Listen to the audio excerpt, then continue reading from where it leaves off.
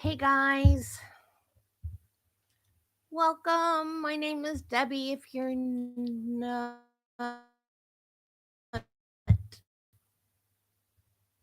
if you haven't been to my channel before, we are watching the Todd Mullis trial, the original Todd Mullis trial, because after we watched the post conviction relief hearing, we were like, "What is up with this?" And we wanted to see what actually happened. And we saw the autopsy photos yesterday, and it looks like it wasn't an accident. At least that's what it looks like to me. She looked like she put up a fight, and you don't put up a fight when you fall. Like, how do you bruise your knuckles unless you fall on your knuckles?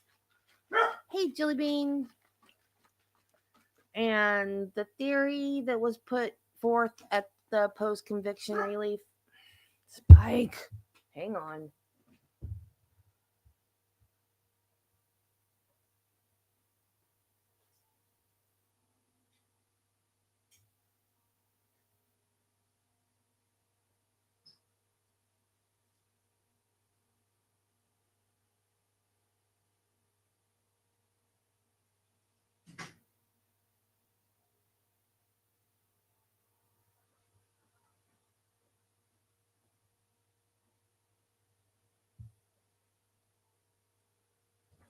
I tried to get them settled during the break, but no, of course not. They can't go outside at the same time because that would make sense. So, what was I saying? The autopsy photos. The theory put forth at the post conviction relief hearing that she could have fallen and two of the times didn't go in very deep, and then she moved and they came out, and then she fell and they went back in a different spot. That doesn't seem quite as plausible when you actually see the positioning of the 6 puncture wounds. But that's just my interpretation of the autopsy photos. And I'm just a nurse, not a doctor or an ME or a forensic pathologist. So I'm not qualified to interpret autopsy photos, but that's just what I think from what I saw yesterday. So we're going to start with the medical examiner today. And we already know what she thinks because we heard her at the post conviction relief hearing.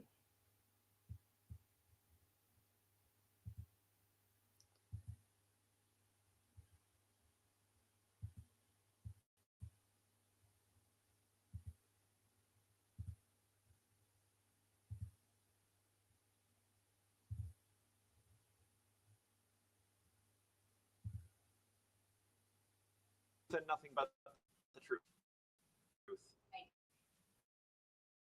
Go ahead and have a seat. State your name and spell it for the record, please.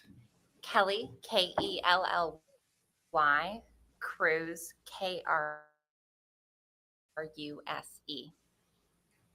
Go ahead, counsel. Thank you. I am a forensic pathologist at the Iowa Office of the State Medical Examiner. And Dr. Cruz, where did you grow up? I grew up in San Diego, California. And you indicated what your Oh title my is. God, that explains the vocal fry. Do you guys remember me complaining about the vocal fry? She's a valley girl. That explains it.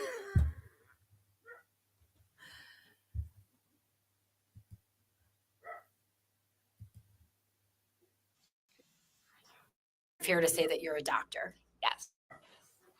And what are you a doctor of? I'm a doctor of forensic pathology. And where did you go to school? And I majored in anthropology. And did you complete a fellowship or residency? I did. I did an anatomic and clinical pathology residency at St. Barnabas Medical Center, which is in Livingston, New Jersey. And I did a forensic pathology fellowship afterward at the Office of the Chief Medical Examiner of Maryland, Baltimore, Maryland. So who are you currently employed by? Office located? It's located in Ankeny, Iowa. And what is your actual specialty? My actual specialty is forensic pathology, which is a subspecialty of pathology. Hey, Carrie. Pathology is a subset of medicine where we study injury and disease processes and how those affect the human body. And how long have you been employed where you're currently employed? I've been at the state medical examiner since July 2018.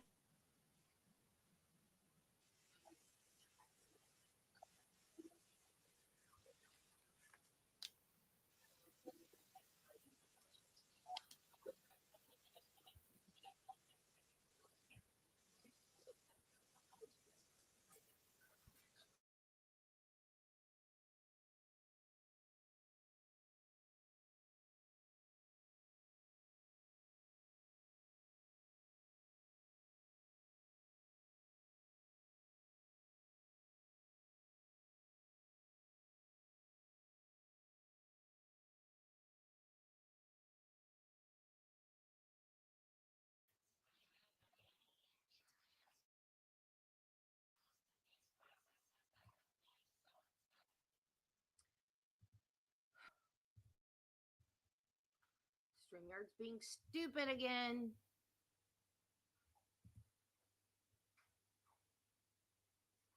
Did you guys learn?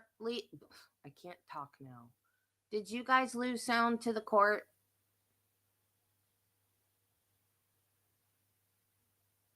Did I fix my sound? I'm just going to reshare it.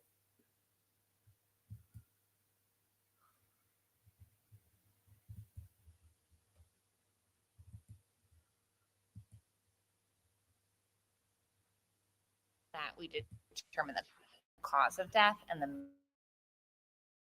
manner of death. Your Honor, at this time, I would ask that Dr. Cruz be qualified as an expert in the area of forensic pathology. Mr. Firehelm?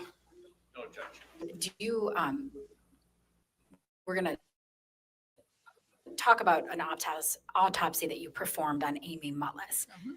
And did you generate a report regarding that autopsy? And would that report aid you in your? Yes, it would. Your Honor, I would ask that Dr. Cruz be able to refer to her report if she need to. That's fine, you can. Thank you. Now, Dr. Cruz, you explained to us what an autopsy is, and you can you explain to us how you actually perform an autopsy? Sure. So first, the deceased person is brought into our office and we weigh them and we measure them in length. Then they're brought into the autopsy suite and we look and see if they have any clothing. If they do have clothing, we document that clothing, we take photographs, and then we remove the clothing. Once the clothing's removed, we look for any evidence of medical therapy. If they have any tubes in their mouth or any vascular catheters, we document those and then we remove those as well.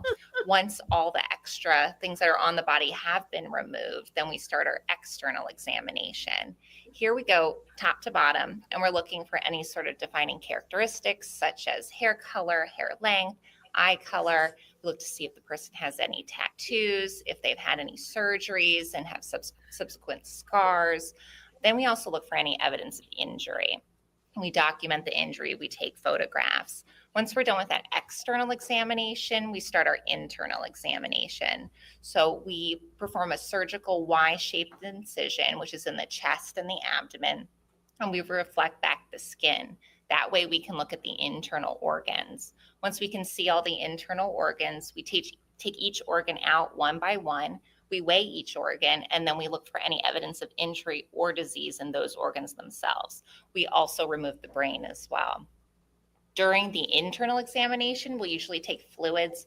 We'll take blood, we'll take vitreous fluid from the eye, we'll take urine if it's available, and we'll send that for toxicology testing. Dr. Cruz, did you perform an autopsy on Amy Mullis? I did. And was that performed on November 12th, 2018? It was. Where was it performed? It was performed at the Iowa office of the state medical examiner in Ankeny, Iowa. Who was present for the autopsy that you performed?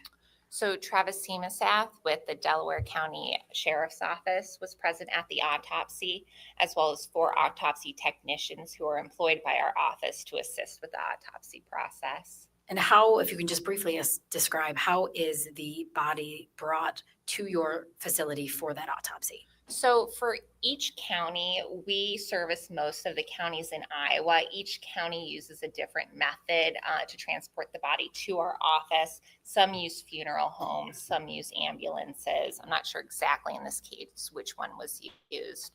But it would have been one of those ways. Exactly.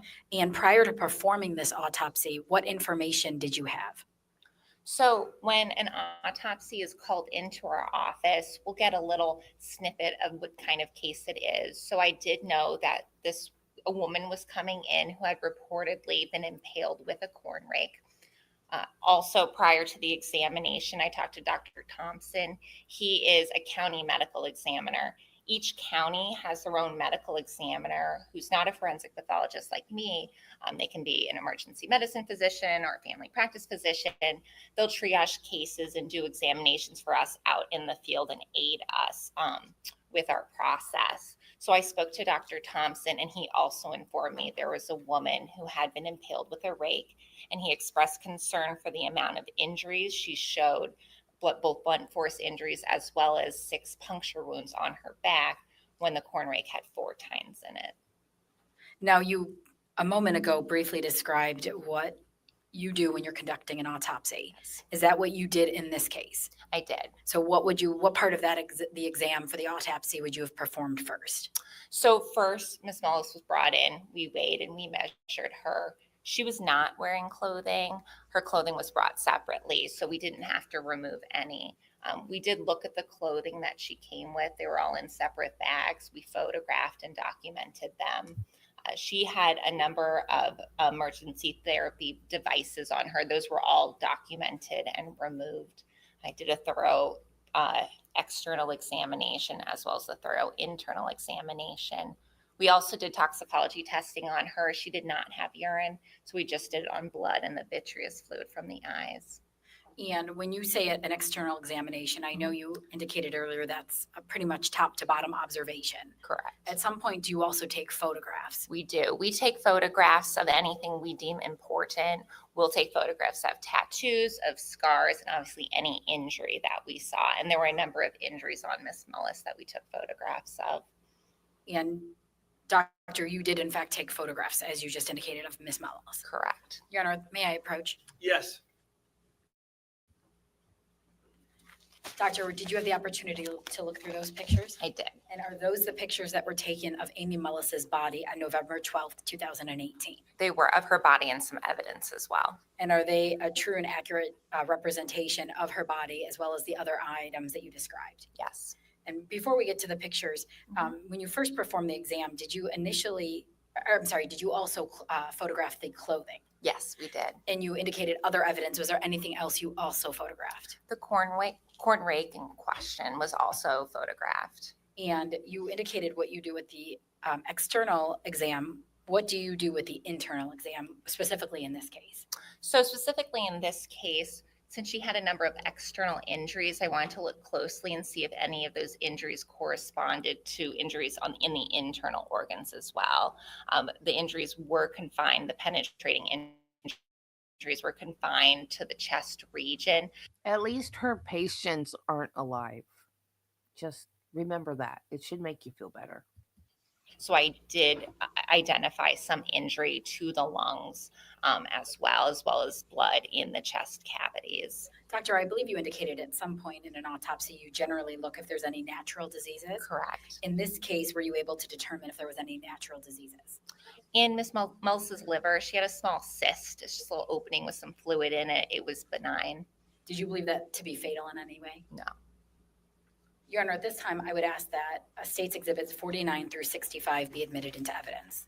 Any objection? No, Your Honor. 49 through 65 are admitted. And Your Honor, at this time, I would ask to publish them to the jury. I will let you publish. Again, anyone who doesn't want to see these pictures or doesn't think they can see them, I'll give you a minute to either leave the courtroom I'm or gonna try to stand block on them, this but side of the they come courtroom. up there fast. Counsel, you can go ahead and publish. Dr. Cruz, you talked about some of Amy's injuries that you photographed. I'm going to show you Exhibit 49. Is this a photograph of Amy Mullis from that day? Yes, it is. And I see here there's what appears to be a ruler on her chest. Yes. And what does that indicate to you? So we use a ruler for scale, and we also have a number on the ruler. That's our internal office number for organizational purposes, showing the year and what number autopsy she was that year. And that's what's listed on that ruler? Correct. Now, can you describe what you see in this picture, please? So on each of our decedents, we take a photograph. We call an identification photograph. We want just a photograph of the face. So this shows Miss Mullis's face. Coming out of the corner of her mouth is a breathing tube that was inserted during emergency therapy. And you can also see some injuries on her face as well. And in this photograph, where do you see injuries on her face? So she has a small abrasion or a scrape in the middle of her upper lip. And she also has a much larger abrasion or a scrape on her left side of her chin with a surrounding contusion or a bruise. I'll show you State's Exhibit number 50. What is this a photograph of? So this is a closer up photograph of the lower half of Miss Mullis's face on the left side, again showing that abrasion or the scrape in the upper lip and that abrasion and contusion on the left side of the jaw. Now, we heard yesterday from Dr. Thompson, but just so that everybody's clear, what's an abrasion? So an abrasion is a scraping of the skin that removes the top part of the skin, and it's indicative of blunt force injury. So you have an object that has a blunt surface to it, and the impact from that scrapes off that top layer of skin. And what is a contusion? Contusion is also a bruise, which also comes from a blunt object, and that indicates there's bleeding in the surrounding skin. So from that impact, the blood vessels burst and cause that bleeding. Now, I believe you indicated blunt force injury or blunt force trauma. Mm-hmm. What is that? So blunt force trauma comes from a blunt object, and it indicates crushing or tearing or scraping of the skin from the impact of that object. Now, Doctor, I'm showing you State's Exhibit number 51. What's in this photograph? So this is a close-up photograph of Miss Mullis's ear. On the top part of the ear, there's an abrasion or a scrape, and also on the earlobe and in front of the ear, we see more contusions or bruises. She also had contusions and bruises behind the ear as well. Were you able to get a photograph of the contusions and abrasions and behind this ear? No, we did not have a photograph behind the ear. And you indicated were those abrasions or contusions behind? There were contusions behind the ear. She had earrings in when she came to our office, so it's reasonable to consider that her earrings hitting her ear or the back of her head could have caused that bruising. Now I'll show you State's Exhibit number 52. What is this a photograph of? This is more far away photograph of the top half of Miss Mullis after she was cleaned and her medical therapy was removed. We can again see that blunt force injury on the face, on the lips, on the side of the jaw. And now we can see more injury on her upper chest and the top of her right breast. There's a bit of asymmetry to her breast because her right breast implant was injured during one of the penetrating wounds that entered her back. Now I'll show you State's Exhibit 53. Is this a close-up of her chest area? Correct. This is a close-up of the chest, highlighting those abrasions and those contusions or bruises that were on her chest and the top part of her breast. Look at it, Todd. You did it. Look at it. You did Can that. you tell what these injuries are on her chest or where they came from? So they, again, indicate some sort of blunt force injury. It could be during some sort of struggle, really any sort of implant object. I can't say with absolute certainty where they came from, but they are a blunt force injury. Doctor, I'll show you State's Exhibit number 54. What is this a photograph of? So this is a close-up photograph of Miss Mullis's right hand. She has a number of abrasions or scrapes and contusions and bruises on the back part of her hand and in the knuckle region. And State's Exhibit number 55. This is a close-up photograph of her left hand. She has a few more of these abrasions or scrapes and also some bruising as well on the back side of her hand and in the knuckle region. These could potentially reflect defensive type wounds from a struggle. And State's Exhibit number 56. What is this a photograph of? This is a close-up photograph of Miss Mullis's right knee. She again has more abrasions and contusions on the right knee. State's Exhibit number 57. This is her left knee. She has some larger abrasions or scrapes and multiple contusions as well. Now, doctor, we've talked about blunt force trauma. Can you explain what sharp force injuries or trauma is? So in contrast to blunt force, we have a blunt object essentially hitting the skin. Sharp force penetrates the skin and cuts and divides as it moves through your body. You tend to have longer sort of injuries with a sharp force injury. We classically think of knives and things like that, but really anything that would be able to cut and divide the skin would be considered a sharp object. Now, throughout your exam, did you then perform an examination of Amy's back? I did. I'm showing you State's Exhibit number 58. What is this a photograph of? So this is a photograph mostly of the right side of her back and the right side of her chest. Her right arm is in that top right portion of the picture. And here we see multiple sharp force injuries that I identified at autopsy. And here, Dr. Cruz, how many sharp force injuries do you see? We see a total of 6, which was the number that I identified at autopsy.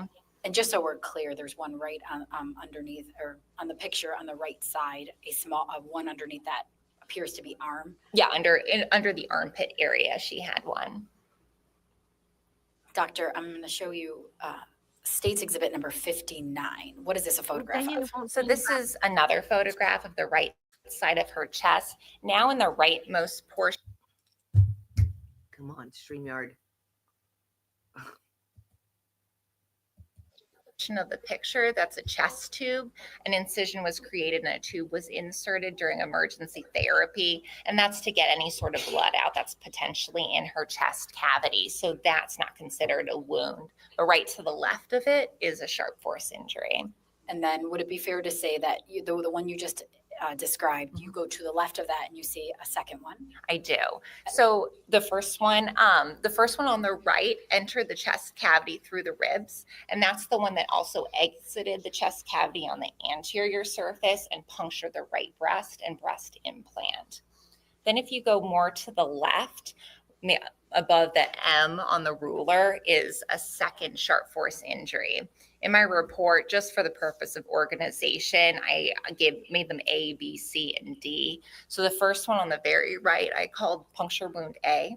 Then on the left, more left to it, is puncture wound B.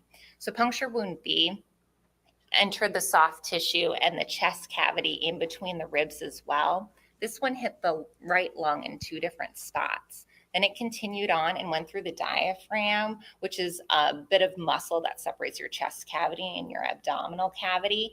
It went through the diaphragm and it also punctured the liver as well. Now, if you keep going, do you see then what you classified as puncture wound C? I do. So keep going left from puncture wound B is C. They're 2 almost on top of each other. C is on the top and D is on the bottom. Would it be fair to say that according to the picture, C is a little bit smaller than D? Yes, it does look smaller. And what observations did you make in your exam of puncture wound C? So puncture wound C injured the soft tissue of the back of the chest, the skin, the subcutaneous tissue or the tissue right under the skin, and the muscle of the back, but it did not enter the chest cavity. And if you then go right underneath and a little bit to the left of that, would that be puncture wound D? Yeah, right below it. So you have that long kind of reddish line. That's an abrasion or a scrape. At the bottom of that is puncture wound D. And like puncture wound C, puncture wound D only injured soft tissue. It did not enter the chest cavity. Would it be fair to say that D then would be the lowest puncture wound that we see at this time? Correct. and puncture wound E, which one would you describe that being? So at the very top part of the picture, you see the little bottom part of the last puncture wound, not counting that one, the leftmost puncture wound next to C is puncture wound E. So puncture wound E did enter the chest cavity, but instead of the right side of the chest, it entered the left side of the chest. It went through the soft tissue in between two ribs on the left side of the chest. It was actually so close to the spine region that it injured part of a vertebral body, or that bone that makes up the spine, and injured a part of that as well before it entered the left side of the chest. Now, doctor, all the way up at of Exhibit 59 on the top, near the right side, do you see the edge of what you describe as puncture wound F? Yeah, F actually was the only one that was on the left side of the back, and F injured the skin, the soft tissue, and it entered the left chest cavity as well. Neither of the ones that entered the left chest cavity injured organs in that cavity, but they did enter the cavity. Now, doctor, I'm going to show you State's Exhibit number 60. Is this a different view of the puncture wounds? This one is, you can't see the one that's underneath her armpit very well, but you can see better the one on the left side of the chest that entered the left chest cavity. So you see 5 of the total 6 puncture wounds. So in this photograph, we don't see what you classified as puncture wound A that's near that chest tube underneath her right arm. Exactly. But you do see the other 5. Correct. Now, doctor, based on your exam, could you tell which puncture wound was fatal? So technically, any sort of penetrating wound like a puncture wound can be fatal. You can get an infection that can lead to your death that way. In terms of a more rapidly fatal wound, the 4 puncture wounds that entered her chest cavity were more likely to contribute to her death. So that would be A, B, E, and F. Now, based on your exam, could you tell the direction of the wound paths? So there were 2 different directions of the 6 puncture wounds. The rightmost wounds, A, B, C, and D, so the one by her chest tube underneath her armpit, the one left to it, and then the 2 that are on top of each other, those all go from back to front. So when we describe direction, we do it in terms of anatomic position. So anatomic position is with the person standing straight, looking straight forward with their feet forward. And then their hands are down by their side with their palms out, and so your thumbs are facing out. So with Miss Mullis in that position, those 4 wounds went back to right to left and downward. The leftmost, E and F, also went back to front, right to left, but they went upward. And what do those different directions indicate to you? To me, they indicate that she would have to be impaled with a rake at least twice. And when you say at least twice, can you tell exactly how many times she was struck? I cannot. You could consider 1 penetrating wound for each of these injuries, but at least twice, possibly 3 times. And why do you say possibly 3 times? So puncture wound D, the bottommost puncture wound, if you think about the corn rake with the tines in succession, the one under her armpit, B and C, tend to be in a line, and those all go in the same direction. That bottommost puncture wound also goes in that direction, but to consider that within the line of the tines on the corn rake is difficult. So to me, it possibly represents a 3rd strike. So, doctor, based on your exam, can you say that Amy Mullis's body was struck at least 2 times with the corn rake? Correct. Possibly 3. Yes.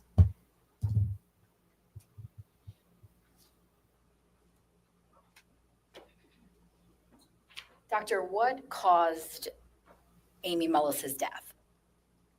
So thinking about the puncture wounds that entered the chest cavity, when something penetrates your chest and you remove that object, you create a hole that allows air to go into your chest cavity. When it also penetrates the chest cavity and goes through the soft tissue between your ribs, it injures blood vessels that are there. So she had the injured blood vessels in addition to her injured right lung, and that's leaking blood into her chest cavities. So the combination of the air and the blood put pressure on your heart and your lungs, which are in your chest cavities, and that pressure really restricts the function of your heart and your lungs, which are very important organs in your body. So without any sort of therapy to relieve that pressure, death will occur. Now, doctor, I'm going to show you State's Exhibit number 61. What is this a photograph of? This is a photograph of the corn rake that was brought to the autopsy suite, and there was a photograph we took of it. Now, when you were talking about your exam and your belief that Amy was struck 2 or 3 times, you talked about the line. You indicated exam, and did you take this photograph? I did. I'm going to show you State's Exhibit number 62. Is this just another angle of the corn rake? It is. It's an angle emphasizing the curvature of the tines on the rake. And I'll show you State's Exhibit number 63. I know you indicated that Amy's clothing was brought with her. Is that a yes? Yes, it is. You also took photographs of that. We did. And so this was a sweatshirt that was brought in a separate bag, which we removed and documented and photographed. State's Exhibit number 64. What is this a photograph of? This is of a gray long sleeve shirt that Ms. Mullis was reportedly wearing at the time she was injured. So we photographed this as well. And State's Exhibit number 65. What is this a photograph of? This is a pink jacket that Ms. Mullis was also reportedly wearing at that time. All of these the clothing items, the shirt, the sweatshirt, and the jacket all showed blood staining, which you can see on the left side of the picture. And they also had defects that corresponded to the wounds on her body. No, doctor, earlier when you were talking about in your testimony, I believe that you indicated that one of the purposes of an autopsy is to determine cause and manner of death. Is that correct? Yes. Can you explain to the ladies and gentlemen of the jury what cause of death is?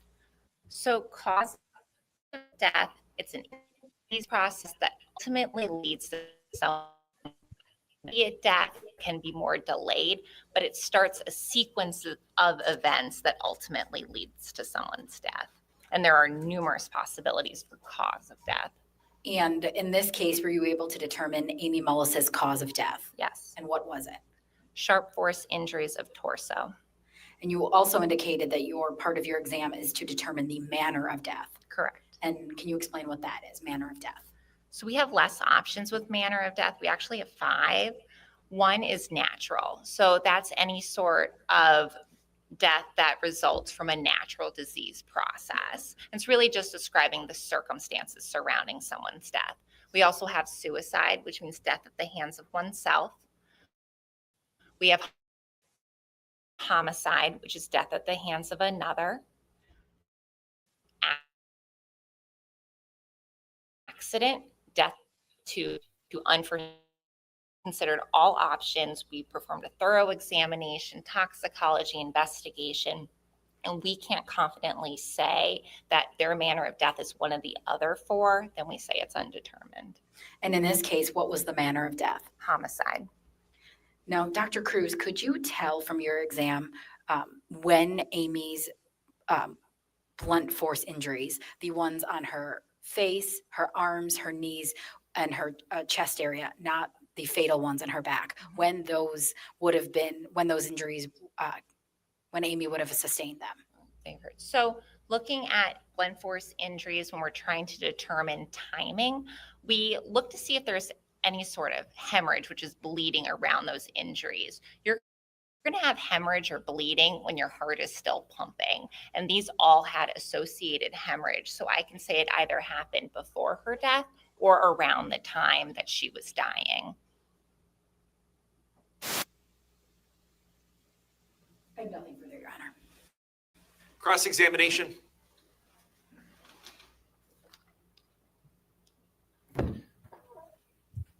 Doctor, yesterday when Dr. Thompson was testifying, he described the process in which when the decision has been made to send the body to the state medical examiner's office, what protocol they go through. Yes. And you're familiar with that. Yes. One of the things I recall him mentioning is that her hands were bagged. Is that how she arrived at your office? She did. And what is the purpose of bagging hands? So we classically bag hands if we want to maintain any sort of evidence that we think we might need. In cases where we think this might be a homicide or we think having fingernails might be important later on, we suggest bagging the hands. And this contains any DNA or evidence during that transport process that could potentially be lost when they're in a body bag, especially if there's a lot of blood involved. When Ms. Mullis's body arrived at your office and you began your preparations, did anything that you did there include the examination or the attempt to retrieve evidence or see if any evidence may have existed in her hands, fingernails, that type of thing? May I refer to my? Yes, go ahead. Thank you. Thank you. Thank you. So in terms of, I didn't do a Thank you. gross examine your nails to see if anything was underneath them, but we did do fingernail clippings where we take the top portion of the fingernails with a fingernail clipper and we put the fingernails and the clipper in a sealed evidence bag. And why is that done? So if we have a struggle and we think DNA might come on victims' fingernails from a struggle, taking fingernails might be useful in the investigative process. Do you know whether or not the fingernails taken from Ms. Mullis were examined? I do not. Did anyone request you or anyone else in your office to do so? I do not know. Thank you. That's all I have. Thank you. Any redirect? No, Your Honor. Okay, thank you, ma'am. You're Thank free to you. go. Please. Do you swear and affirm that the testimony you give in this matter will be the truth, the whole truth, and nothing but the truth? I do. Head and have a seat. State your name and spell it for the record, please. Deb Sherbring. Deborah, Debra, Scherbring. Go ahead, counsel. Thank you. Ms. Sherbring, where do you currently live? Manchester, Iowa, And how old are you? 62. And which area did you grow up in? Earlville, Are you married? yes, And do you have any children? 4. What's your current occupation? I'm a environmental service manager at the Manchester Hospital.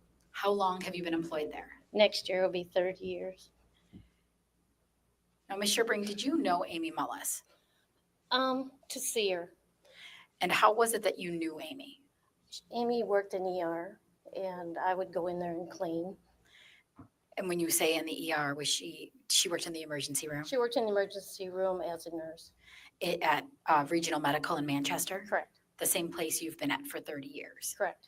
Do you know when Amy started working there? I do not know the dates. Did you have a friendship outside of work or were you social with Amy? No, I was not. I see her in the hallways and small talk, nice weather, or whatever.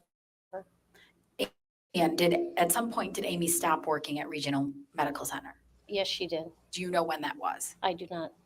After Amy stopped working there, did you maintain a relationship or friendship with her?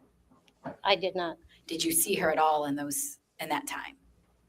I would say in the last 5 years, I might have seen her once or twice at my granddaughter's ball games. Now, Ms. Sherbring, sometime at the end of August 2018, do you remember a phone call that you had with Amy? Yes, I do. Where were you at when you had that phone call? I got off work that day, prior to 2:30. I was home and on my front porch working with flowers, and I received a phone call. Do you remember what time of day it was? I'd say 3:30, 4 o'clock in that area. And was anybody else present with you when you received that phone call? No, I was home alone. Did you have Amy's number in your phone? I do not. Did you answer the phone call or did you get on the phone? I received a phone call and I was outside and I couldn't really see who called. I did not have my glasses on. So when I picked up the phone, Amy was on the line. Did you recognize Amy's voice? She was crying hard and screaming and all frustrated. And I did not know for sure if it was one of my kids. And so I asked who this was, and she said Amy Mullis. Did you continue to talk with her? Yes. What would you describe her demeanor as when you were on the phone with her? She was just very upset. What was Amy saying?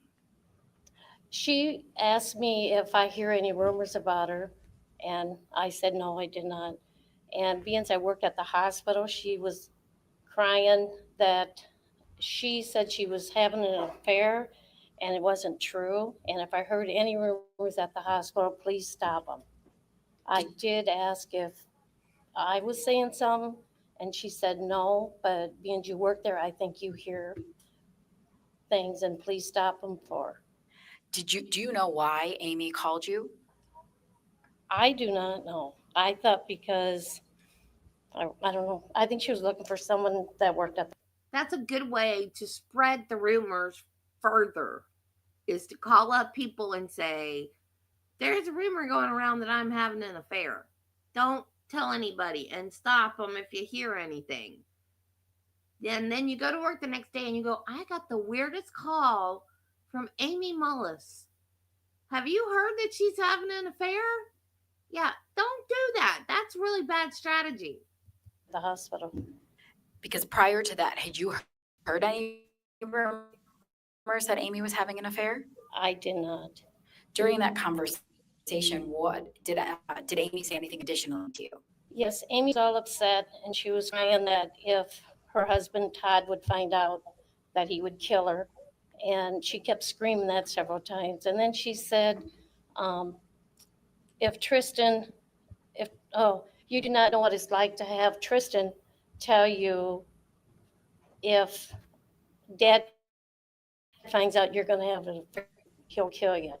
And then I did not know who Tristan was. Did you say anything to me at that point? I asked who Tristan was, and she said my son. And so Did you know who Todd was? I knew who Todd was. How did you know who Todd was? Todd went to school. He's a little older than, I think, my son. So they went to the same high school. While Amy was saying these things to you, did she remain hysterical and upset? Yes. Sometimes I could not understand what she was saying. No, I know that you indicated that you asked her what her name was, and she said it was Amy Mullis. Correct. And while you continued your conversation with her, did you recognize her voice? Yes.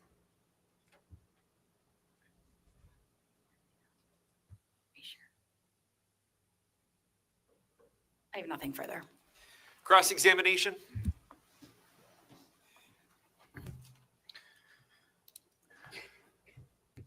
I swear that judge was a town crier in a past life. Ma'am, how many years do you work at the hospital? Next year will be 30. So you were working there during the years that Amy worked there. Correct. We understand from other testimony that she left her employment there approximately 5 years ago. Does that sound about right? I would not know. There's 400 employees, and I don't know when they come and go. All right.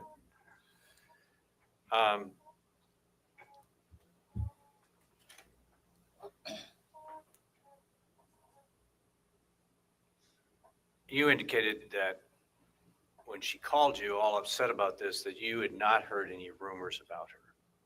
I did not. And you don't know why you were picked out to be called by Amy. I do not. The only thing I can think of is because I worked there, and she repeated many times, if I hear anything at the hospital, please stop it. And so I figured she was just looking for someone that worked where she used to work. And you don't know why she. Also, housekeepers, people talk. When the housekeepers are in the room, they're like invisible. Seriously, they don't talk. They come in, they clean the room. They're like invisible. It's sad because everybody should be treated like they're important. Absolutely, their job is important, but they're like under the radar. People just keep talking and like they're not even there. So a housekeeper is the person that knows all the gossip in the hospital. Was concerned about these rumors.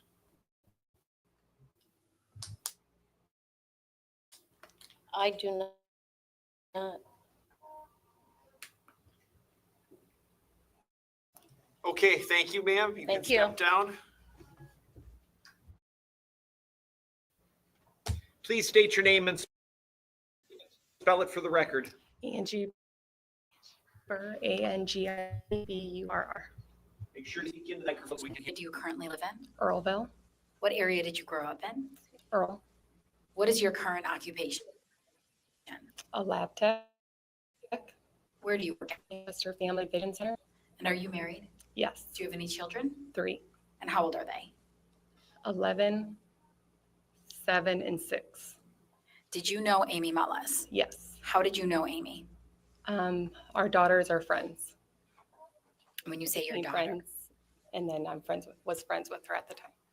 Amy's daughter, Taylor, Yes. was friends with your daughter? Yes. What's your daughter's name? Malia, And how old is Malia? 11.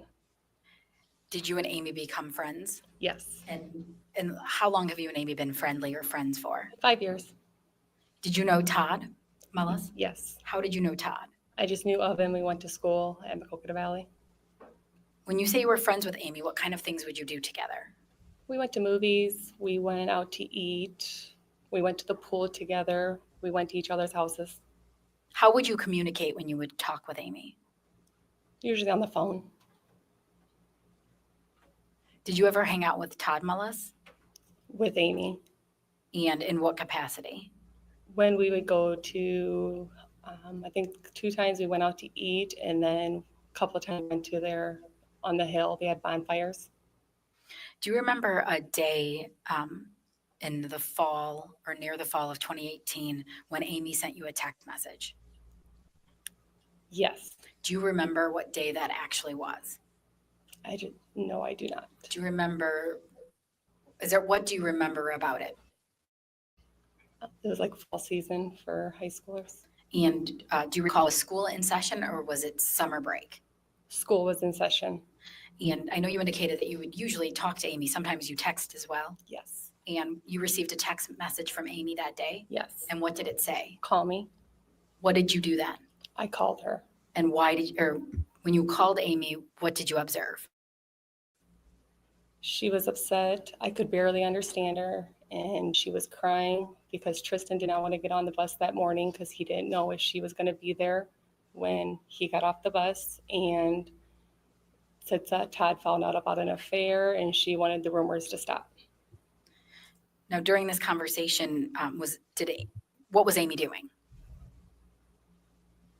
I have no idea where she was at. I'm sorry, what were you observing of her behavior? She was upset and hysterical, and I just couldn't hear. All I could hear was she said something about Tristan not wanting to get on the bus and something about an affair, and she wanted it to stop. And Did you know what rumors what Amy was talking about? no, Did she say anything to you at that time about having an affair?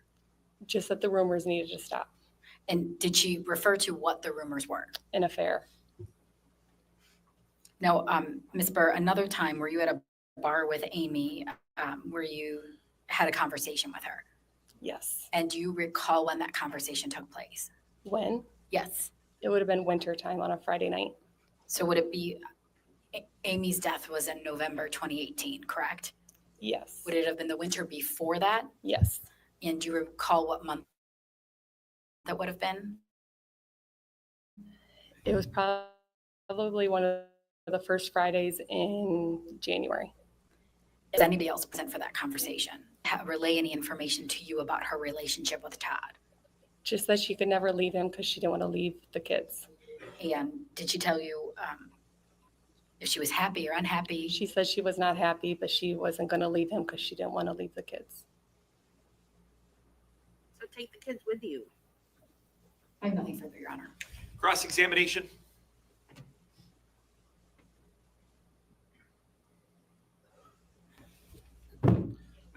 Excuse me, Ms. Burr, how did you and Amy become friends? I mean, how did you cross paths? Our daughters became friends.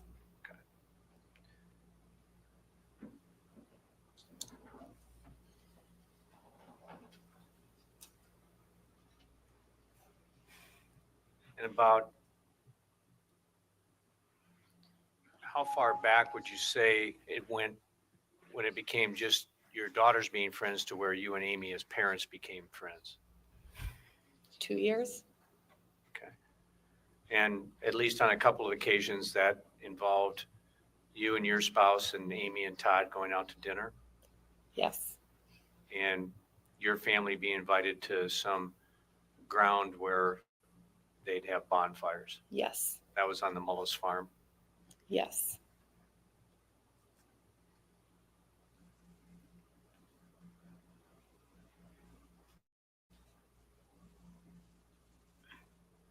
And you're saying that this call that you got from Amy where she was frantic, upset and talking about rumors, your best measuring stick is that it was school was in session and probably football season. Yes.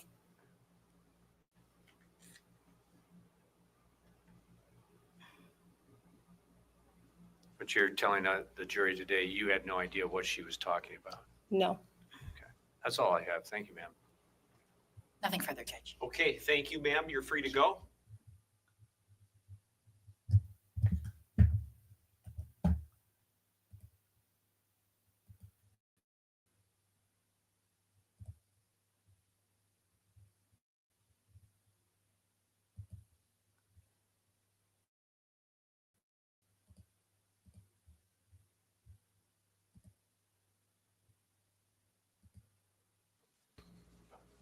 Go ahead, counsel.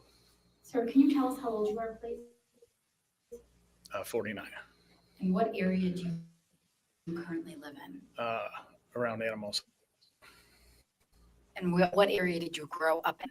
in that same area. Are you currently employed? Yes, And what is it that you do? I oversee hog confinement barns.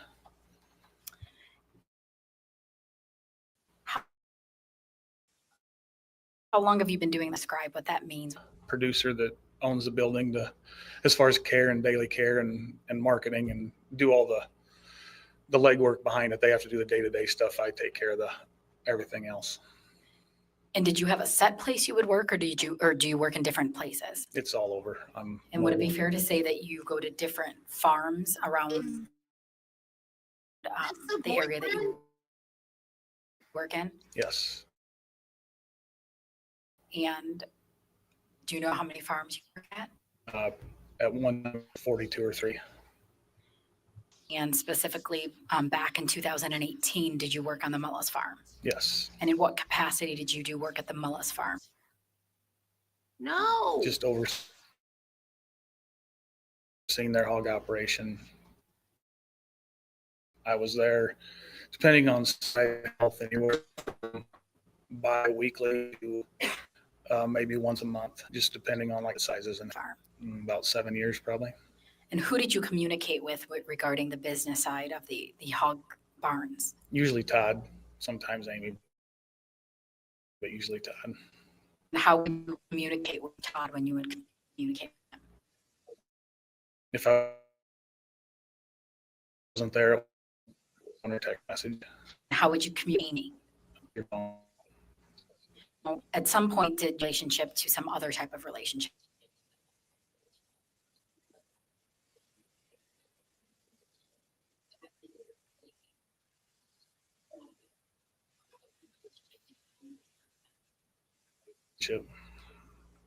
And how would you and Amy communicate at that time? Text message.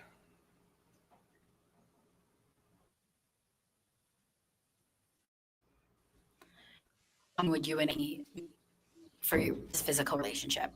It just depended. I mean, everything was very short. It was maybe once a week, maybe maybe more, depending on just how it worked out. And you indicated that you would communicate by way of text message Yes. primarily. And this was a sexual relationship, correct? Yes. And would you and Amy at times talk also about your relationship when you were together? Now say that again. Would you and Amy talk about your relationship? If you mean by text message, By text message or in person? not really. Did you talk about your future with Amy? A little bit, yes. And initially, when you first started seeing Amy, what kind of things would you talk about in the future? Talked about there was a chance we could end up together. At the time that this was happening, that you had started this relationship with Amy, were you married? Yes, And Amy was married as well. yes.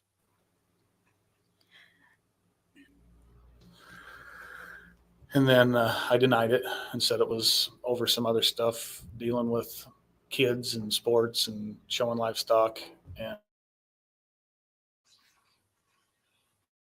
And a couple days later, he called my wife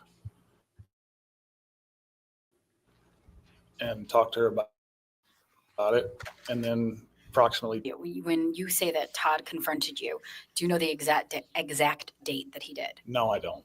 Would it be fair to say that it was the end of July 2018? It was sometime in July. And how was it that Todd confronted you? Called me. What do you remember him saying to you? Just text me a lot of time. I don't know why or it was possible. He- Maybe, yes. And what was your Just said that she was for kids playing sports, showing livestock, things like that. Yeah, a couple days later after he confronted her, told me about it, he called my wife. conversation consisted Just of? basically told her that we were communicating by text message a lot. And then you did that a few days and called to your wife? Mm-hmm. Is that a yes? Yes. And what was the nature of that conversation? He just called to apologize. Did he also apologize to you? Yes. Now, did you and Amy ever have a conversation about the fact that Todd confronted you? Yes, I told her Anything did Amy tell you? she was upset that he did it. And Did she also tell you that he confronted her? I don't remember. Now, after you were confronted by Todd, did you and Amy decide that you were going to communicate a different type of way? Yeah, I told her that we needed to slow down, and we couldn't text anymore. So she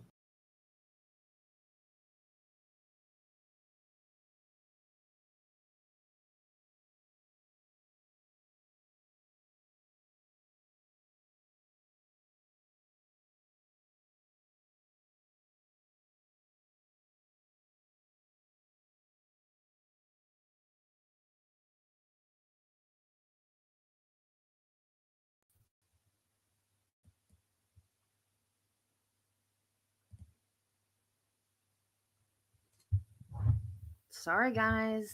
I don't know why StreamYard does this. At least it tells me it does it. So you guys don't have to tell me 50 times, lost sound, lost sound, lost sound. Yes, I'm sorry. But you did still continue to see Amy, Yes. and you still continued to communicate with Amy up until her death. Yes. And you still would communicate with Amy using those Gmail accounts. What, if anything, did Amy tell you about her relationship with Todd when you would be with her? She really didn't say much. We didn't talk about relationships much other than I know she wasn't happy. Did she tell you how Todd treated her? She made different notes or not notes, but said she felt like a slave or a hostage around there. Now, did Amy ever tell you whether or not she was planning on leaving Todd? She said she was wanting to. Did you and Amy ever have any conversations about what Todd would do if he found out she was having an affair? One time she did say that if he ever found out, she would disappear. Were you afraid about Todd finding out about your affair? Yes. Why? Why wouldn't you be? I mean, if you're having a relationship with somebody's wife, you would not want them to find out. Generally, where would you and Amy meet? Usually just on a gravel road somewhere. And there were a couple times where you guys made plans to meet in different areas and in different locations. Yes.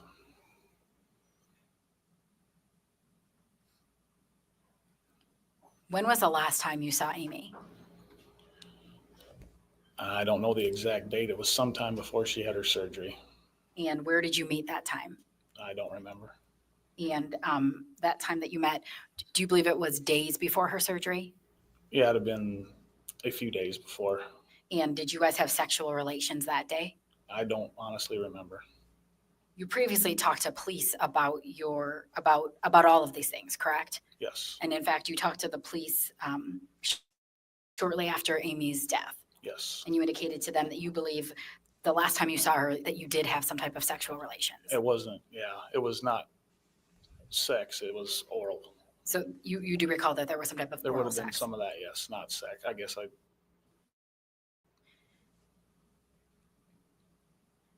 And you and Amy would communicate by text messages approximately 15 to 40 messages a day, correct? yeah, correct. And that was up until November 10th.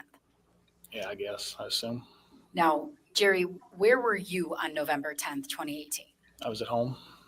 And what area do you live in? I live around Anamosa, And how far is Anamosa from the Mullis farm? probably 45 miles, 45 minutes. What did you do that morning? My son was home from college. We show pigs. I'd actually bought a tanning bed to tan some pigs in the winter because their pigment doesn't get sun in the winter. So we hung a tanning bed in the barn, and then we cleaned the barn and walked our pigs that morning. And were you with your son all morning? Yes. And was anybody else at your home when you were there? No. Now, on November 10th, 2018, did you see Amy Mullis November? No. on the day of her death? No. Did you at any point go to the Mullis farm? No. Jerry, on the day of Amy's death, did you communicate with her that morning? Yes. And how was it that you communicated with her? Email.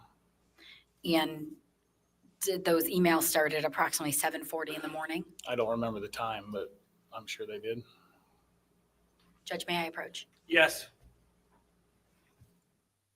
Mr. Frazier, I'll ask that you look at those two pieces of paper that I just handed you. Do you recognize those? Yes. And Judge, just for the record, I've marked those as States Exhibit 110. They were not on the proposed list, Judge. We will upload this later. Jerry, do you know what that is that I just handed you? Yes. And what is that? It's the emails from that morning. And are those emails between your Gmail account and Amy's Gmail account? Yes. And Yes. it appears to be a true and accurate copy of those exchanges. Yes. At this time, that States Exhibit 110 be admitted into evidence. Any objection? No objection. Exhibit 110 is admitted. Your Honor, permission to publish to the jury. Yes.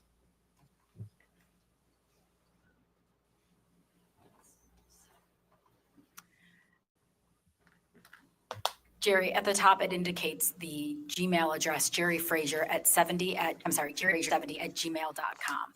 Is that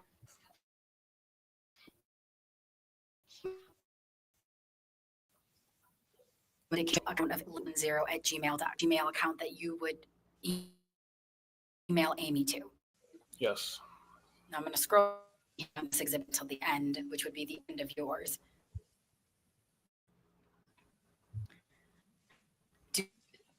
November 10th, 2018 at 7:40 a.m. There was an email from to you. Yes. And what does that email indicate or say?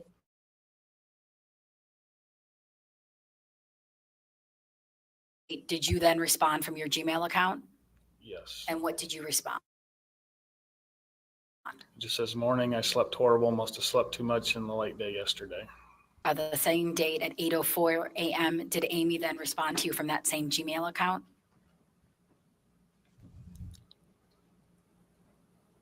Yeah, and on this one, I think it's, I can't see it. It says sent from iPhone to November 10th down there, but there's nothing below it.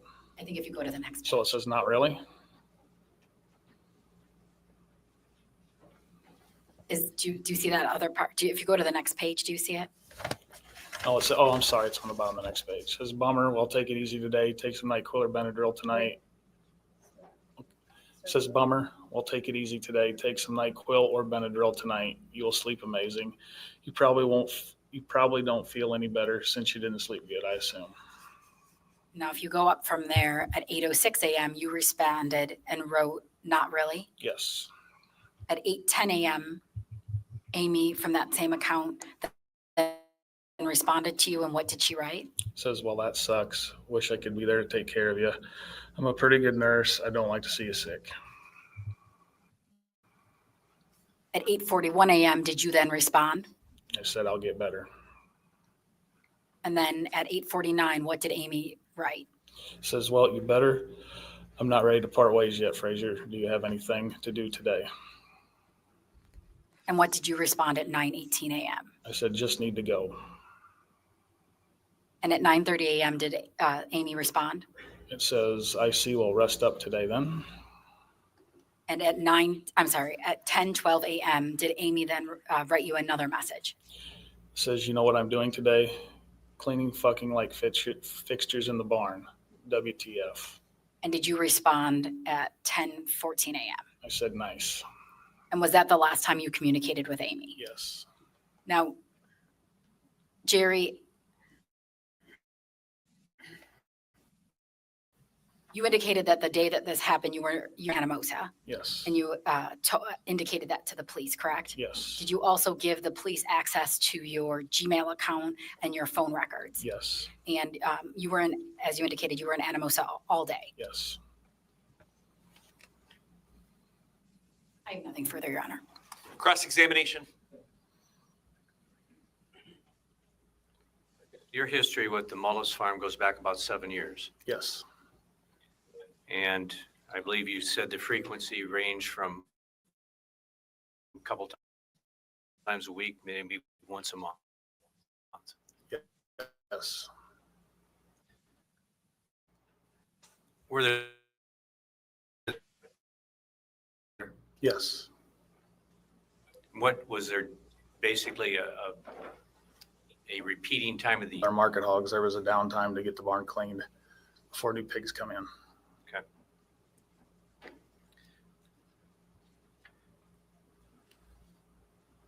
The relationship you said began to be a personal, physical relationship end of May, 1st of June.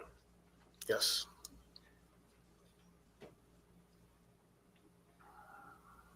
And that at first, both of you felt that there could be a possible long-term relationship developing.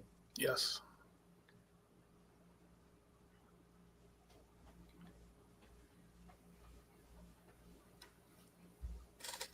Then you got the call from Todd about the significant number of text messages that he apparently had seen, assumably on Amy's phone. And your reaction was lots of contacts involve kids, sports, showing pigs, Yes. all that kind of thing. Mhm. Did he seem satisfied with that? He did. Would you say that his, I realize this was over the phone, but was he angry at you or just, hey, what's going on? He was just what was going on. And at the end of that conversation, or as in the time after it, you felt okay that you had satisfied his concerns and curiosity. Yes, he asked us to quit texting and we did.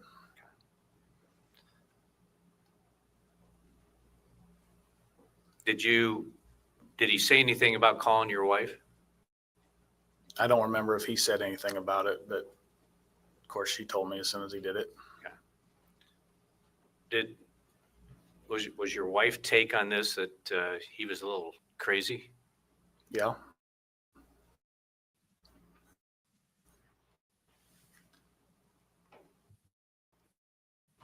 In any event, he called back within a few days and Yes. so you're placing this around sometime in July.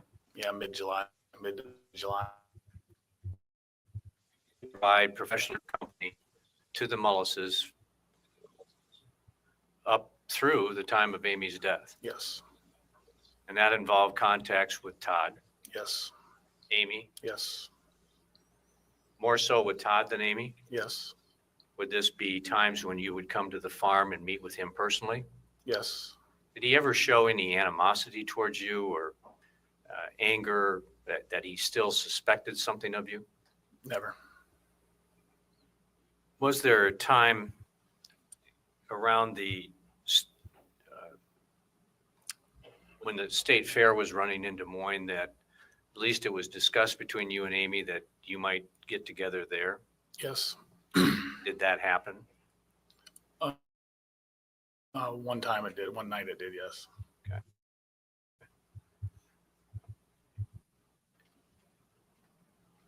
Continue to say anything about, you mentioned that she said she felt like a slave or a hostage or something.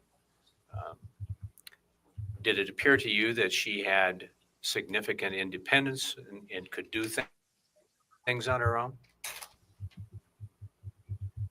A little bit, but Todd even said that he wasn't. He told me that.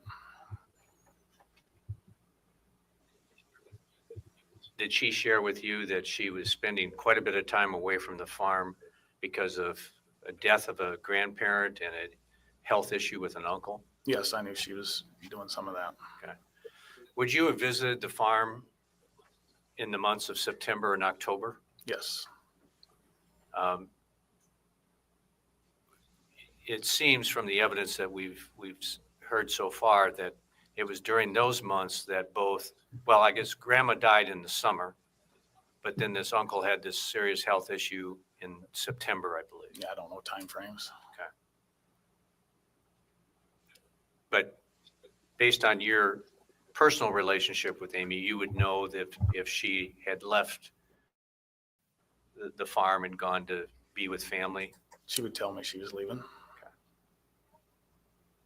Did Todd ever express any dissatisfaction with the fact that she was away a lot during those months? It's harvest time, bad weather apparently was happening. Not to me, no. Okay.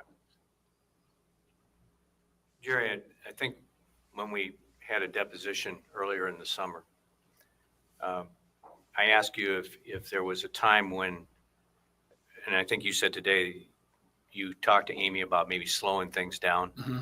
Is that a yes? Yes. Do you think you were more interested in doing that than she was? Yes. Yes. And also, not that, well, you had indicated that at some point, or some of the discovery materials, that you felt that you had had sexual relations with her 100 times. And that number is probably far-fetched, I'll be honest. Okay.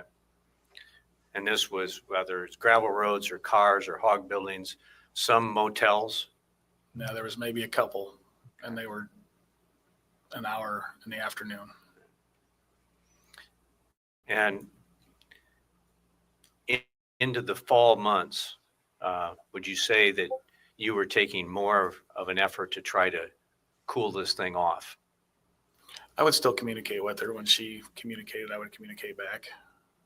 But you weren't trying to lead her on that this was going to be a long-term relationship. I was upfront with her and told her that if she was going to leave, she had to do it on her own terms and for herself, not for me. Okay. Thank you. That's all I have.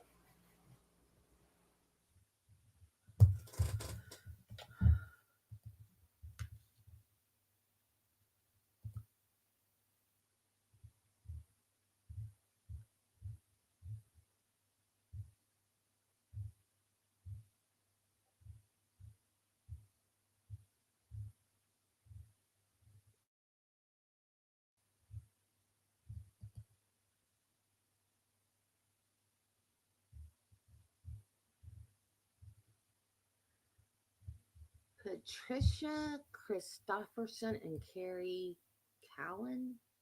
No idea who these people are.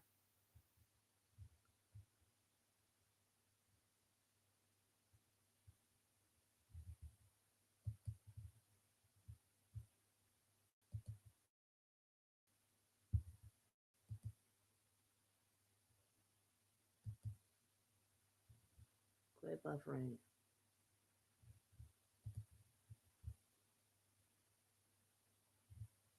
Stop.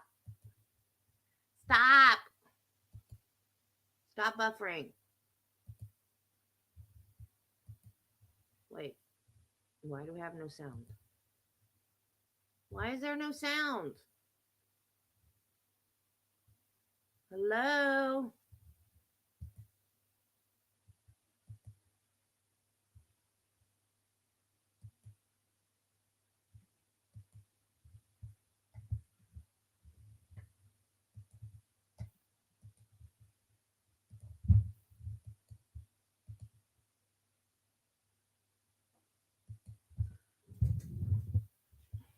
That's weird.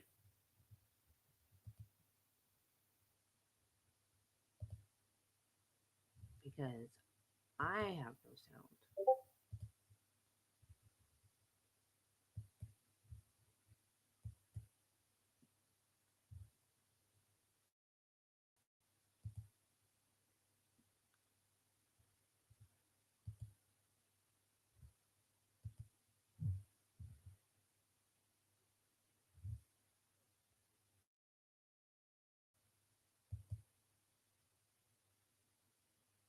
Why is there no sound?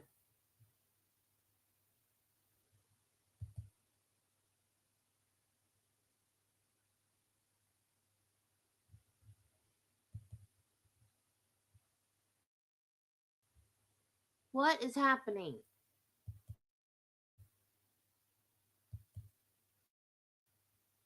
Me? Court TV, get it together. Why is there no sound on this clip?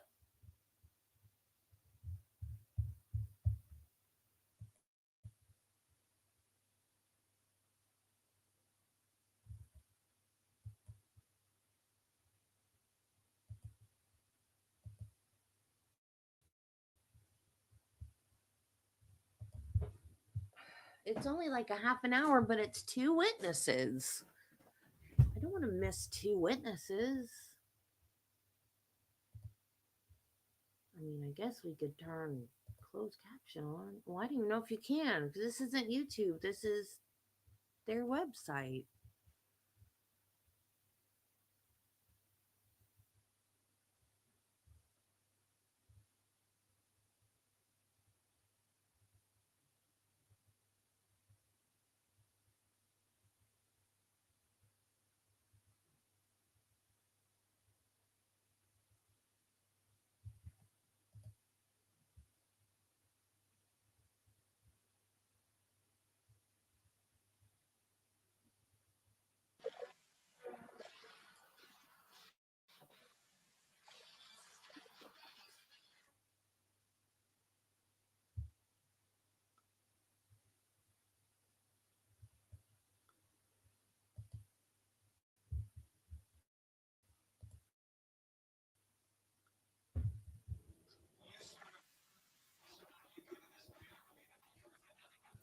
Yay!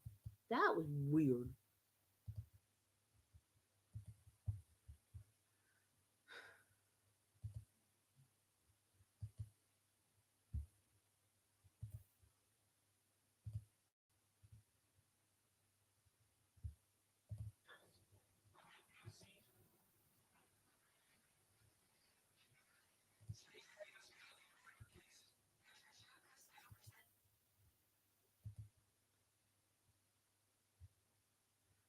Okay, now we have sound, but StreamYard is behaving badly. There we go.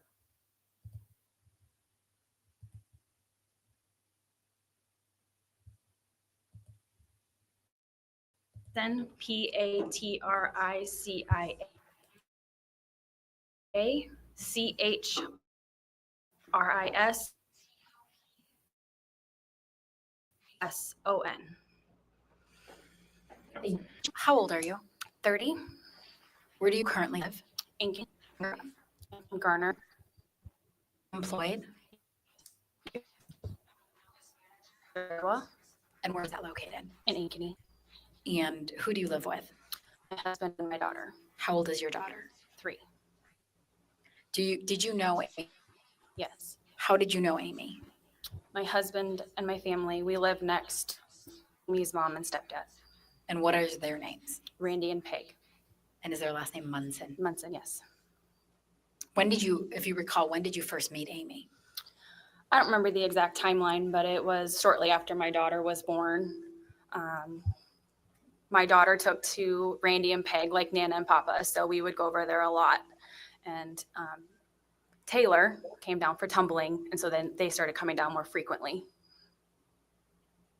And when you refer to Taylor, is that Taylor Mullis? Yes, And is that Amy and Todd's daughter? correct. And when you say she was tumbling, do you know what kind of tumbling she was involved in? Gymnastics of some sort. I don't know what the term may be. And would Amy often come with her when she had tumbling or gymnastics competitions? Yes. How often would you talk or communicate with Amy? On a weekly to every other day basis, And how is it that you would communicate? usually through text messages. Is there times you would also see Amy? Yes. And how did that happen? We would hang out next door at Randy and Peg's. And when that Amy came in, did Amy confide in you? Yes. And what kind of things would you and Amy talk about? We would talk about their marriage, their kids, life in general between both of us. And when you say their marriage, do you mean Amy and Todd's marriage? Yes. In June 2018, do you remember starting to talk to Amy a little bit more about her marriage and what was going on in her life? I do. Yes. And do you remember the first time that you started talking about that? It was on June 28th. She said she needed to unload, and I asked her about what. I said marriage or kids, and she said her marriage. She wasn't happy in her marriage, and she hadn't been happy for many years. Patricia, where did this conversation take I place? told Through text everybody. messages. And did Amy tell you anything else at that time? This is the first time she told me that she had an affair 4 years ago, and then she also told me that she was currently having an affair as well. And did she tell you anything about the person that she was currently having the affair with? She told me that he was their field manager. God. And did Amy tell you whether or not she had any type of plan for her future? He made her happy. She had talked about wanting to get married eventually with him. And with him, do you mean the person she was having the affair with? Yes. And did Amy ever talk to you about her children? Yes. And around that time in June 2018, do you remember having a conversation with Amy about the kids? I believe so. I don't remember specifically. Did you ever have a conversation with Amy about Tristan? She said Tristan was becoming a lot like Todd. And did she say anything else about that? I don't recall. Do you remember in July having another conversation with Amy about her affair with Todd? Yes. I'm sorry, about her relationship with Todd. Yes. And was that in person or text message? Text message. And what did Amy tell you at that time? She said things weren't getting any better. I can't remember exactly what else was said. Can you refresh my memory?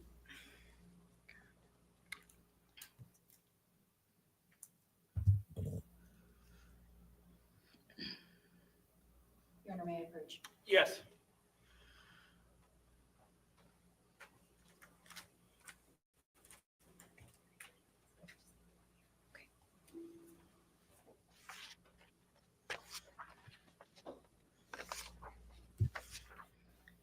Patricia, I just handed you state's exhibit number.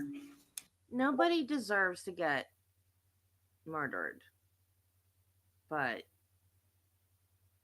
this woman certainly did not go about things in what I would call the correct way.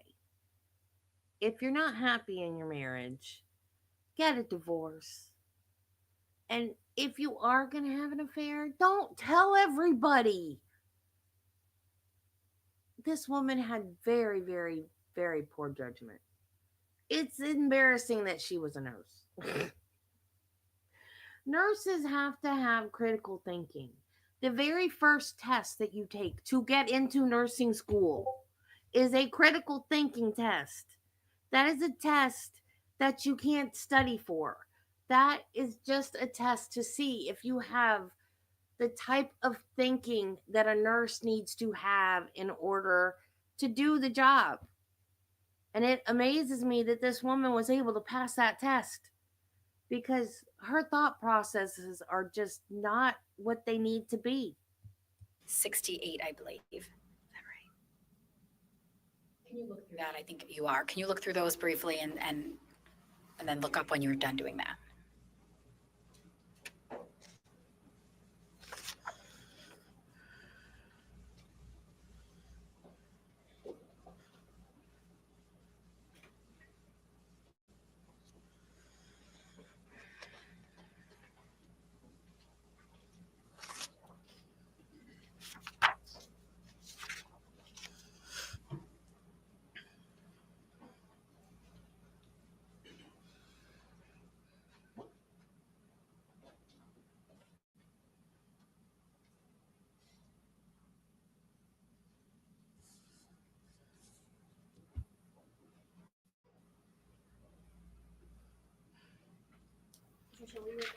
Sorry, were you able to look over what I just handed you? Yes. And what is it? These are text messages between me and Amy, referring to July 5th. She said things weren't getting any easier, and I said to her, he must be blind or he doesn't care how you're feeling. Now, let me just ask you a few questions. You had the chance to look at, I believe that's State's Group Exhibit number 68 is several pages, is that correct? Yes. And have you previously seen copies of the same things that I just handed you? Yes. And do they appear to be text messages between you and Amy Mullis? Yes. And There's were no those, reason to trust did you actually you. give these text messages to the police in this case? I did. And after you looked through them, are they a true and accurate copy of the messages between you and Amy Very Mullis? true. They are. And those start in June 28th, 2018, Correct. and they go until November 2018. Correct. Your Honor, at this time, I would ask to admit into evidence State's Exhibit number 68. Any objection? 68 is admitted. And Judge, I'm not going to display all of them because they're very large. I would just ask that the witness be allowed to refer to them if she need to. That's fine. Now, Patricia, in that July 5th, 2018 conversation, did Amy tell you anything else about her relationship with Todd? She said he didn't trust her. And did Amy say anything to you around that time about a divorce from Todd? I mentioned if she wanted to get a divorce. And did Amy respond to you? I asked Amy if Todd wanted to get a divorce, and she said no, because only reason is he would lose half of everything, and it is socially unacceptable. And did Amy indicate to you whether or not she was planning on working it out with Todd or if she was done? She said she was done. Did you guys talk about anything else in that same conversation?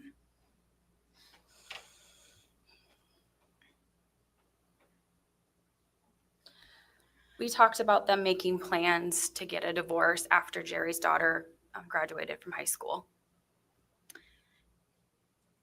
Now, Patricia, do you remember another conversation that you had with Amy also referring, around the time that her grandmother was sick? Yes. And was that conversation in person or text message? There was both that day. And I don't know if you could find it in the text messages in front of you. I think it was near July 26, 2018. Yes. And were you aware that Amy's grandmother was sick? Yes. And that was at the end of July 2018? Correct. And what was your conversation with Amy at that time, or what was the context of it? She said shit was going to hit the fan because Todd had called Jerry's wife. Did she indicate to you anything additionally about her plan to leave Todd?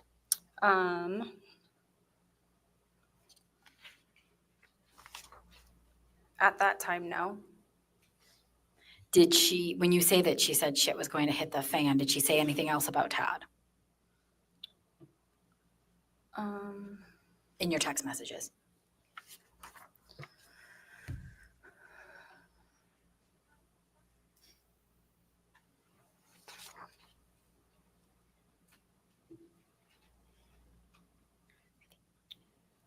I don't see anything.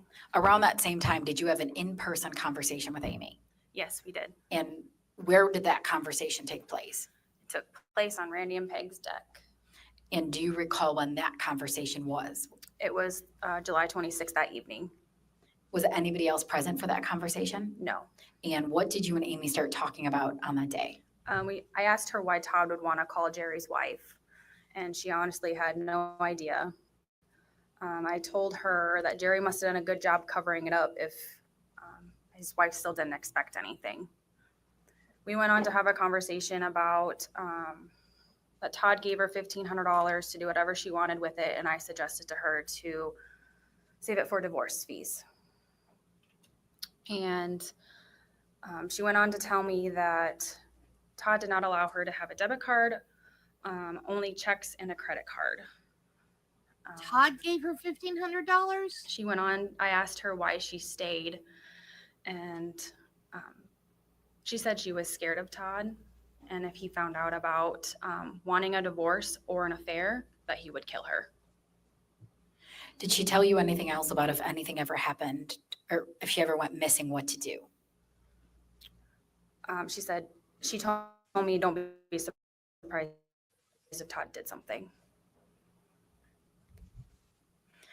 Now, when Amy told you that she was scared of Todd, were you surprised to hear that? Yes. Why? I didn't know Todd. I only met Todd twice. And at that point, I had no idea who Todd was.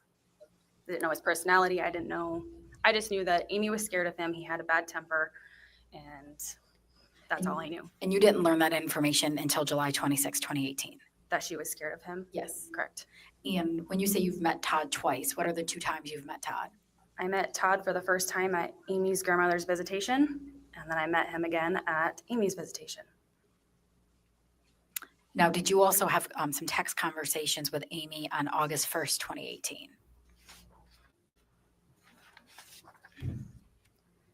Yes. And what were the nature of those text messages? She was telling me that she was going to meet Jerry and Albert Lee because he was judging pigs up there. She just wanted to let me know where she was, so somebody knew.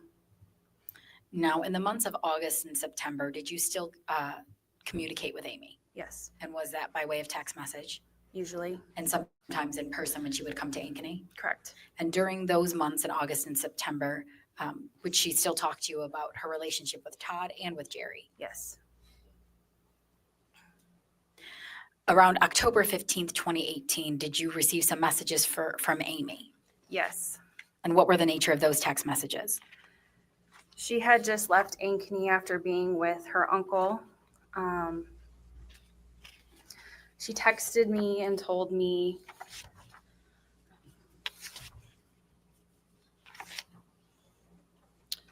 that she went to Todd's mom's house to pick up one of the kids, and Todd's mom got upset with her because she felt like Amy was enabling her mom to be the way that she was enabling her, and that her mom should be over her mother's death by now. And she tried to grab Amy's arm and told her to get the hell out of her house. And then she tried to tell her that she could not take Wyatt with her. And is Wyatt one of their children as well? Yes. And did Amy tell you anything that she said to Todd after that happened? I asked her what Todd said, and he did call her and stick up for her. And that's what Amy told you, correct? Correct. And did Amy also tell you that she told Todd that if he ever does anything like this again, she'll take the kids and be gone? Yes. Now, in October 2018, did you continue to have conversations with Amy in text and in person? Yeah, things started to slow down after that. And when you say slow down, what do you mean by that? We just didn't talk about Jerry or Todd anymore. I tried to refocus her to, we tried to be active together, tried to be an accountability partner to work out. So I tried to focus more towards that rather than the negative that was going on. And on November 6, 2018, did you have a conversation with Amy?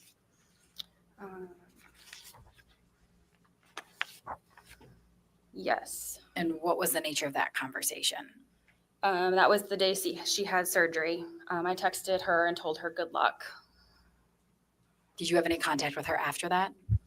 Very little.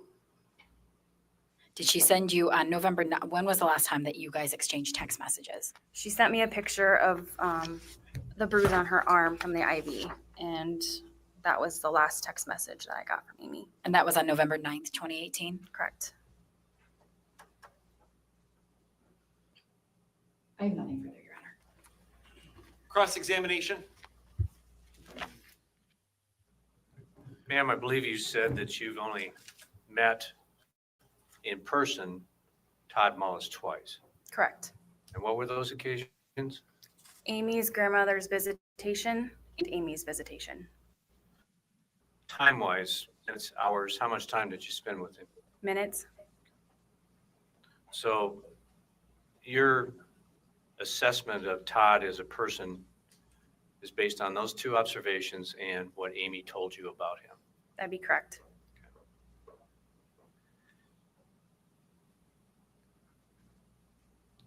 I'm looking at the very first text on June 28th on Exhibit 68. It says, it's from her, from Amy. Next time I come, we are getting our tats. Ohana. Yes. What's Ohana? It means family in Hawaiian. So that was a tattoo design thing? We went to Florida early in June, and we just talked about wanting to get tattoos, and we wanted to get Ohana. Who went to Florida in June? Myself, my husband, Randy, Peg, Amy, Taylor, and Wyatt.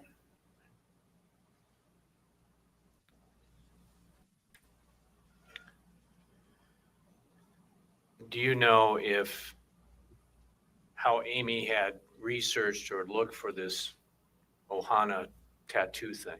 It was something we discussed in Florida.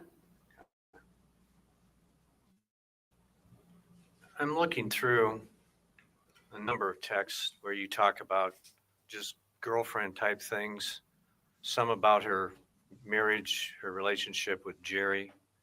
I'm looking down to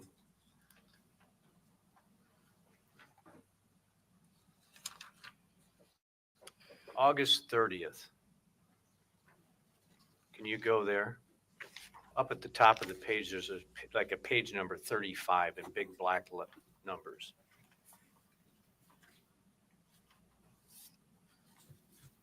Okay.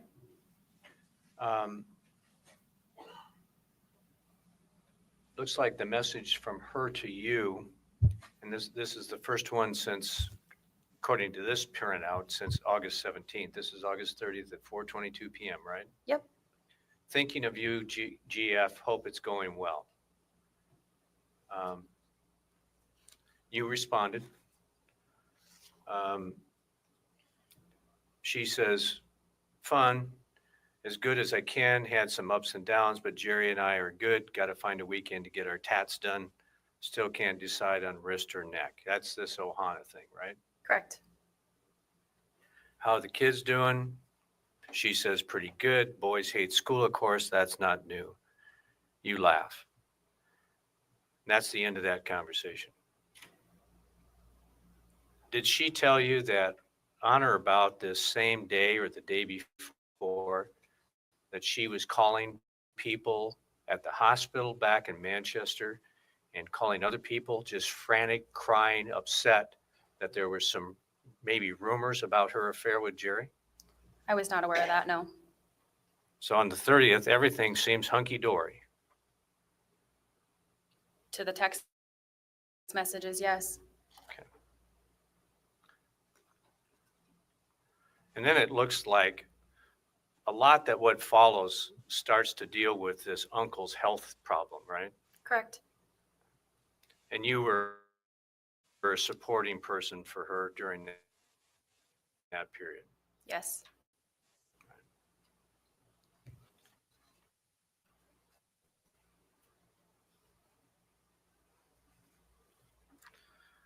She got upset because Todd's mother chastised her for not being around. Yes. Did she tell you that Todd stood up to his mother and defended her about that? I asked her what Todd said, and she did say that Todd called her and said that wasn't appropriate. And this would have been somewhere around the middle of October. October 15th. Okay.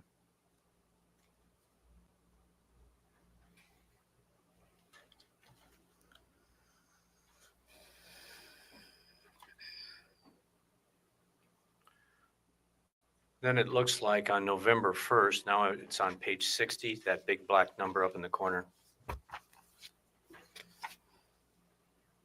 Yes. Basically, she's really sharing with you that she's having some medical issues. Yes. And then that carries over to November 6th when she had that procedure and you Sure. checked in on her. Correct.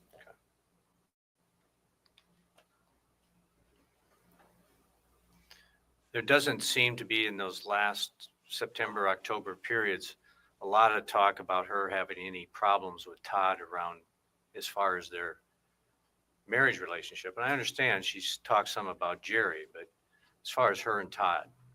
No. Ma'am, you mentioned in your testimony that I believe I'll flip back to July 26th. Yeah, July 26th really starts out on that big bold number at the top 17. Yes. Amy's text to you should be home by then. Shit is going to hit the fan very soon at my house. Headed to see Gma and eat. I'm sure you'll see us come home. Brought some food. You say thank you. Then she tells you that Todd had called Jerry's wife. I'm thinking of it, within a month I'll be gone. And on a positive note, check out my new Jeep. Where did this Jeep come from? She got a new Jeep. Todd bought it for her? I don't know. Usually couples buy vehicles together. Okay. Did she also tell you that he'd given her $1,500? About the same? Amy told me that. Yeah. We had a conversation about that night. Did she say what that $1,500 was for? She told me Todd told her to do whatever she wanted with it. And And I told her to save it for divorce fees. And I believe we asked you back a few weeks ago in depositions if Amy ever seemed to restrict herself and the kids from purchasing anything because she didn't have any money, and you said no. When they were down to see us, usually we spent a lot of time over at Randy and Peg, so we didn't go out to eat a lot with them. If they did, I don't know what they did when we weren't around. When she went on this trip to Florida with kids, Yeah, that was for Taylor. did she also tell you that she had gone to Alaska with Tristan one time? I knew she did. Yes, Do you know when that was? I don't. All right, well, thanks. I don't have any other questions. Nothing further. Thank you, ma'am. You can step down. State your name and spell it, please. Carrie Callan, Carrie Callan. Go ahead, counsel. Thank you. Carrie, how old are you? 43, And what area do you currently live in? Central City, Iowa. And where did you grow up? Manchester, Iowa. Are you currently employed? Yes. What is your occupation? Tax and regulatory analyst. Do you do any other type of work as well? Yes. I am a graphic designer in a t-shirt shop, And where is that t-shirt shop located? Earlville, Iowa. And who owns that t-shirt shop? Sarah Richter. What kind of things do you do there? I do designing of the shirts. I print shirts. That's mostly it. Did you know Amy Mullis? Yes. How did you know Amy? Through working there. At the When you t-shirt say shop. working there, At the t-shirt shop. did it have a name? Creative Memories Embroidery. And when did Amy start working there? 2014, And when did you start working there? 2014. What kind of things would Amy do at the t-shirt shop?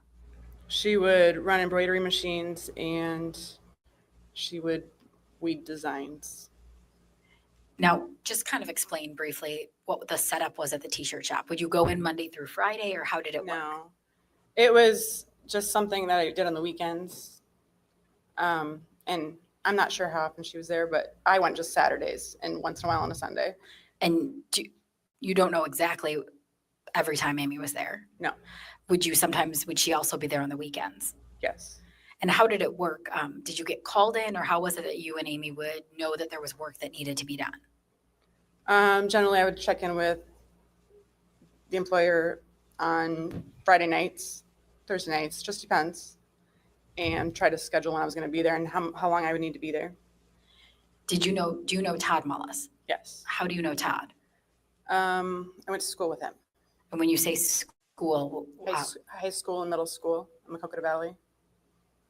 and throughout the time that you worked with Amy at the t-shirt shop, at times would people from her family be there as well? Yes. And who would come there? The kids, Tristan, Taylor, and Wyatt. How would you and Amy communicate? While there, or? I'm sorry, I'll rephrase that. When you and Amy were together at the shop, would you talk? Yes. And then other than that, would you communicate in any other ways? Through text message, generally. And what kind of things would you text about? Usually it's just if we, checking in to see when each other were going to be there so we could coordinate our times. And in October 2018, did you have a text conversation with Amy? October when? I'm sorry, October 2018. Yes. And do you remember having a conversation with her around that time? Yes. And do you remember what the conversation was about? She doesn't remember.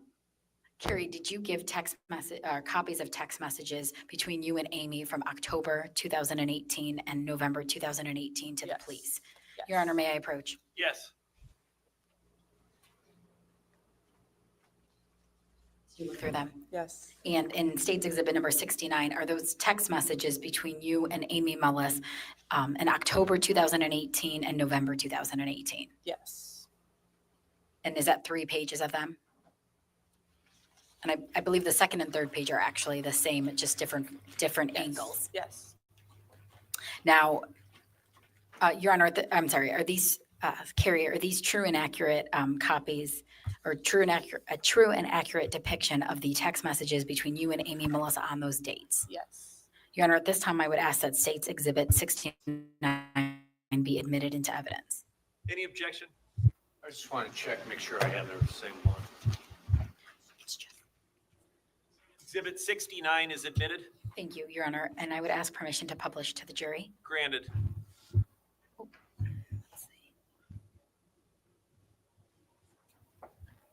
I'm showing you the first page that I just handed you of State's Exhibit number 69. Do you see there in the middle of the page, lower middle, it says Saturday, October 27th, 2018? Yes. And you write, I believe yours have a C next to them, is that correct? Yes. And you write, "Where the heck are you?" And then you write after that, "Todd and Tristan are leaving." Mm-hmm. Is that a yes? Yes. And where were you at on Saturday, October 27th that caused you to write that? We were at a friend's anniversary party. And who were you with? Who was I with? My Yes. husband. And why did you ask Amy? Thought she would have been there because it was for Sarah, the employer. And would it be fair to say that based on your message, Todd and Tristan were at the party, Yes. but Amy never came? Amy was not there. Did Amy respond to you when you sent her those 2 text messages? Yes. And what did she respond to you? She said, long story short, Todd's mom told me I abandoned my kids. She called me a hothead and crazy. I don't want to be anywhere near her. It's been a long 2 weeks. And I'll show you the next page. And at the top of this, does that carry on the same message from the page we just went over? Yes. And did you respond to Amy after she wrote that to you? Yes. And what did you say? I said, oh, wow, I'm sorry. Hugs to you. And then your conversation with Amy goes on. What does she respond to that? She gives a thumbs up, And what did you say then? and I said, hopefully things will settle down soon. And what is Amy's response at 8:03 p.m.? I don't know. It's pretty tense here. Not sure what's going to happen. Now, as we talked about, that was the end of October. From October 27th, 2018 until November 10th, 2018, did you have any contact with Amy? No, Did you see her at the shop or in person? no, And did you talk to her by way of text message or phone? no. Now, it says here on your text message that on Saturday, November 10th, 2018, you sent Amy a message. Yes. And what time was that at? 8:10. And what did your message say? I said, how's it been going? I've been thinking of you guys. And did Amy respond at 8:11 a.m.? Yes. And what was her response? Thanks. Okay. Things still very tense around here. Just not sure of anything anymore. And that was at, I think you indicated 8:11 on November 10th, 2018. Yes. Did you then, a few hours later, respond? Yes. And what did you say? And I asked her if she was going to Sarah's today. And did you ever get a response from Amy? No. I have nothing further, Your Honor. Cross-examination. Callan, Carrie. Carrie Callan. Yes. The messages that you were just referring to, the one of Saturday, October 27th,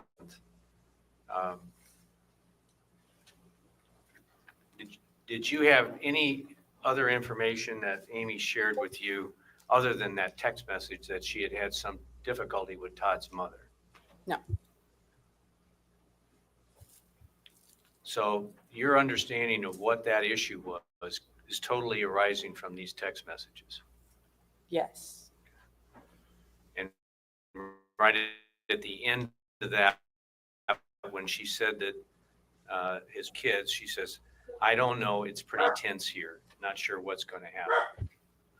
Fair to say that the tenseness is a result of the interaction between Amy and her mother-in-law. I don't know. Well, it comes at the end of the discussion about that though, doesn't it? Yes. Okay. And then on Saturday, November 10th, once again, she says it's tense around here. Do you know if she's talking about with her mother-in-law, Todd, kids, whatever? I don't know. Okay. Did Amy ever share with you, not in a text message, but in person or by a phone call, that Todd, in fact, stood up for her or challenged his mother about what she had said to her? No. Okay.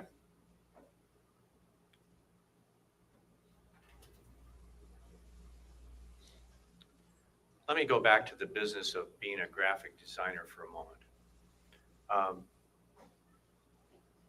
You characterize this as a t-shirt shop? Yes. Okay. Is that the only product that was in the store? No. Okay, tell me what else? They do different gifts for people. Pretty much any kind of apparel you'd look for, hats. We do signs. Pretty much anything kind of printing related that's not on paper. Pretty much any kind of apparel. And if I wanted to have a shirt designed and have some emblem or saying on it for my law firm or whatever, I could contact and that could be developed. Yes. And whether it was a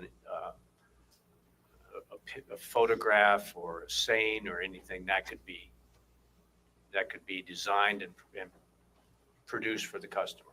Yes. Do you recall ever doing that for anyone in the Mullis family? Yes. It- Yes. Like, do you remember what it was? A logo. Pardon me? Logo and signs. For the their farm? family? Yes. Okay, all right. All right, thank you. That's all I have. Okay. Nothing further, Your Honor. Okay, thank you, ma'am. You can step down.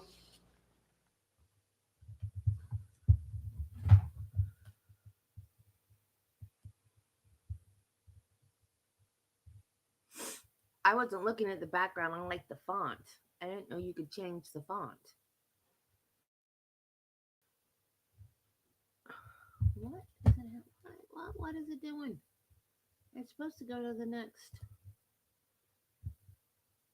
I wish I knew how to design websites. I would volunteer to fix their website if I knew how to do it.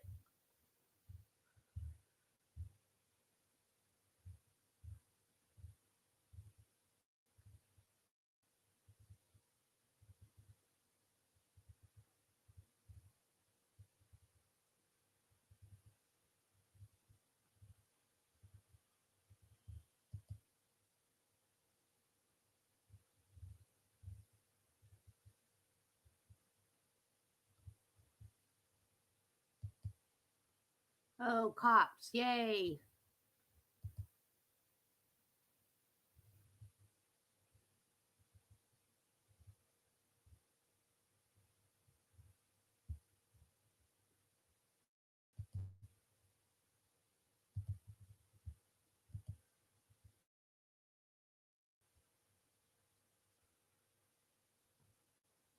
Oh, I have an iPhone.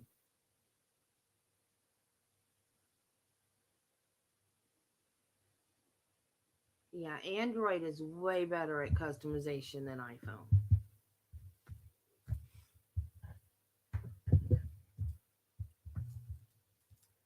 Ugh.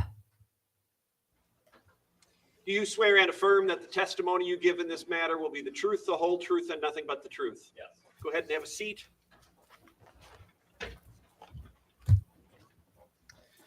State your name and spell it, please. Travis Hemsath, Travis Good name, Travis. Hemesa.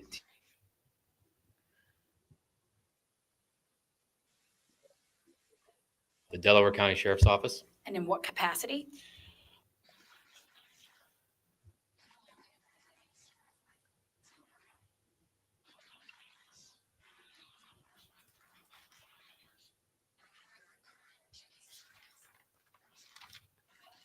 Assigned to investigations. And what does that mean? Investigating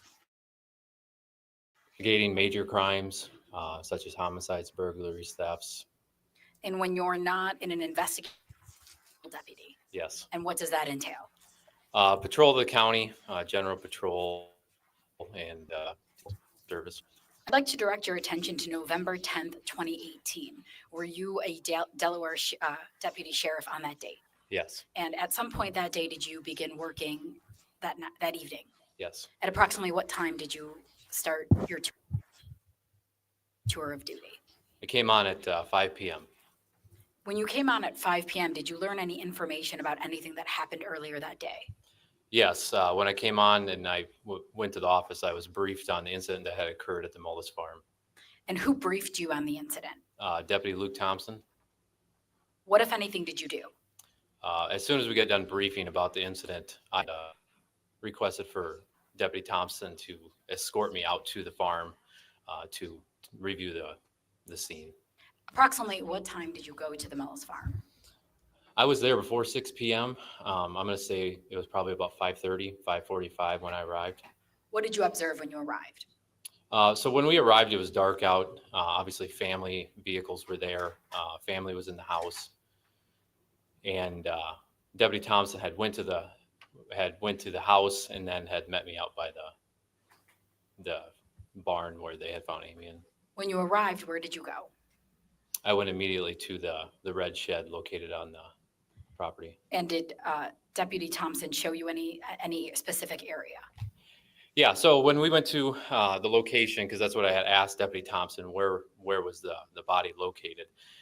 He had directed me to that location, and he had shown me he had described to me where they had located Amy, her positioning, where the corn rake was positioned, how it was laying, and everything that they have done up to that point. What did you do then? So I kind of took over for processing the crime scene and kind of analyzing the area. So I first started by basically just doing an overview of the building. I took note on if the door would open or close, how wide the doorway actually was. I actually entered, and then I took an immediate left, and you tell that the walk space in between the sliding door in the front of the building and some chemical totes, was roughly 30 inches wide.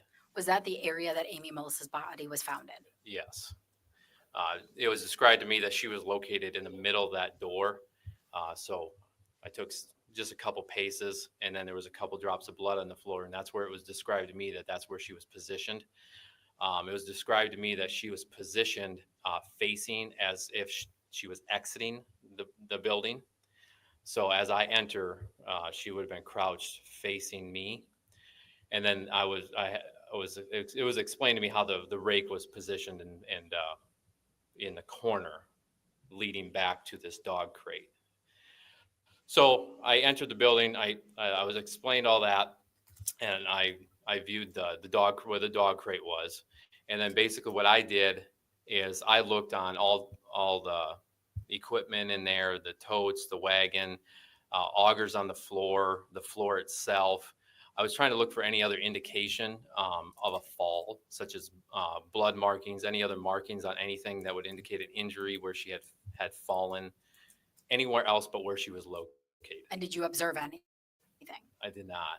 Did you actually see the pet carrier? Yes. And where was the pet carrier located in relation to where Amy's body was found? So when you enter the building, you enter the open doorway and you take an immediate left. You're going to walk down that 30-inch aisle between the door and the chemical crates, probably about 15 to 20 paces.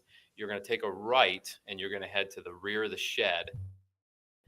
And that tote was straight ahead about, I'd say 30 paces, roughly. What did you do then? After I got done examining the inside of the shed, Yes. I went to the exterior of the shed, and on that night there was a light dusting of snow on the ground. So what I did is I checked the west side, the south side, and the north side of the shed just to make sure there was no indication of any other potential anybody would have came, footprints or anything like that. And did you see any other footprints? No, there was no indication. What did you do then? So then, I talked to Deputy Thompson outside. He described to me the incident more. I guess after that, I looked around in the gravel out front to see if I could see any blood or anything to indicate that outside. I did not see anything. And as I left, I viewed the hog barns because most generally hog barns have camera system installed on them. So the way I knew there was two hog barns. There was one to the north, one to the south. But where my vehicle was positioned, basically I just did a loop in the driveway and I left. And as I did a loop, I viewed the north hog barn to see if I could see any cameras on the exterior of the building. I did not see that.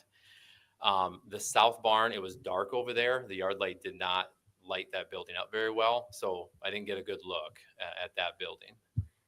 What did you do next? So then my next step in the investigation was I attended the autopsy down at the State Medical Examiner's Lab And where was that located? in Ankeny. And did you bring anything to the autopsy? Yes, I brought the clothing and the corn rake. After that, what did you do with regards to the investigation? So after that, obviously it was a homicide investigation. I corresponded with Special Agent John Turbett, and he and I had started basically discussing what we were going to do. I issued 19 search warrants, preservation letters, and I performed 30 to 34 interviews. And when you say Special Agent John Turbett, who does John Turbett work for? The Division of Criminal Investigations. And why? How did John Turbett become involved in this investigation? They're an assisting agency, so we had contacted them to assist with the homicide investigation. And you indicated that you performed approximately 34 interviews? 30 to 34 right in there. And at that same time that you were conducting your investigation, was Special Agent John Turbett also conducting interviews? Yes. Now, you also indicated that you executed 19 search warrants? Yes. What were those search warrants for? So those search warrants were for electronics, cell phone records, Google records, Snapchat records, all sorts of communications. And that was on Todd Mullis's devices, and then Amy Mullis's phone, Tristan Mullis's, and we also executed a search warrant out at Todd Mullis's residence. Did you actually collect all devices, electronic devices from the Mullis home? Yes, we executed a search warrant at Todd Mullis's residence, and we collected all the electronic devices that he had in his possession, along with a camera system with a DVR unit at the home. Was that on November 16th, 2018? Yes. On that date, were there also pictures taken of the Mullis farm? Yeah, so during that search warrant, we also took overview pictures of the farm, the layout, and the incident site again. Your Honor, may I approach? Yes.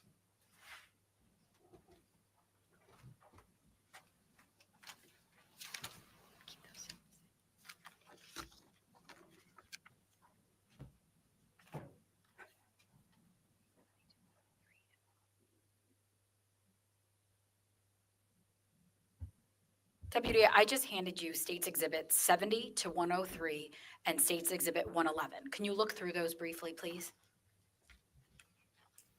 Okay. First, let's talk about States Exhibit 111. What is that a photograph of? This is an aerial view of Todd and Amy Mullis's farm. And does that aerial photo truly and accurately depict the way the Mullis farm appeared on both November 10th, 2018, when you went there, as well as November 16th, 2018? Yes.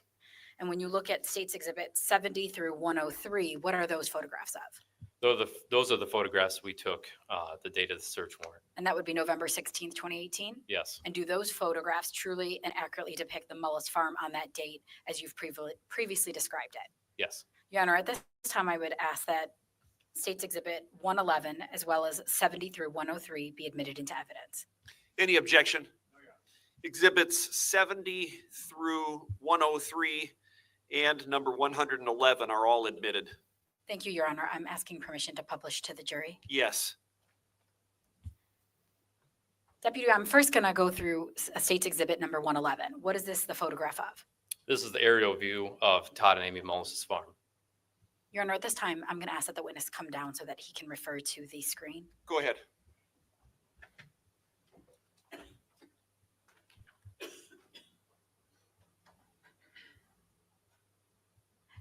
Deputy, can you describe the buildings that you see here? So this is considered the north hog barn.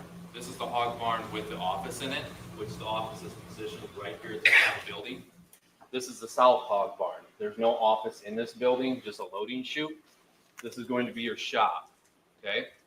And this is going to be the residence. This is west, this is north, this is south, and this is east. This is the red shed. These are the grain bins. These are considered the fuel barrels. The road runs north and south, and the entrance into the residence is right here. It loops around, and it comes around. You can exit down here as well. And Deputy, just so we're clear, the red shed that Amy Mullis was found in, can you please indicate that for the ladies and gentlemen of the jury? It'll be the shed right here with the number 1 over the top of it. And a moment ago, you pointed to something at the top left-hand corner and indicated that was the shop. Yes, the building with the number 7 on it is the shop. And that is also a red building, correct? Red and white. And you indicated a moment ago that when you went there, or I'm sorry, when you left the Mullis farm on November 10th, 2018, what building did you look at to see if there was a camera? I looked at the North Hog building because as I exited the property, I drove through here and made a loop. So this building was not visible, but I looked at this building. I did one to the north. Thank you. You can go back to your seat.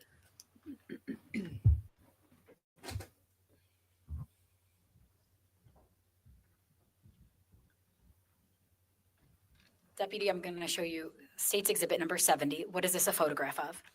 This is the north driveway of the property, just off the road. And you can actually see the main road there. Yes. And is that the only main road that filters into the Mullis farm? Yes. States Exhibit number 71. What is this photograph of? This is the residence of the home. This is from standing on the roadway. And that's also the north driveway, and the home is positioned right there. Now, to the right of the house, there appears to be you could see a portion of a white building. What building is that on the farm? That's the North Hog building. that I had described on the property. And on the left of the house, you can see what appears to be a white building with some type of red awning. What is that? That's the shop that's positioned on the north side of the property. That is not the shed that Amy was found in. No. State's exhibit number 2. What is this a photograph of? This is a picture from the roadway, basically displaying the south driveway and the grain bins. State's exhibit number 73. What's located in this photograph? This is also standing on the road, displaying that in the north driveway, the grain bins, the red shed Amy was found in, and the north hog building. State's exhibit number 74. So this is standing in the north driveway by the residence,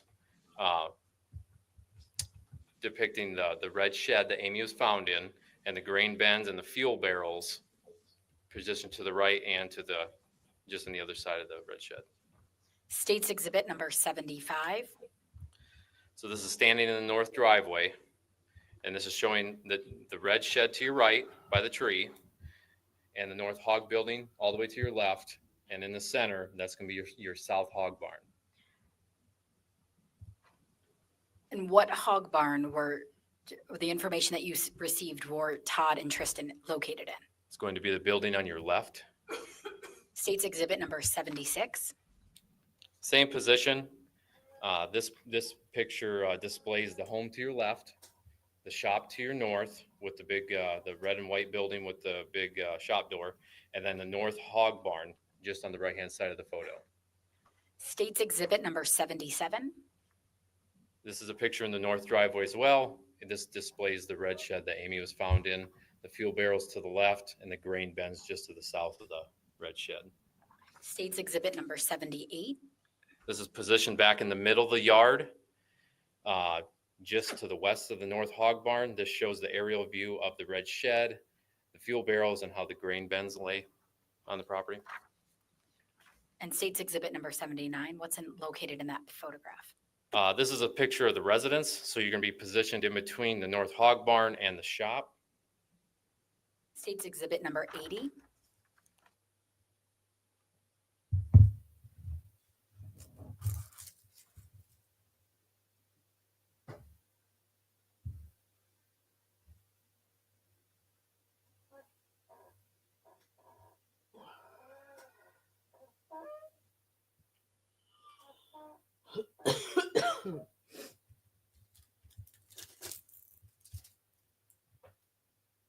By the north hog barn facing the red shed. This is kind of by the office area, facing straight towards the red shed that Amy was found in. And state's exhibit number 83. What's located in this photograph? So this photograph, where we're standing taking the photograph, this is actually in front of the south hog building, facing the entrance of the red shed, the red sliding door on the shed. State's exhibit number 84. This is positioned just a little bit south of the south hog building, basically just showing another angle of the red shed Amy was found in. State's exhibit number 85. This is on the south side of the south hog barn, showing how the yard lays on the property. You get the red and white building is the shop on the property. The chute closest to you is the south hog building. And then where you see the subject standing up on the top kind of right of the picture, that's the north hog building. The little grain feeders are in between the hog barns. State's exhibit number 86. This is a picture in front of the south hog building, basically displaying the grain bins, the fuel barrels, and then the driveway that leads out to the road. And what is that to the right? Is that The red shed that Amy was found in. State's exhibit number 87. This is a little bit closer view of the front entrance to the red shed. This is the only entrance to the red shed, and you can see how the door is positioned, open, 2.5 feet. That's about where it was. Is that where how the door was positioned on November 10th, 2018? Yes. As well as November 16th, 2018, when these photographs were taken? Yes. And the state's exhibit number 88, is this a close up of that same photograph? Yes. State's Exhibit number 89. This is the south side of the red shed. We're facing north, and this is a photograph of the south side of the red shed that Amy was found in. State's Exhibit number 90. This is a picture of the front sliding door of the red shed that faces to the east. This is the entrance. This is how you enter the building. And State's Exhibit number 91. What is in this photograph? So this is the picture of the sliding door, about how it was open. And is that how you entered? Yes, right through that opening. And State's Exhibit number 92. So this is an angle. That's the opening to the red shed. And this is a photograph that displays immediate to your left as you would turn and walk left into the building. State's Exhibit number 93. Same angle, just a little bit better picture how you can see when you enter the red shed that Amy was found in, you can see the chemical totes to the right and the red door on your left. That's going to be your space that you had to walk down. State's Exhibit number 94. What's located in this photograph? So we took a tape measure and we measured the distance from the chemical totes to the door just to show the width of the walkway that Amy was found in. It measures around 30 inches. State's Exhibit number 95.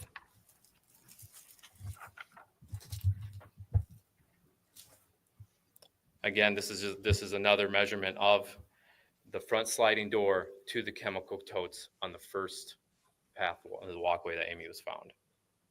And State's Exhibit number 96. So from this position, you're in the building, you've came into the opening, you've taken a left, and now you're staring down the first walkway, okay?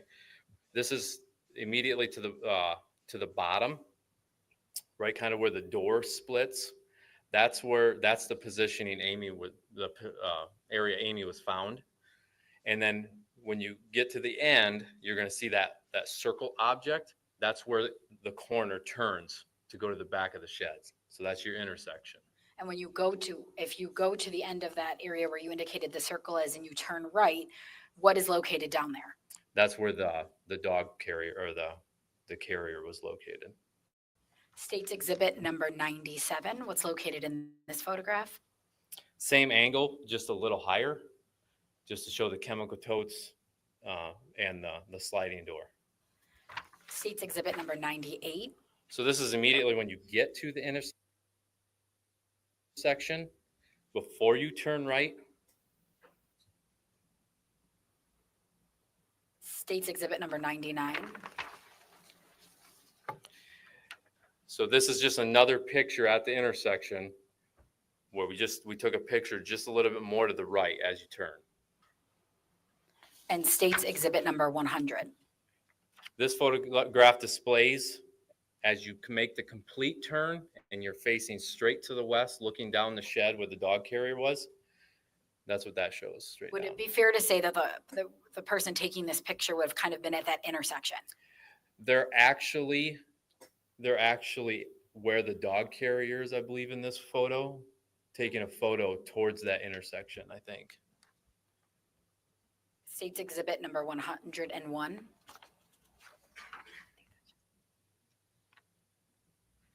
Another photograph, I think, of the same area. Yeah, same angle, yep. And State's Exhibit number 102. What is this a photograph of? Same angle. Same angle. You're at the.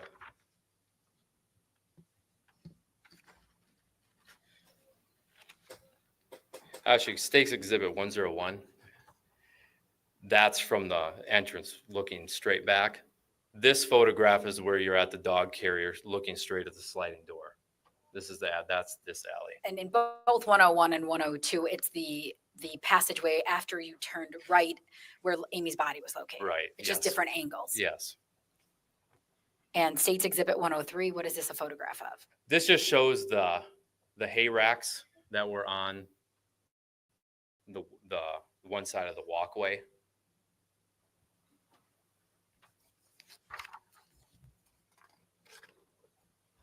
And State's Exhibit 104. Same angle, just showing the augers and then the other side of the walkway, not the side where the hay racks are. This is the other side. So both sides of the walkway.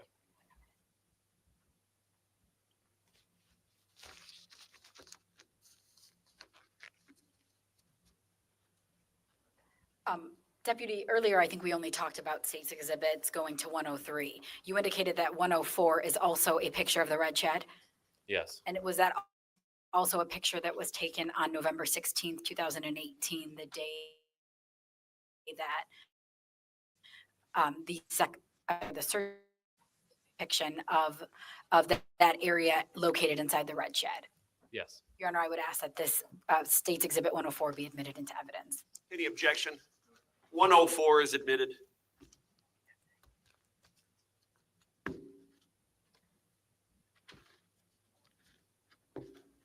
Now, Deputy, you said you went on November 16th, 2018 to execute search warrants at the Mullis residence. Yes. What was the purpose, or what was the search warrant for on those days, on that day?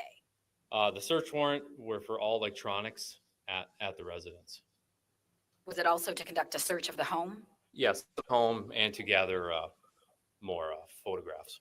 And who was present when you went to go execute that search warrant? It was myself, a few deputies from our office, and then Special Agent John Turbett. Was the defendant or anybody from his family present as well? Yes. And who was present?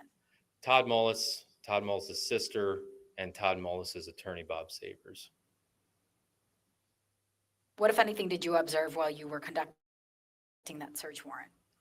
So while conducting the search warrant, doing the search in the residence for electronics, we located several kills.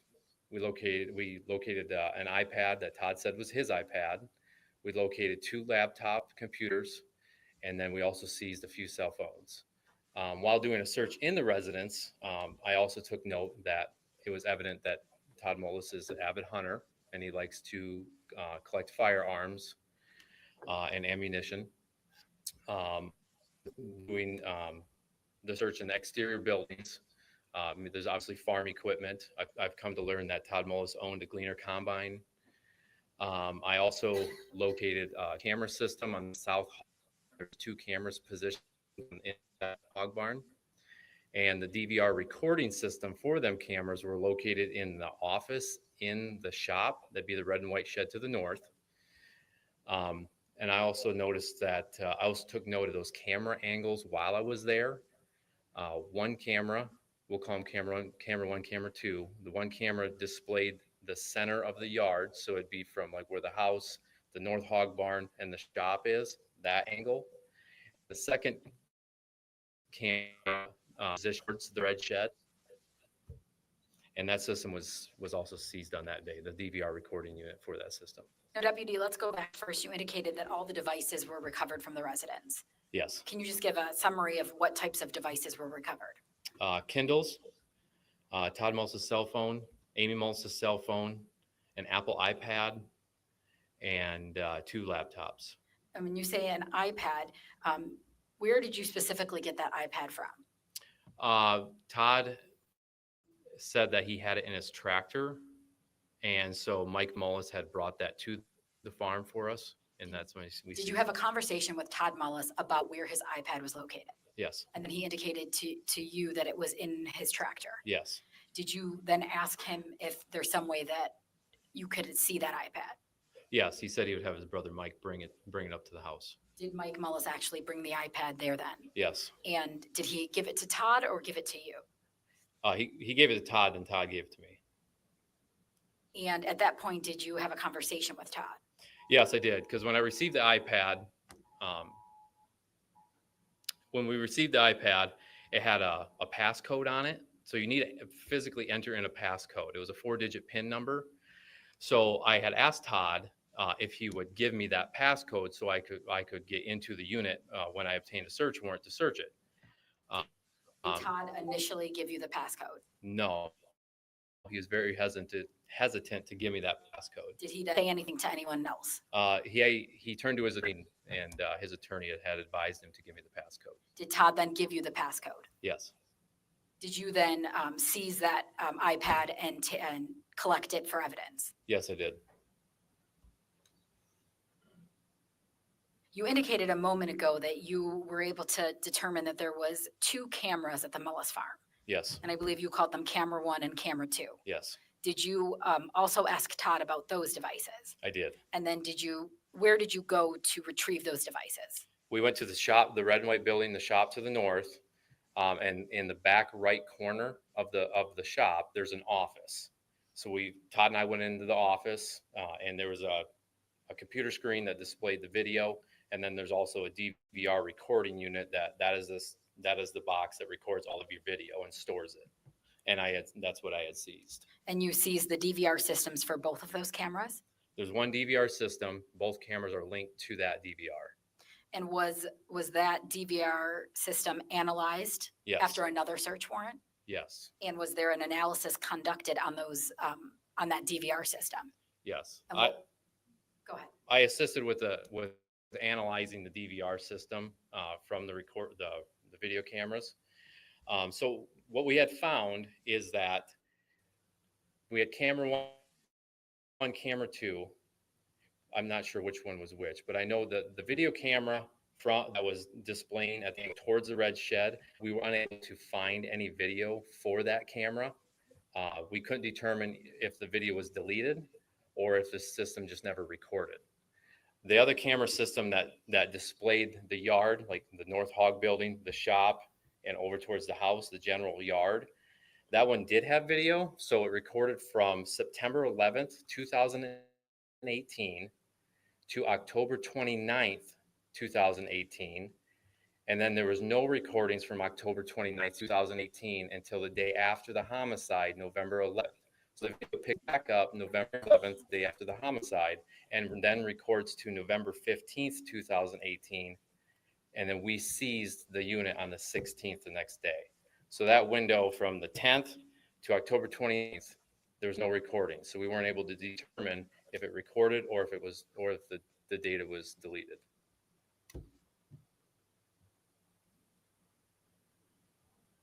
Now, Deputy, throughout your investigation, were you able to determine the time or a time frame for Amy Mullis's death? Yes. And how were you able to determine that? I issued a search warrant for Gmail, for Amy Mullis's Gmail. And her last conversation, November 10th, was with Jerry Frazier. The last message was at 10:14 in the morning. And what time was the 911 call that came out? 12:01. So between 10:14 and 12:01, that was our time frame for the homicide. Now, just briefly describe to the ladies and gentlemen of the jury, you indicated that you conducted or executed approximately 19 search warrants. And I apologize if you've already said this, but what were those other search warrants for as well? So I issued a search warrant for Todd Mullis's Gmail. I issued warrants to Google associated with Todd Mullis's Gmail account. I issued search warrants to Amy Mullis's Snapchat, Amy Mullis's email. I issued warrants for Amy Mullis's cell phone records through US Cellular.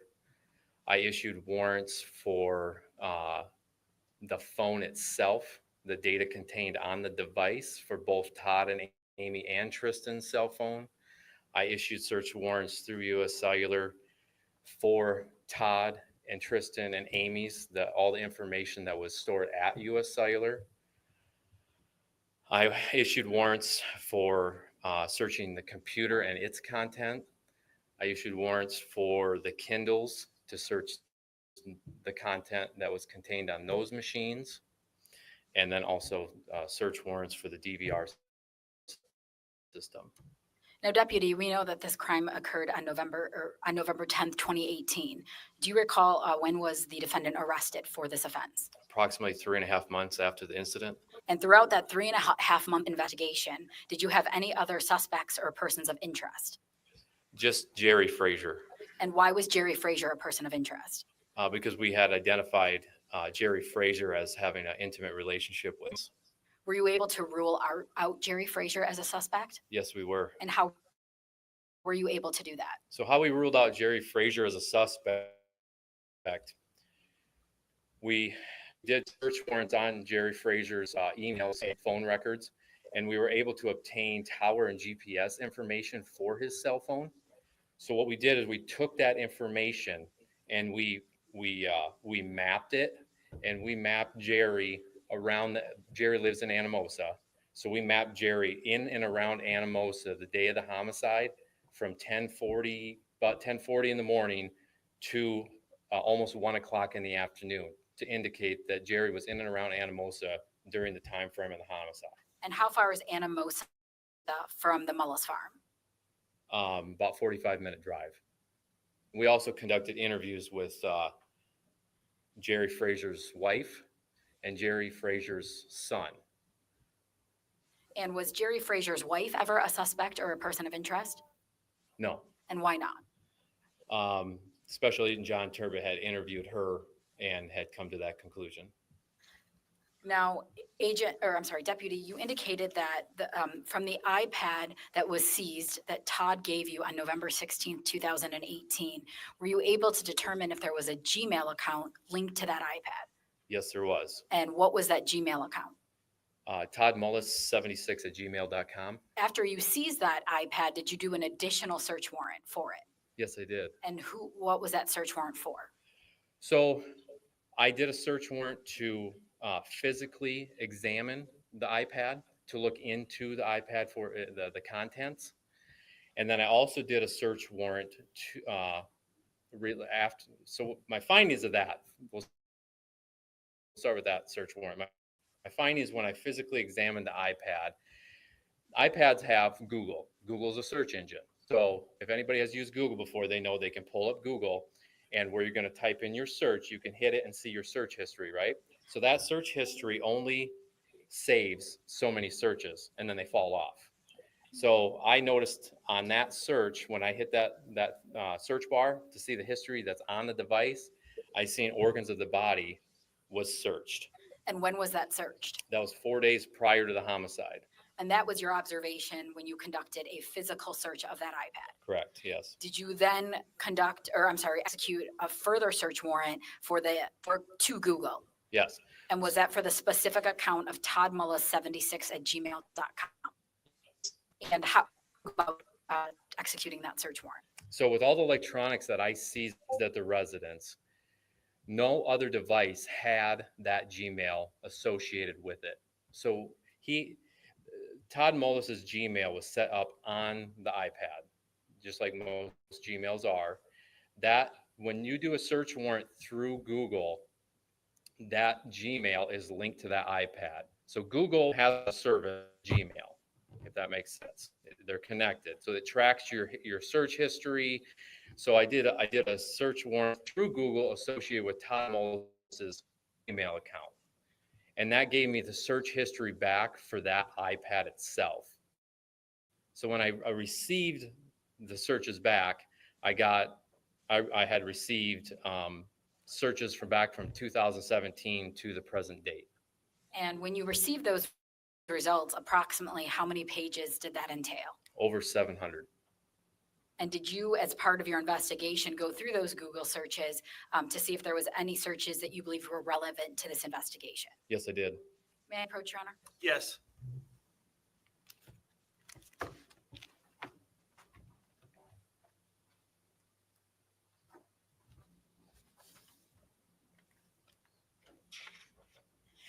Deputy, I just handed you State's Exhibit 112 as well as State's Group Exhibit 105.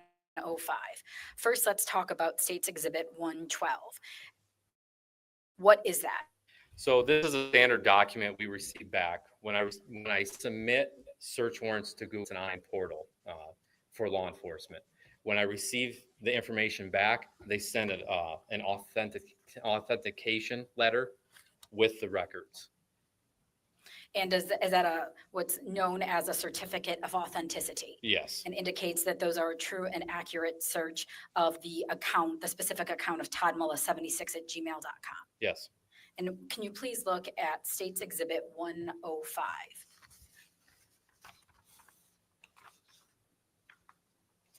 And what is 105? This is the search histories that we had obtained. Is that all 700 pages? No, How many pages is that? 11. And are those 11 of the pages that you received back from Google for this specific account for that search warrant that you just talked about? Yes, it is. And are those true and accurate copies of 11 of those 700 pages that you received from Google regarding this account? Yes, they are. Your Honor, at this time, I would ask that both States Exhibit 112 and 105 be admitted into evidence. Any objection?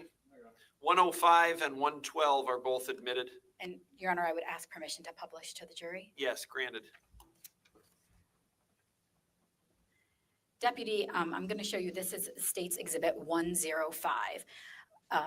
Because we're not showing all 700 pages, is this the beginning of those 700 pages and the end of those 700 pages? Does Yes, that make sense? yes. And just so that the ladies and gentlemen of the jury are clear on these Googles, or what's at the top of these searches? What is listed? Oh, that's with a website that was searched. And at the top, does it indicate that this is the Google account of Todd Mullis 76 at gmail.com? Yes. And just so that the ladies and gentlemen of the jury are clear, if you can explain what appears on each line of these different searches.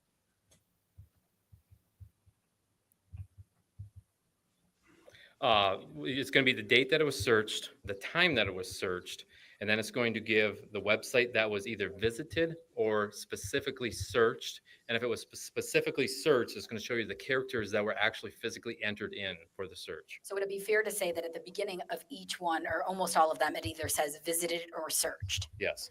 Now, throughout your investigation, as you indicated, you were able to analyze and go through all of these records, correct? Yes. I'm going to direct your attention, I believe it's to the last page in your group exhibit, going back to December 25th, 2017, where there are some specific searches that you believed were relevant to this investigation. Yes. And what was the first search that you believed was relevant? What date and time?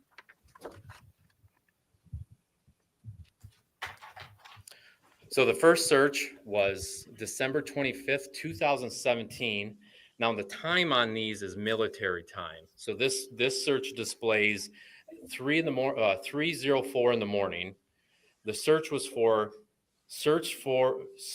was killing more accepted centuries ago. And then it'll show you at the bottom, this is specifically searched. So the keys that were entered is right at the bottom. Was plus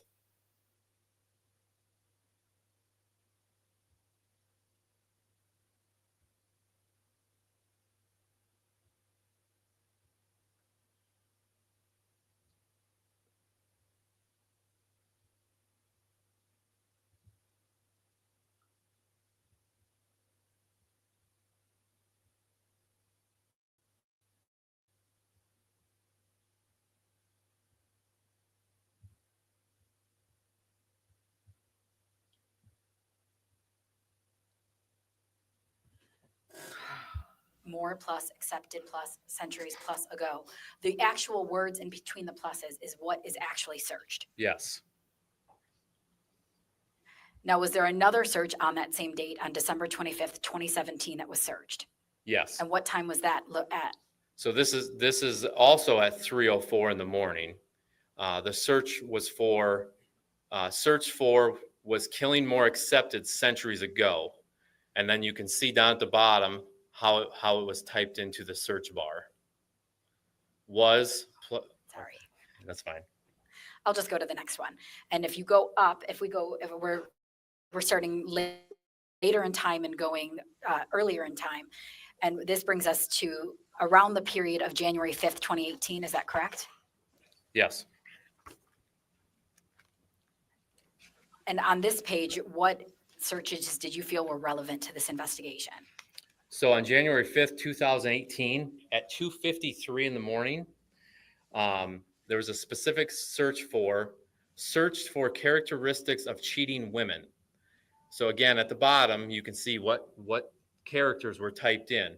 Characteristics plus cheating women. a woman. Now, and Deputy, you're familiar with Google? Yes, And it is a search engine, correct? yes, And generally, when you go to the search engine, somebody can type in a search. yes. And after you type in a search, what appears? You'll have selections that'll appear, like different sites you can choose from that.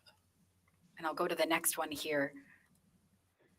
On that same date, was there was there a site that was visited that you felt was relevant to this investigation? Yes, so after that, there's another search, same date, January 5th, 2018 at 2:54 in the morning. This is a visited site.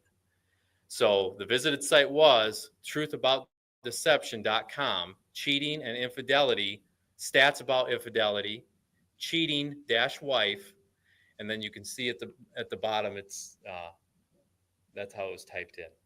Well, and this is a visited site, correct? Yes. Just so that the ladies and gentlemen of the jury are clear, the way that Google works is you put in, somebody has to type in an actual search. Correct. And then after that, different websites or different links pop up.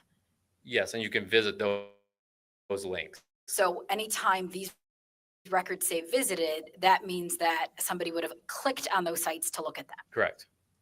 And we'll go to the next one here. And this was at 3:05 a.m., is that correct? Yes. And what was this visited site? Psychologytoday.com, blog, Love and Sex in the Digital Age, Women Who Cheat Relationships. And after that, at approximately, or at the time of 3:11 and 53 seconds on that same date, was there another visited site? Yes, so it was 6 traits almost every cheating woman has. And I'll go to the next line here at 3:15 and 44 seconds on that same date. What was the visited site at that time? So it's love, sex, signs, women cheating, cheat, intelligent, clever, educated. And after that, at 3:17 and 6 seconds on that same date, what was a visited site? 16 facts about cheating women. And at 3:17 and 35 on that same date, what was visited? 16 facts about cheating women. At 3:18:40, what was visited, or I'm sorry, what was searched? Yeah, so on January 5th, 2018, at 3:18, it was searched for what did ancient cultures do to infidelity? And after that, was there another search? Yeah, search for did ancient cultures kill adulterers? And that was at what time? 3:20 in the morning. And at 3:20 and 19 seconds, what was visited? So right after that, a site was visited, adultery. And now I'm going to go now and jump a little bit to January 8th, 2018. Were there some additional searches that you believe were relevant to the investigation? Yes. And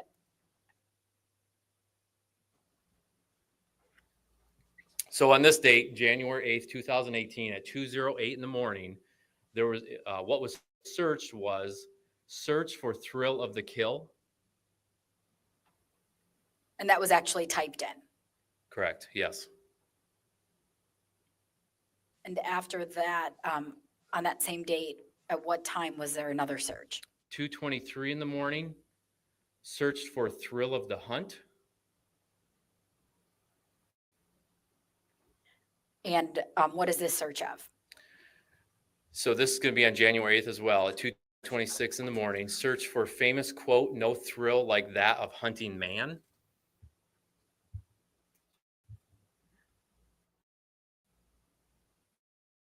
Oh, that could have been for school. And is this another search on that same date? Yep. 2018 at 2:31 in the morning. Search for once you hunt man, you will always feel the thirst. And at the bottom, you can see how those characters were typed in. Because that's from a book. And on that same date, was this another relevant search? Yes. And visited site? What was visited? Yes, January 2018, 2:50 a.m. visited Once you hunt man, you always feel the thirst. Now, officer, this is when we go back and look at like the page of the searches. There are some that are not highlighted. Would you agree with me? Yes. And can you just briefly talk about the ones before and after searched ones? Yes. So I highlighted the ones we're displaying. The search history before and after, I took note that on the same day, within that time frame of them searches, you're going to see a lot of searches related to guns,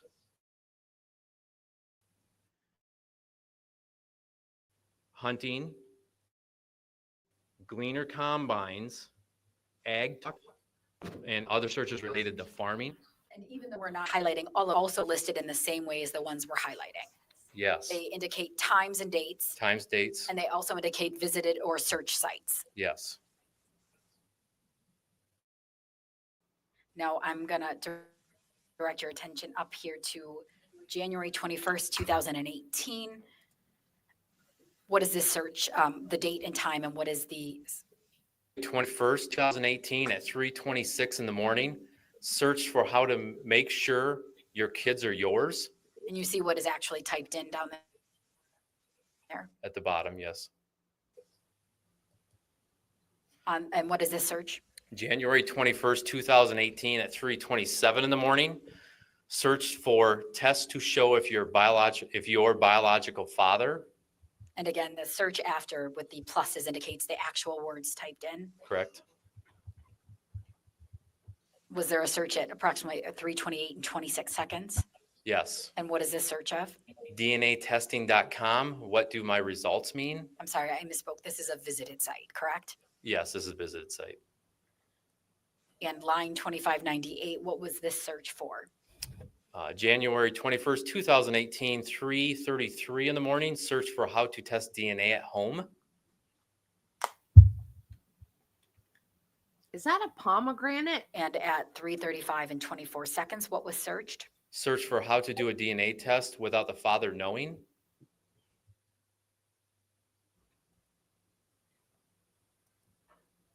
And at 3:38 and 4 seconds on that same day, what was visited? DNAtesting.com. Greatly doing a DNA test without consent possible. And their searches above and beyond the highlighted ones, correct? Yes. And in this slide, if you look at the search directly below the highlighted ones at 3:16:54 on that same day, what is searched for? A hunting bows. It actually in the A. Yes. And above the highlighted searches at 4 a.m. and 10 seconds on that same day, what is searched? Search for longest distance of how bow and arrow. I'm going to go to the next slide here. And on May 10th, 2018, was there a search at 1:15 a.m. and 1 second? Yes. And what was searched on that date? So that was search for what happens to cheaters in history. And you see there what was actually typed in.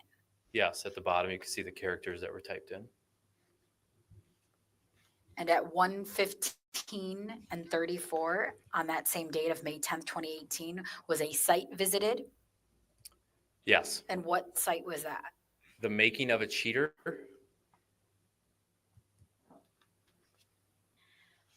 At 1:39 and 22 seconds on May 10th, 2018, was there a visited site?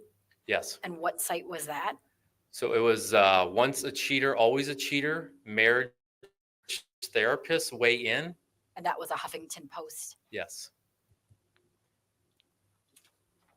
On that same date of May 10th, 2018, at 1:43 and 20, was there a search? Yes. And what was the search? Search for what happened to cheating spouses in historic Aztec tribe. At 1:43 and 32 seconds on that same date, was there a visited site after that?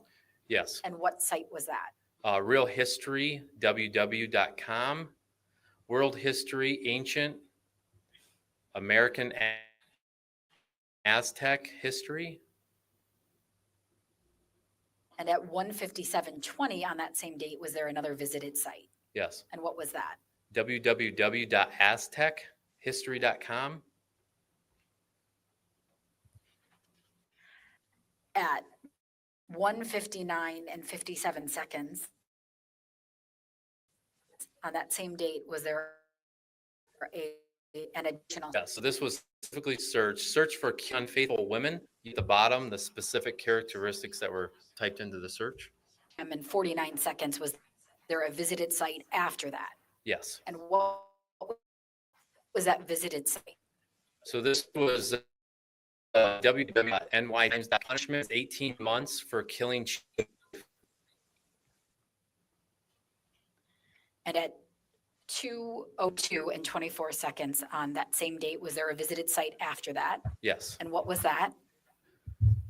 This one is www.baltimoreesun.com news.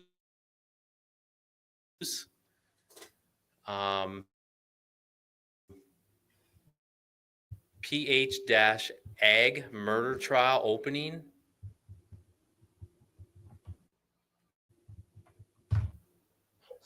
At 2:05:43, was there an additional visited site on that same date? Yes. And at that date? Yes. And what was the search for? Search for human overpopulation solutions. To the date of July 13th, That could on have that been date red at thing for approximately, or school, at too. 10:56:14, was there a search? Yes. And what is that search? Search for, are some people less buoyant than others? And just seconds later, was there a site visited?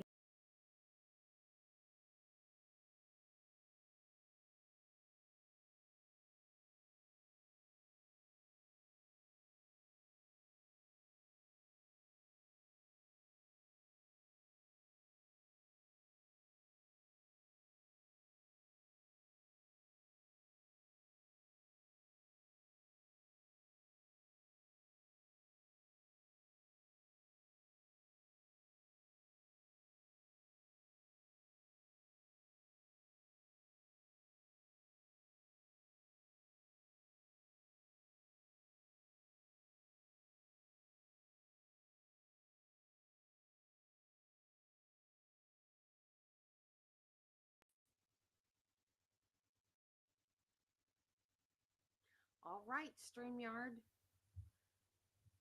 I was about to say, taken out of context, that could be funny. I was not saying that it was funny that he was trying to figure out how to dispose of his wife's body. I was just thinking, out of context, that was funny. And then StreamYard must have thought it was inappropriate that I opted that.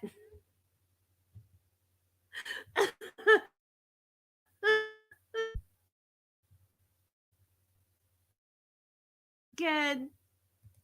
I'm so sorry I laughed at an inappropriate Google search.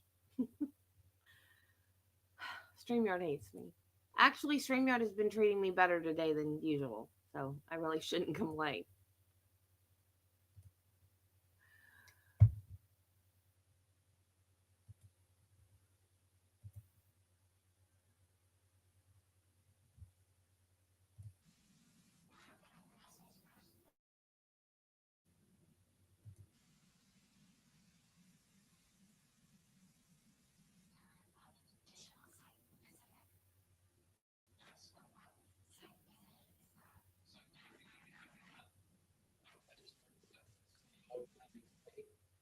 Come on, quit buffering.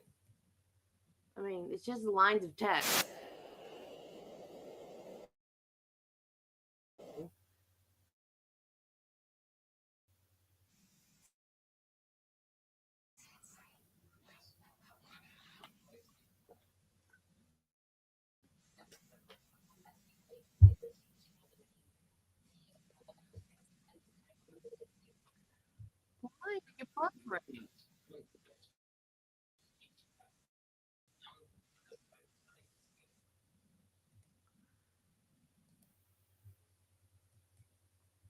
Quit buffering. Yeah, the way that's worded, why does my body sink? That doesn't sound like an adult to me.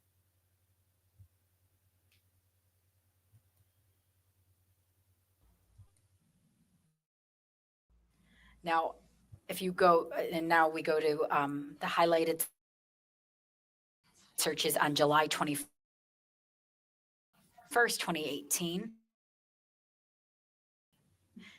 And was there a search on that date at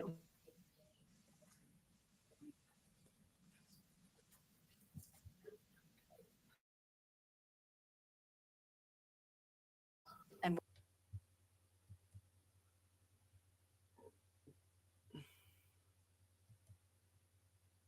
what was that visited site? Dr. Phone, Wondershare.com. Records from iOS.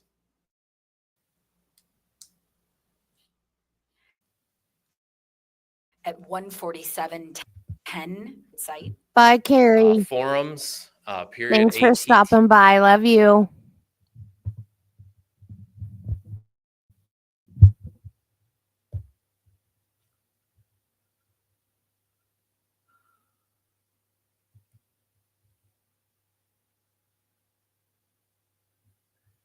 Why is it doing this? This is not fun. I've got the camera off. Stopping it to let it catch up to the buffer every few minutes is not going to work.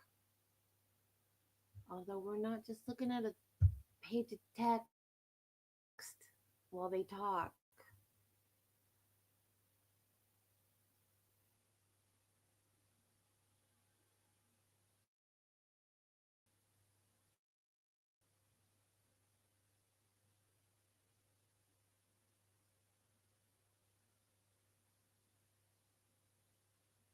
Well, now we don't even have sound. StreamYard, you're killing me. I got nothing else I can shut off. Texas. That same date at 1:55:26, was there a visited website? Yes. And what was that website? SecureTracks.com. And do you know what securetracks.com is? If you do. No. Now, I'd like to direct your attention to the searches on July 26, 2018 at 14:43:50, which, can you tell the ladies and gentlemen of the jury what that military time is in actual time? So it's 2:43 in the afternoon. Was there a search on that date? Yes. And what was searched? Search for Jerry Frazier, Anna Mosa.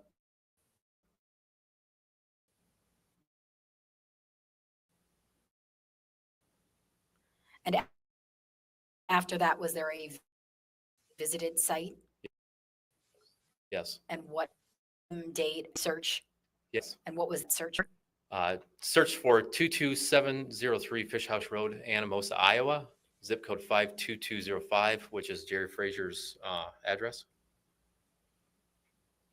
Was there then a search on that same date at 2:48 p.m.? Yes. And what was the search? What was typed in? Search for Christy Frazier.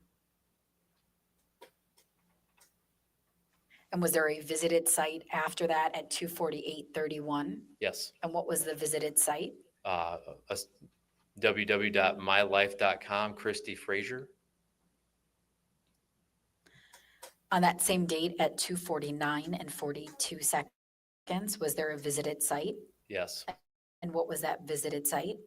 Twitter.com, Frazier Christy. On that date, was there an additional visited site at 2:50? Yes. And what was that site? It's a visited site, Facebook.com, Christy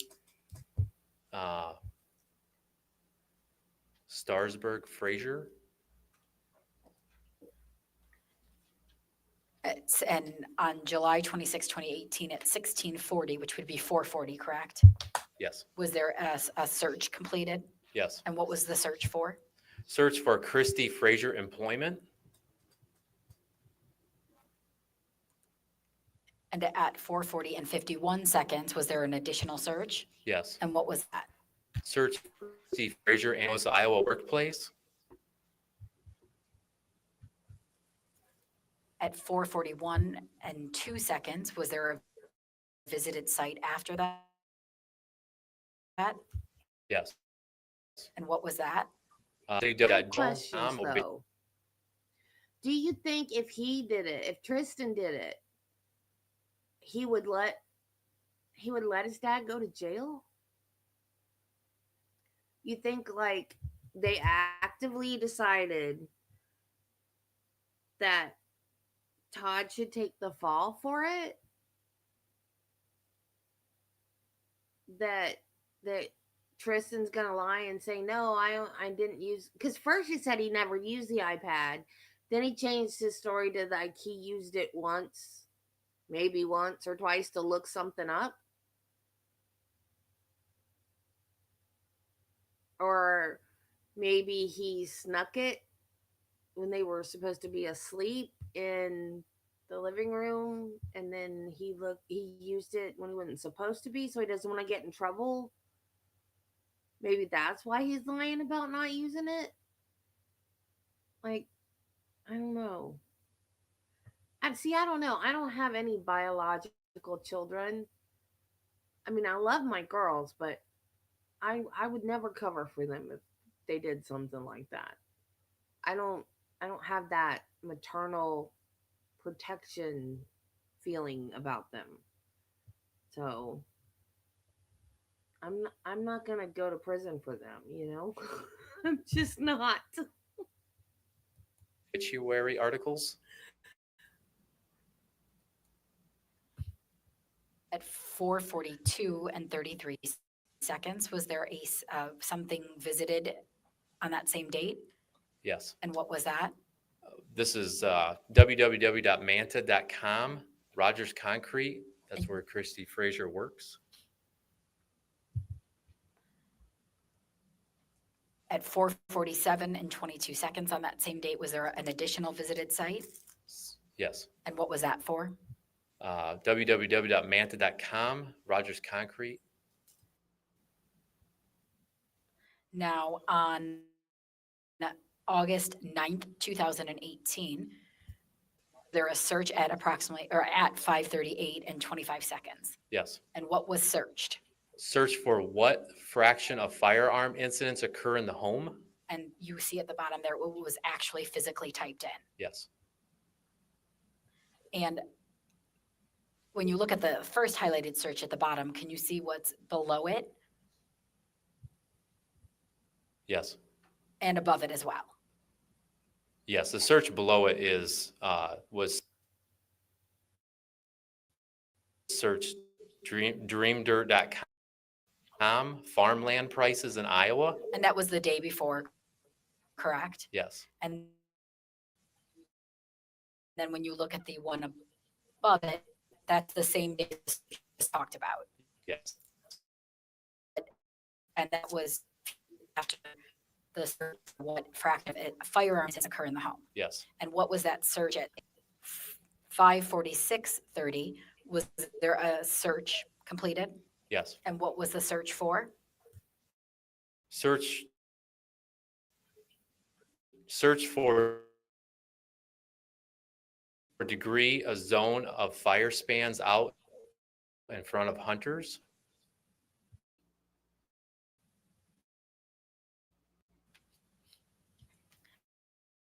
Now, on August 9th, 2018, at 7:40 and 36 seconds, was there a search? Yeah.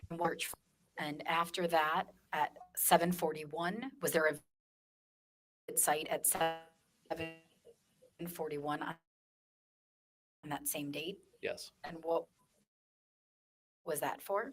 How many days you cannot survive without water?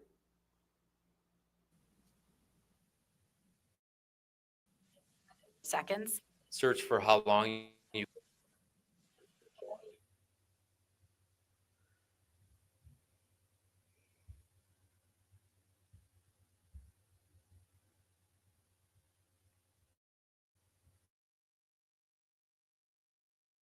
helping to cover it up.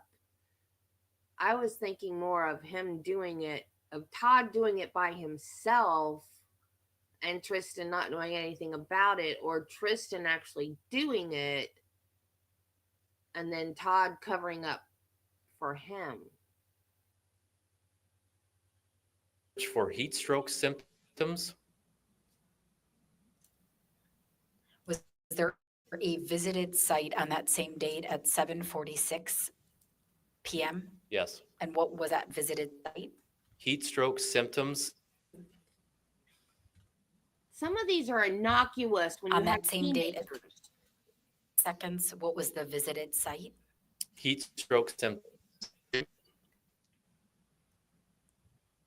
At 7:46, was there an additional visited site? yes. And what was that site?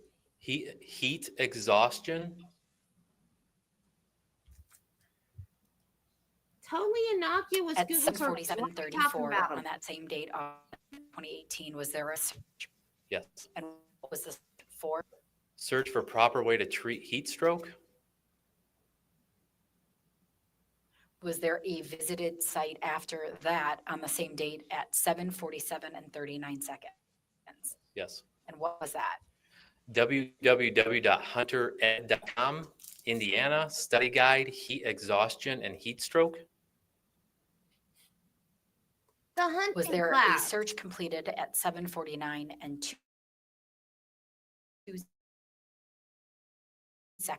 on that same date? Yes. Search for best way to stop severe bleeding, hunter safety. On that same date at 7:49:23, what was the visited? Week, 2 flashcards. On that same date at 7:50:17, what was searched? Search for correct treatment for 2nd and 3rd degree burns. Was there a visited site after that at 7:50:45? Yes. What was the visited site? Burns, first aid burns. Was there a search completed on that same date at 7:53:27?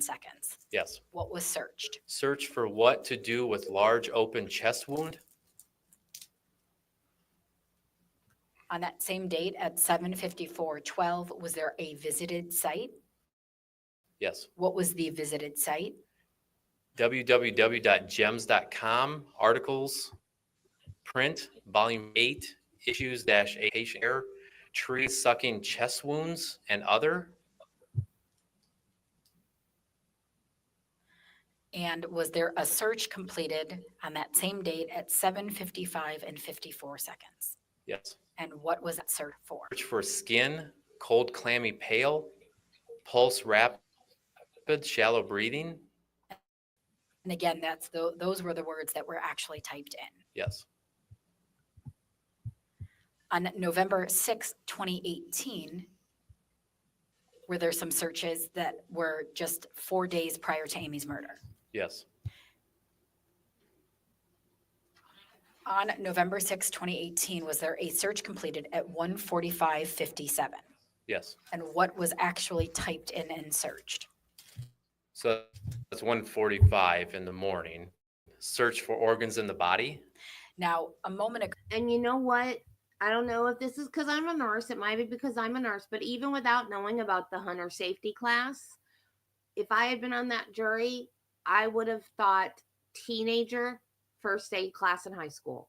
That would have been the first thing I would have thought about those searches. And I would have said that that has nothing to do with what happened to his wife. Absolutely nothing. That's a kid looking up. That's either for a first aid class in school or like Boy Scouts or something like that, or with like a church club thing, something to do with that kind of a thing. That has nothing to do with what happened to his wife. That's 100% a teenager looking up stuff. you talked about physically looking in this iPad, correct? Yes. And you indicated that when you went to Google and you pressed the search area of Google, drop-down menu came up, Yes. and you saw some of the prior history on that iPad. Yes. And is this the search that you indicated to the ladies and gentlemen of the jury that you saw organs of the body? Yes. And it was from that same date? Yes. After that search, was there a visited site at 1:47 a.m. on November 6, 2018? Yes. And what was that visited site? Organ anatomy. Was there a visited site after that at 1:48 a.m. on that same date? Yes. And what was that visited site? Body organs, maps, and diagrams. Deputy, is the Mullis farm located in Delaware County? Yes. Now, at some point, you are aware, and you, I believe, saw the rake that was recovered in this incident. Yes. Did you ever perform any type of DNA on that rake? No. Why not? I actually inquired the DCI lab. That's the main lab that we use to test evidence. I inquired about touch DNA evidence. They had advised me that touch DNA evidence they no longer do because of its inconsistencies. And also about latent fingerprints, a type of instrument like that with the texture. There's obtaining latent fingerprints off of a device like that is not possible. Additionally, did throughout your 3.5-month investigation, was Todd Mullis your main suspect? Yes. And did you have information that Todd had touched the rake? Yes, he told us that. Well, it's his rake on his farm, so yeah. Cross-examination. Deputy, during your direct testimony, you indicated a couple different times, I think, that you said where the body was. This is where you were told the body was, right? Yes.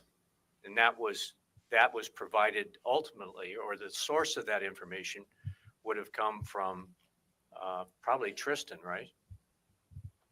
Yes, Tristan told Deputy Luke Thompson, then Deputy Luke Thompson told me. Right.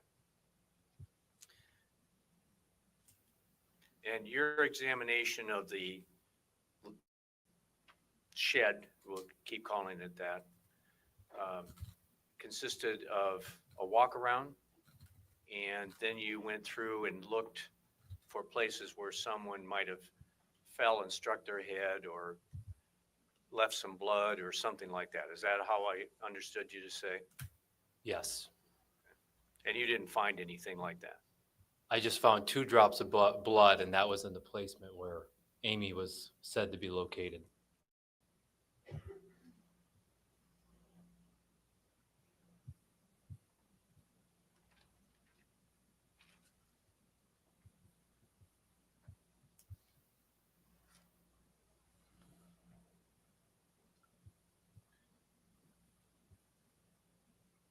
If I could ask the state to please pull up Exhibit 111, the aerial.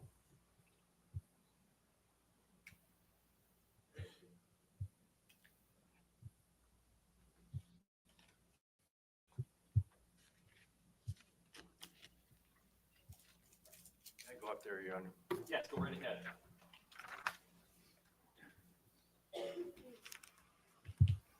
I want to ask you about those cameras. There was a camera on this barn? No. Which one? South barn, This one? just to north of the loading chute. In this area? Yes. And where was the other camera? They were both on where your finger was. Here, Yep. just angled at different angles. Yes. And the recording equipment was over either in this area or in the main shop? Yes. And only one of the, well, let me check my notes.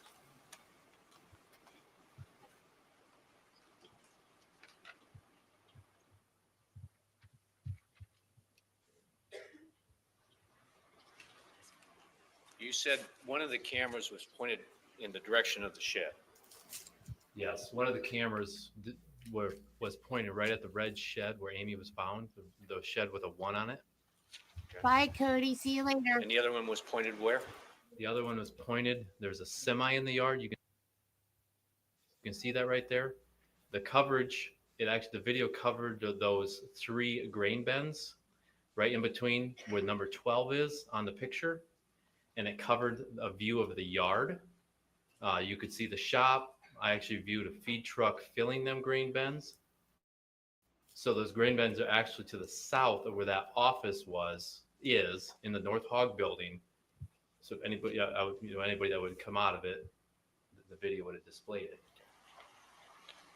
And the camera that would show towards the shed, there was nothing on there. No, we weren't able to obtain any video from that camera. And the other direction, September 11th through October 29. Yes. And then there was some after November 10th. The video resumed recording on November 11th, the day after the homicide, to November 15th. And then we seized the unit on the 16th. But that's the one that wouldn't show the shed. It would show the travel path to and from the red shed.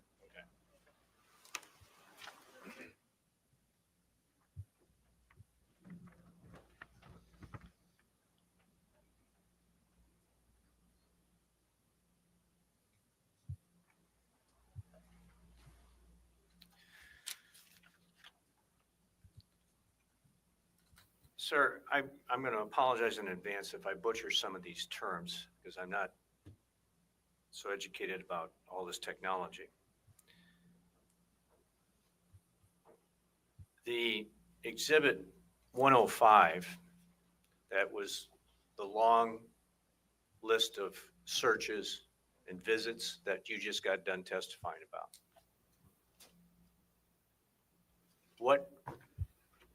Where did those searches, what device did those searches come from? iPad. All of them. All of them, yes. How do you know that? Because I sent a search warrant to Google, and the indicator on that search warrant was his Todd Mullis 76 at gmail.com. That is the indicator for that device, the account on that device. So when you receive the results back, you can see in the list of searches that's consistent with the search history because the device physically had organs of the body on it.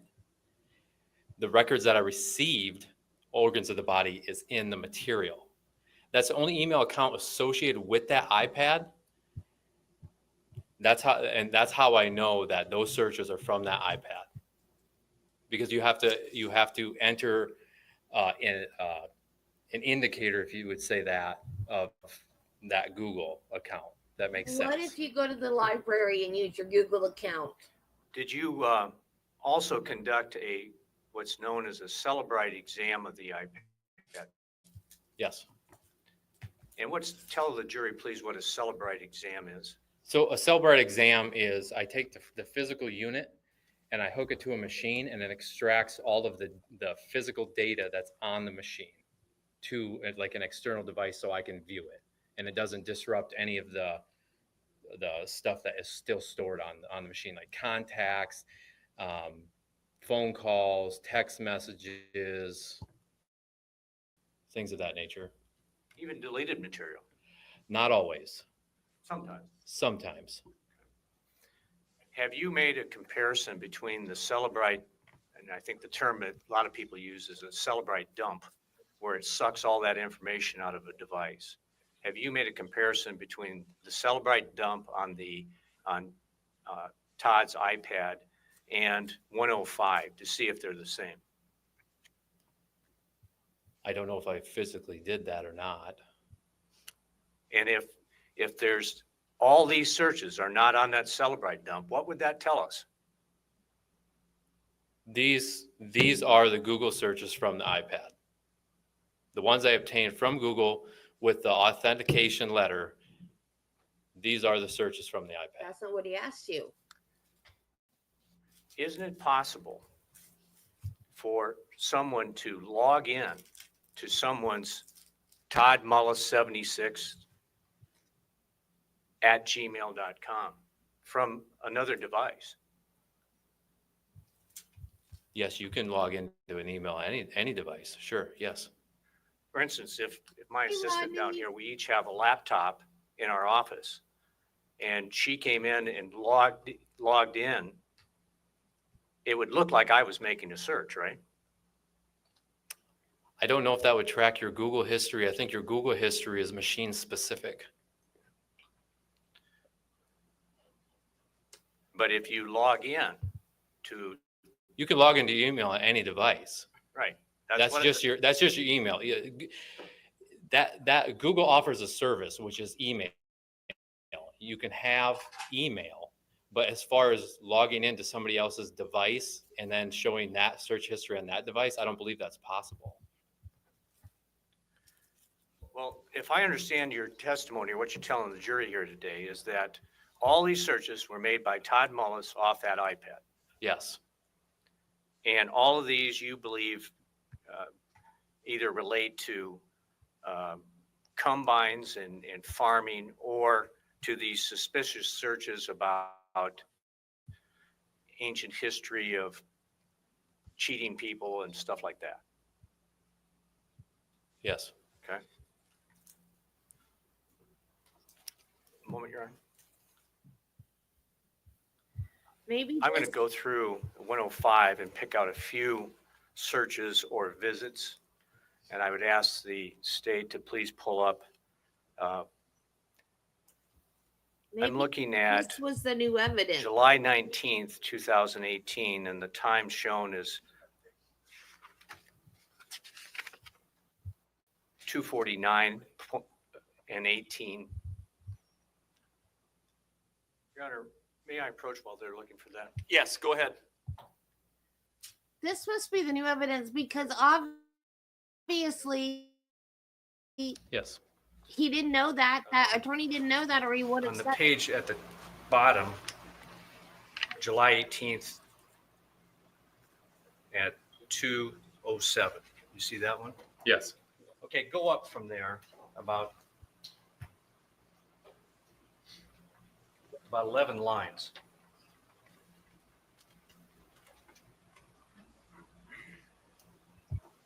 What's that search? Is this July 19th, 2018 at 2:46 a.m.? Yes. Search for wedding rings for women. What's the next one up? www.rothjewelers.com. Next one up. Search for design a wedding ring. Oh, that was Amy. At 2:51:34. Couple more up. Search for design a wedding ring. The next four on the above that.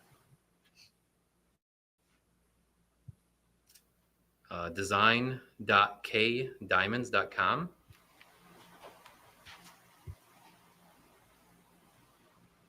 And there's other jewelry ones in between. Yes. If you go up to the top four, just tell us what those four are on that page.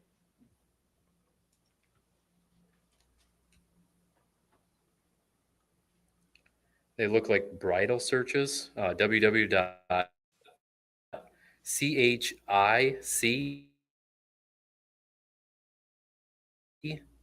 boutique She.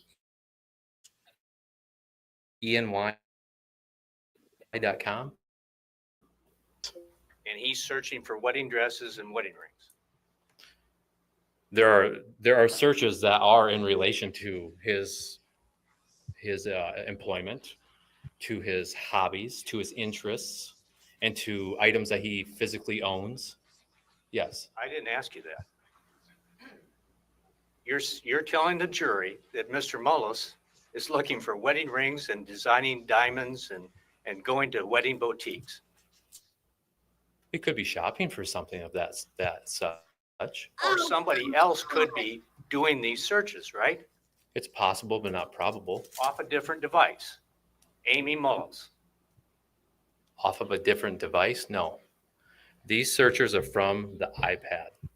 So if we take a time out here and have you compare the Celebrite dump, we're going to find every one of these searches on that Celebrite dump. As I explained before in my testimony, when you click on the Google browser, it's going to give you a short list of search items. So 10, 12, 15. And they drop off after a while because the system does not store all those. I performed a search warrant through Google associated with Todd Mullis's email. I got a return back for all the Google searches that were performed on that machine. Now on that iPad, when you get into the Google search bar and you click on it, and you can see your last 10 to 15 Google searches, I seen organs of the body. When I received my warrant back from Google, you can see on the 700 pages that I received back, organs of the body is in my list in my packet I received from Google. I also received a letter of authentication from Google with them records to indicate those are the searches from the iPad. How many pages was the Celebrite dump? That went on a flash drive, so I didn't print that out, but it's on an external storage device. But I don't think you answered my question. If we compare the Celebrite dump, which we have right here, with Exhibit 105, they should be the same. It depends on if the Cellbrite dump, you would say, pulled the internet history. Sometimes Cellbrite dumps don't pull internet history. Like I had stated before, when you manually download a phone or a device using Cellbrite, Sir, it pulls contacts, text messages, phone calls. Excuse me. Objection, Judge. He needs to allow him to finish the answer. Well, he didn't exactly answer it. I'm going to let counsel ask another question. You'll get a chance to redirect. Go ahead. Yeah, check for a few more here. Just a second. On July 15th, 2018, this would be at the very top of the, well, not, it's one. Find that? Yes. What's that a search for? Search for Zales.com. Zales is a diamond place, isn't it? Yes. It's one down. That was a search for www.pinterest.com. What's Pinterest? I'd have to ask my wife. I don't get Pinterest, I guess. Okay. But you're saying Mr. Mullis did off his iPad. The records show that the iPad searched that. Yes. Then you talked about some there below there about swimming and floating and so forth. Below that, July 9th, 1750-54.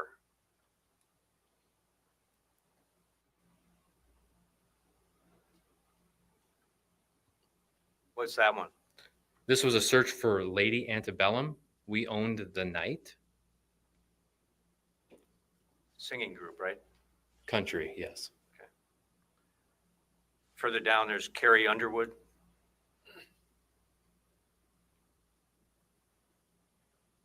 Yes. Also a country artist.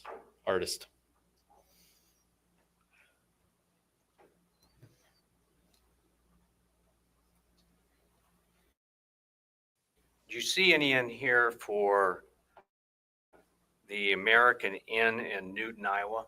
Did you ever see- Yes. Did you coincide that with any of the investigation as to Amy Mullis's travels during the summer of 2018? I'd have to look back to compare dates. Do you know if Mr. Mullis ever went to the American Inn in Newton, Iowa? I do not know that.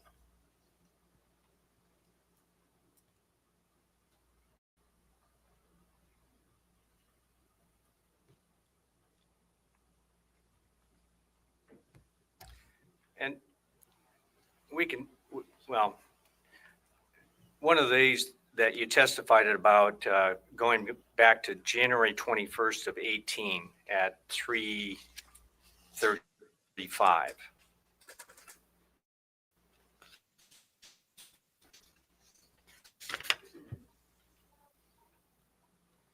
What was the date again? January 21 at 3:35:24.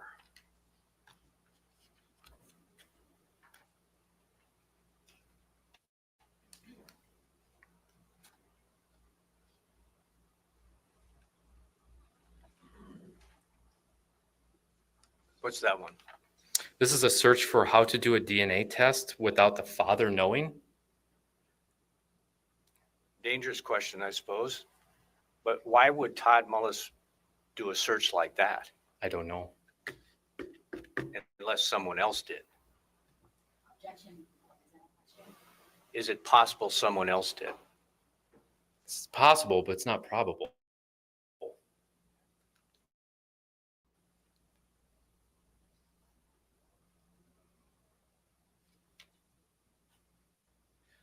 I want to talk to you about some of the times that you've given. What's UTC mean on this printout? Central Standard Time.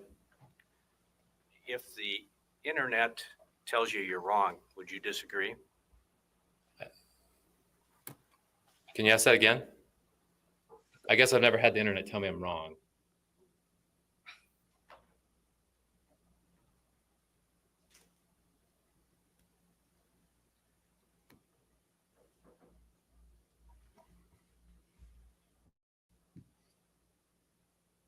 Have you ever researched that UTC is the successor to Greenwich Meridian Time, GMT? Okay. I've never searched that, no. And that to obtain the time in different time zones that in the central United States during daylight savings time, you would subtract 5 hours to get the correct time. Okay. So these times you're saying 2:30 in the morning, 3:30 in the morning. If you subtract 5 hours, it's being done in the evening. Objection. Is there a question pending, Judge? Mr. Firehelm, go ahead, ask a question. Do you understand this UTC concept? No. So if you don't understand it, then could your times be off? I went by the times on displayed on the search history. The UTC time, as it's shown on there. Yes. Okay.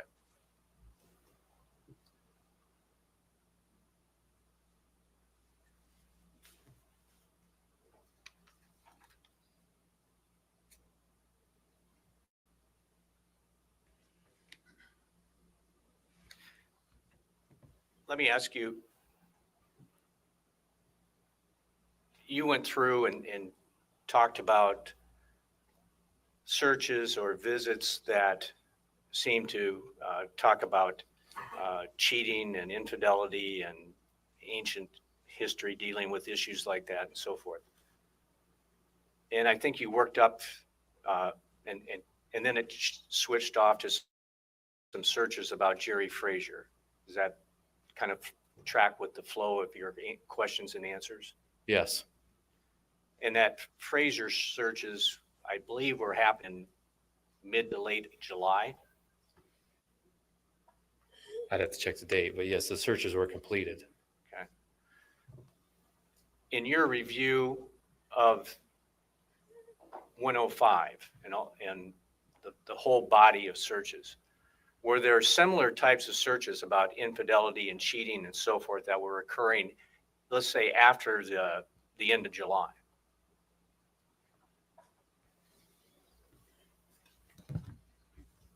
I believe there's some in August. I'd have to read through all these again, but I know within what we have, there are searches related to that. And the one you found particularly interesting was on November 6th, I think, the one about body organs. Yes. And was there anything unique about that day as it relates to this case in terms of Amy Mullis, Todd Mullis, and It's 4 days before the homicide. did you also learn it was also a day that she had a medical procedure done? It could have been. So if someone's going to have a medical procedure done, they might search a medical website or whatever you want to call it. Possible? Yeah, it's possible. Yeah. Okay.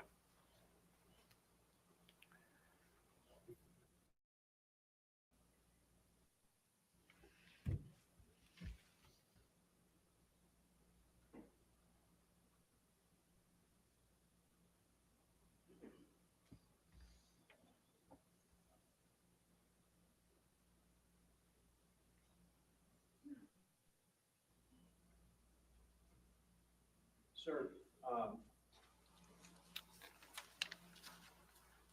you went through a grouping that seemed to deal with hunter safety. Remember that? Yes. I guess, do you believe for Todd Mullis being what appears to be a very active hunter, fisherman, that kind of thing, would those be unusual? As it relates to being a hunter, Right. I just know there's searches of hunter education within his searches. I mean, that's not unusual for a hunter, I guess. I'm just asking the ones that you talked about, whether or not those were suspicious searches or why they're being emphasized. We just created a cluster of the searches that we felt should be displayed that are relevant and with the whole picture of things. Do you know if any of the Mullis children have any hunter safety courses or anything like that? I don't. Oh, he did know. All right, I think that's all I have for now, sir. Thanks. Redirect. Yes, Your Honor. Deputy, just so that we're clear for the ladies and gentlemen of the jury, you physically looked at this iPad, correct? Yes. Based on understanding of what Cellbrite is or what you indicated, it is whatever is on the device at that time. Yes. Basically, what you're doing, your cell phone or your iPad, you're transferring whatever is on that machine physically onto an external device so you can view it. Is that sometimes commonly known as a dump, a cell phone or iPad Yes. dump? Yes. And as the defense attorney asked you, sometimes deleted material is on there Sometimes there is, and sometimes there isn't. and sometimes there isn't. And And sometimes you have internet history transfer over, and sometimes you don't. the internet history that you received connected to this Gmail account spanned approximately, was it almost 18 months or around that amount of time? The results I got back from Google? Yes. Yes, from 2017 to the present. And you They- actually executed a search warrant for the specific account of Todd Mullis 76@gmail.com. Yes, And for searches related to that Gmail account and that Google account also, correct? yes, And Todd Mullis has a flip phone, correct? correct. And And that does not have internet. you learned that Amy Mullis had a phone Yes, and that she had a specific Gmail account. she did. And that Yes, was mullisrn@gmail.com. yes, And you also executed a search warrant for that Gmail account and those searches as well. yes, And you were able in your investigation, analyze the data that you received. yes, Now, counsel asked you a lot about searches about bridal, I think it was a bridal place and wedding rings. You recall those? yes, And there are some searches on the records that you talked about that do have some of those things, correct? yes, None of those are directly before or directly after the cluster of searches that we highlighted to the jury. no, And he also asked you about UTC time, correct? yes, The thing that was most significant about the searches was the item searched, correct? yeah, it's content. And then also what was searched in succession. Yes. Before and after, yes, Now, Amy Mullis in your investigation was an RN nurse, correct? correct, yes, And you learned that she had a simple procedure on November 6, 2018. yes, And that was nothing to do with her organs. correct, yes. And further. Any recross? If Amy had the password to the iPad, could she then go in and do searches on the Mullis account? Yeah, if you have a password to an iPad, you can go in and do searches on the machine, sure. And that would show up on 105 then? Yeah, whatever searches are done on that machine, yeah, yes. And did you determine whether or not Amy had that password to the iPad? I don't know if she had it or not. But what you just said, I think I understood you, is if she had it, she could get on the iPad and do searches. Objection asked and answered. I'll allow it. Go ahead. Yes, If you have a password to a device, yeah, you can, yes, you can get on it and do a search.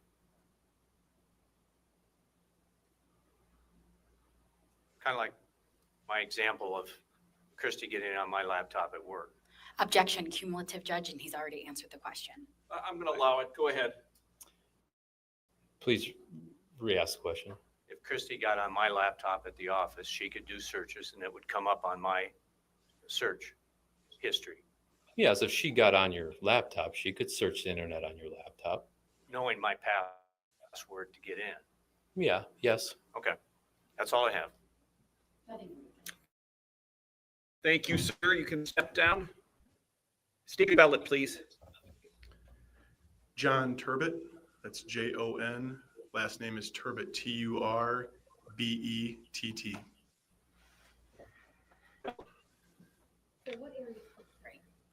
Sir, what area did you grow up in? Actually, and I've lived in Dubuque for about the last 20 years. Did you graduate from high school? Yes, I did. Where did you graduate from high school? Kennedy High School. Did you receive any additional schooling after that? Yes, I have a 4-year degree, a Bachelor of Arts in Political Science, and a law degree from the University of Iowa College of Law.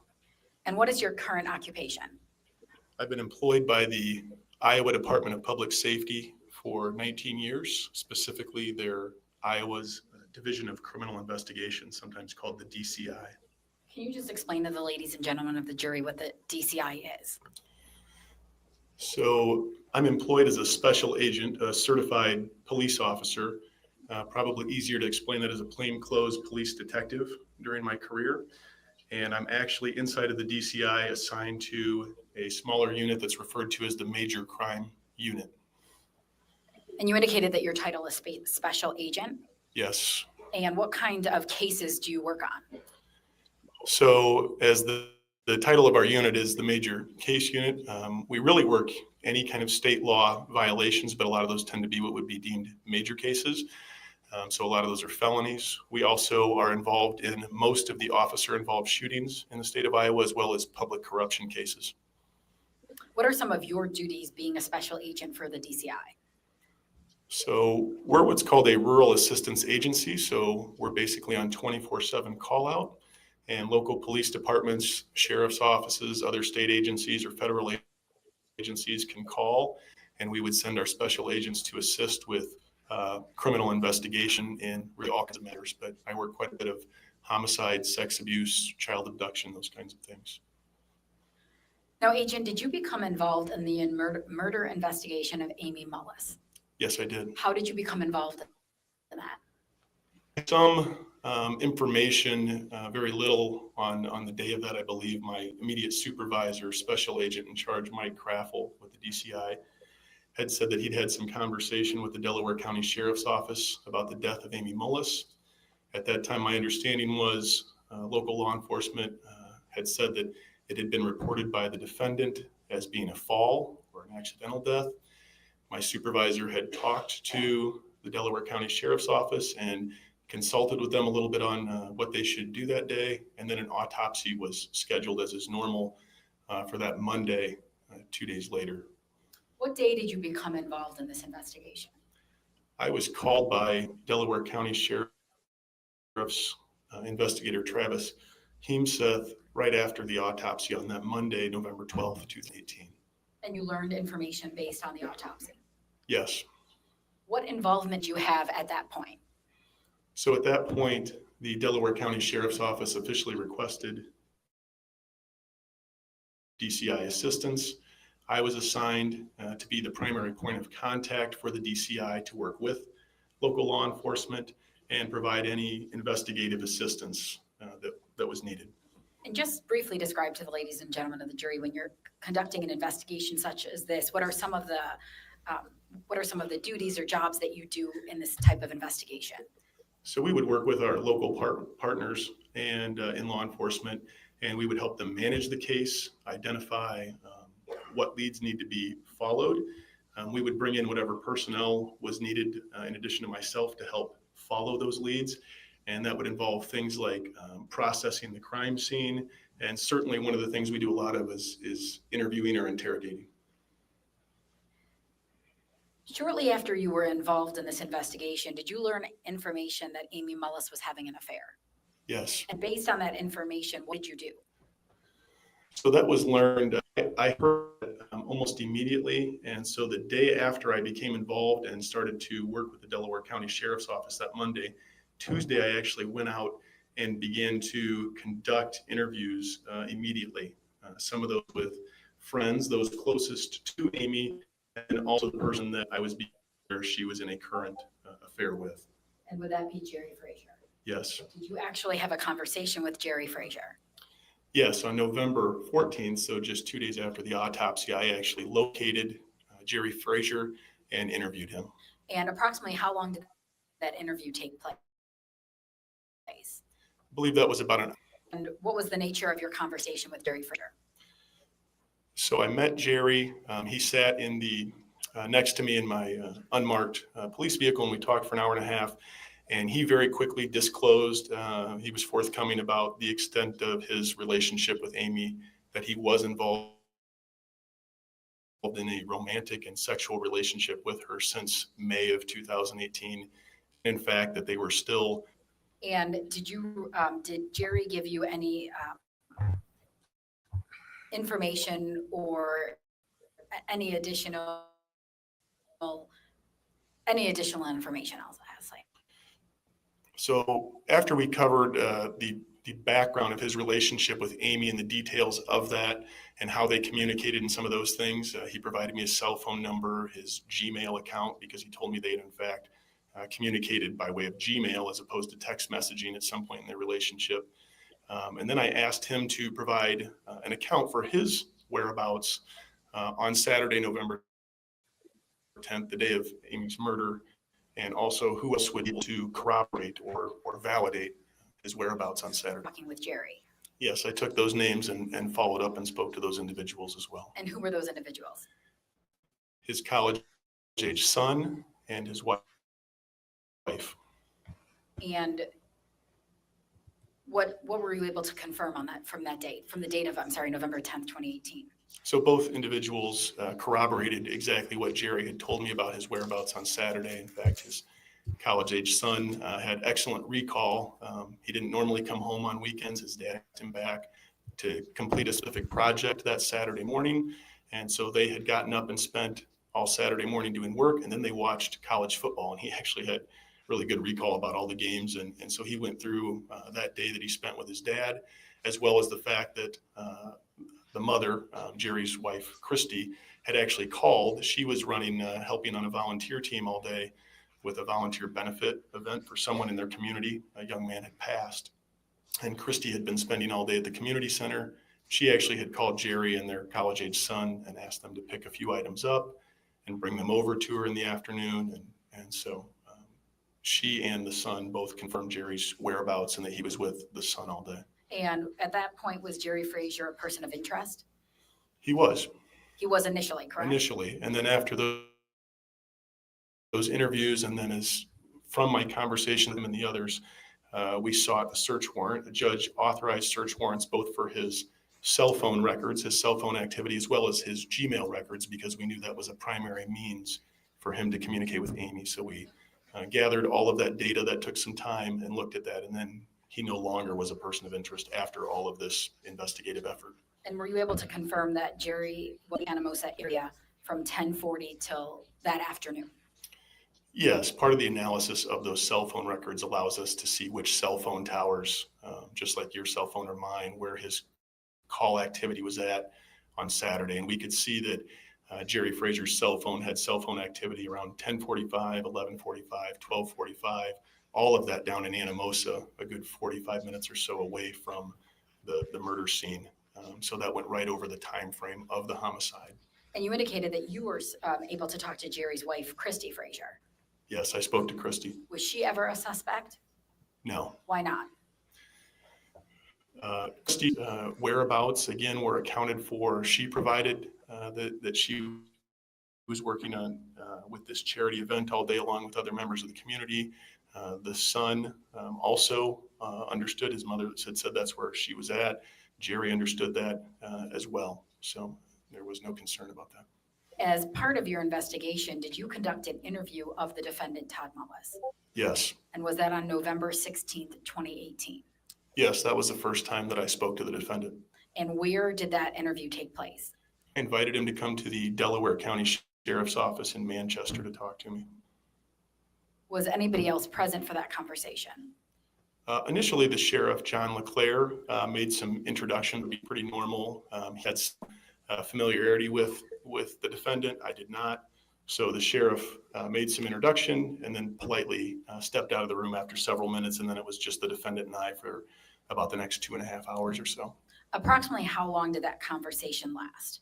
The two of us talked for about 2.5 hours before we moved on to some other things. And was that interview both video and audio recorded? Yes, the Delaware County Sheriff's Office has an interview room that video and audio records for us. And Agent, can you just explain to the ladies and gentlemen of the jury, how did that interview start and what was the first portion of that video? So as with every interview we conduct with victims, witnesses, and suspects, there's quite a bit of background conversation. So I asked Todd about his upbringing and where he's lived. We talk about his parents, his two brothers, talk about how he met and married Amy, go through some things, their children, and also his work and some of those things. And did you then, after that portion, you ask the defendant specifically about Saturday, November 10th, 2018? Yes, I did. We actually talked about his marriage, and then we actually I asked him if we can talk specifically and in great detail about Saturday, November 10th. And what does the defendant indicate to you at that time? About Saturday? Yes. So he goes through his, I ask him to spare no detail. No details too small. I'd love to hear everything. And he walks me through his day Saturday. And if you can give a summary of what the defendant indicated. He said that morning that he had gotten up. His teen son, Tristan, he has two other small children, Wyatt and Taylor. But he and Tristan actually go off the farm, I believe over to his brother's place. They're contemplating doing some field work that day, but it's too cold. And he tells his brother that they're not, in fact, going to do field work and that they've decided to go back to their home, their farm, and they're going to work in the hog building and they're going to hang heaters that day since it's too cold to actually do field work. So they return to their home that morning.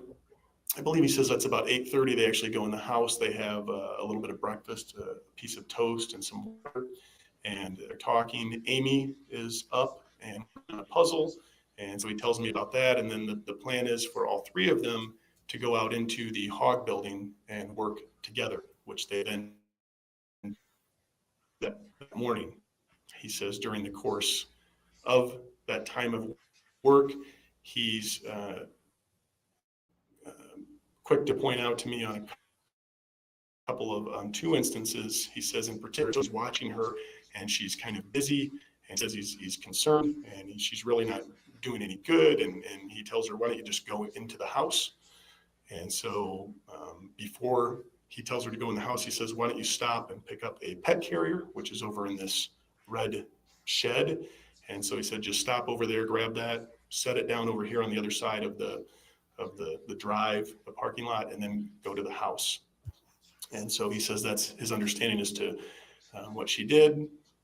Sometime later, I believe he tells me about maybe 20, 30, 45 minutes later, I think he puts on the high side. He happens to look out and notice that the pet carrier he's asked her to go and get over by the other building is not there. So he sends Tristan over to the red building to see what's going on with his mother and why that didn't get accomplished. He says Tristan then sounds the alarm and says something's wrong.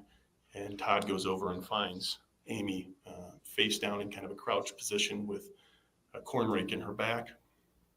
And he says that he tries to, pick her up and move her. He can't because the corn rake is hitting things. So he puts his hands on the corn rake, manipulates the corn rake, pulls it free, throws it to the side, and then is able to take her and put her into his vehicle with Tristan opening the door, and they begin to head towards the hospital and call 911. And he actually demonstrates for you the way in which he found Amy when he was called over to the red shed. That's correct. Now, before you gave us that summary, you indicated that at some point you asked the defendant how his relationship was with Amy. Yes. And what did he initially indicate to you? Told me his marriage was great. It was very good. They had good communication. He talks about it, them being very open. He uses the word open or openness very much. He describes himself as being very loving and kind and comforting with Amy. And he says, like any marriage, when something comes up, he's able to bring that to her, or she's able to bring things to him, but that they have a very healthy marriage. Did you then ask him if there's ever been any problems or any affairs in their marriage? Yes. And what did the defendant indicate to you? So the defendant does tell me that about 5 years prior, Amy had been involved in an affair.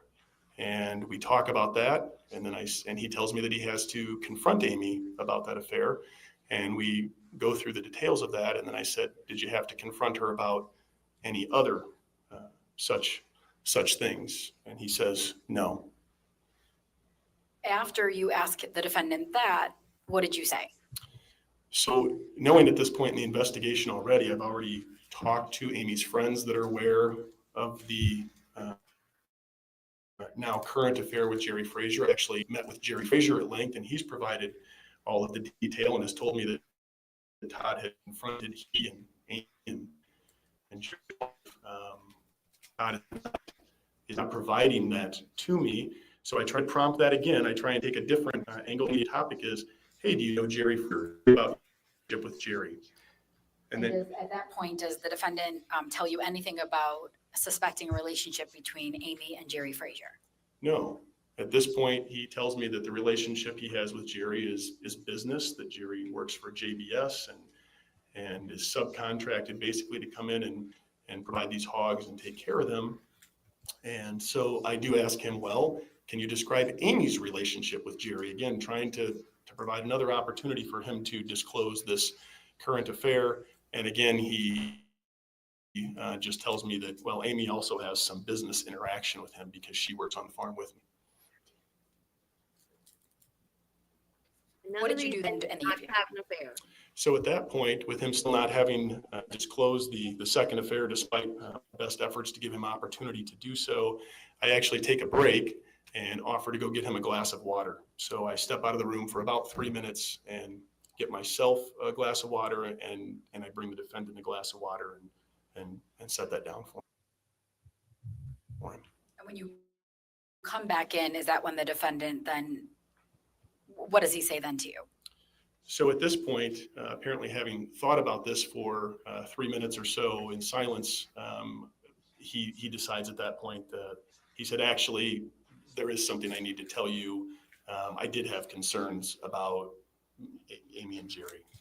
And Agent, you've recently watched your 2.5-hour video of the interaction or the interview that you had with the defendant on that date. Yes, I have. And were you able to make a clip that indicates the part that you just summarized for us? Yes. Your Honor, I'll mark this as State's Exhibit number 113. Yeah, I love interview video. It's my favorite. Prior to testifying, did you provide me with That and a body. clip of what you just summarized? Yes, there were 2 clips provided on the thumb drive to you. And the first clip on that thumb drive, is that a true and accurate copy of the actual recording or the interview that you conducted with Todd Mullis on November 16th, 2018?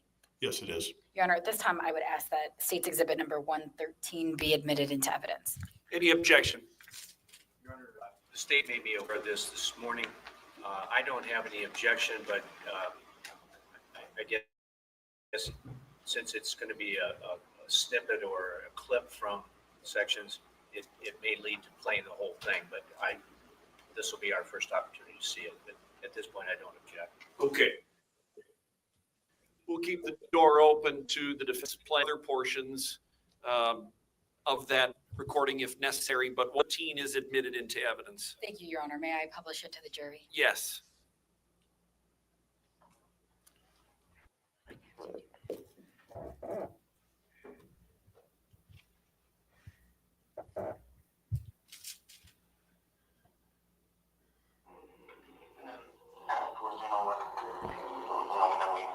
Actually,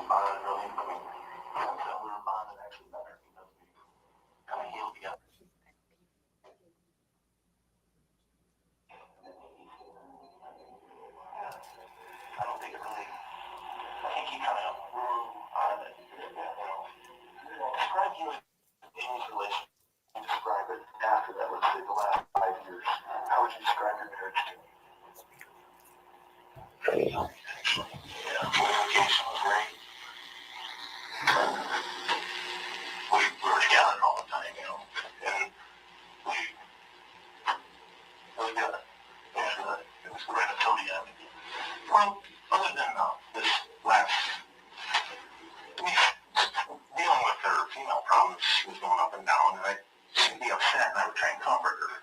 Yeah. And try and get her, she had trouble sleeping because of that. But, yeah, between us, it was good. Yeah. Yeah. Yeah, so it was good. Okay. Last 5 years was there.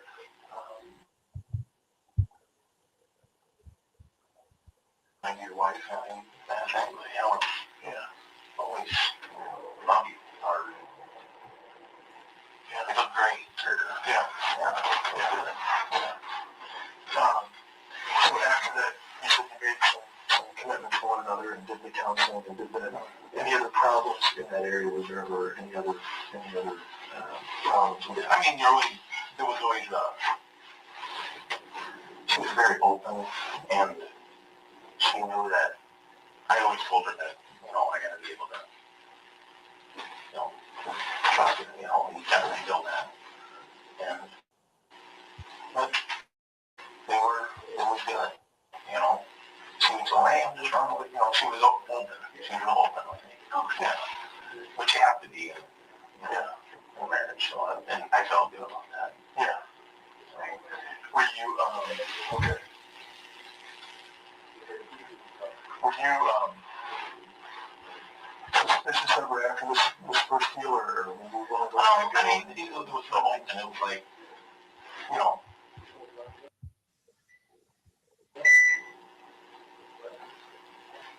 was open.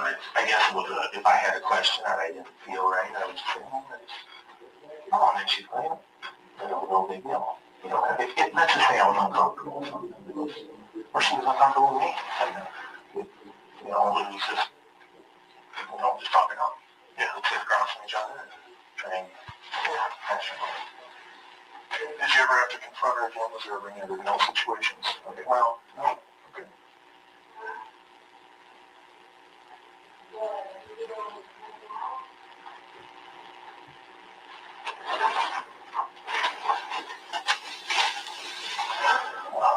So come Saturday, other than she was just working through some issues with her bleeding and some of the, she did say she was, I think I'm bleeding, and now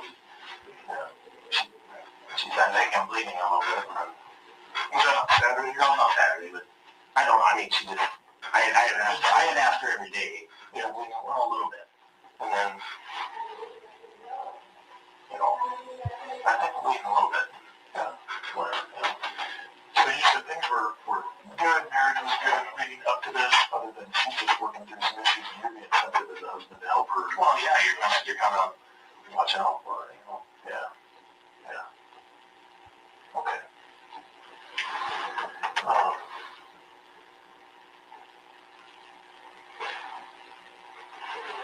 You have a guy who helps coordinate the hogs out there, is my understanding. Jerry. Okay, tell me about Jerry and the relationship there that you have with him. Okay. Tell me about that. He's our field manager. Okay. And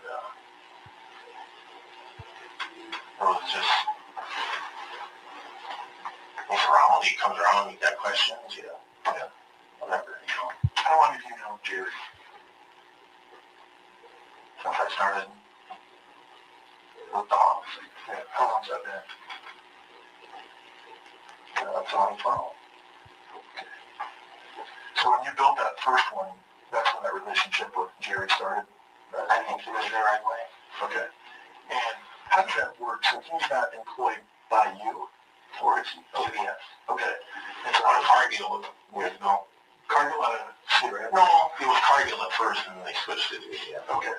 And how's that working? Because you're not paying him directly. Do you pay JBS for a service, or how's that all lady?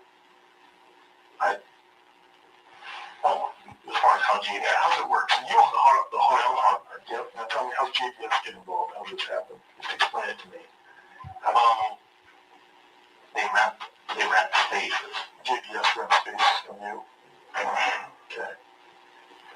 And what's Jerry's role in this? He's an employee of JBS. They call him a field manager. Yep. And what's he do? he basically comes out if we need him, checks on pigs, says he should run meds, this and that. Okay. And he's been doing that for you since 2012. Yes. Okay. And your relationship with him, how often do you see him? Is that a weekly thing? Monthly thing? It could be a weekly thing. It could be, I mean, it just depends what time of year it is, or what stage of the thing. Right. So pigs are newer, he's maybe being more attentive, or he's out there more when you guys, well, when you get pigs in, you might need them more often. Yeah, makes sense. You know, yeah. You should run more meds or less, or, yeah, this and that and the other thing. Yeah, yeah. Okay. And your relationship with Jerry, was that strictly a business relationship? Did you guys become friends or anything like that? You know, it was good. We had, one time he gave us tickets to Monticello Fair. Oh, yeah. Yeah. Yeah.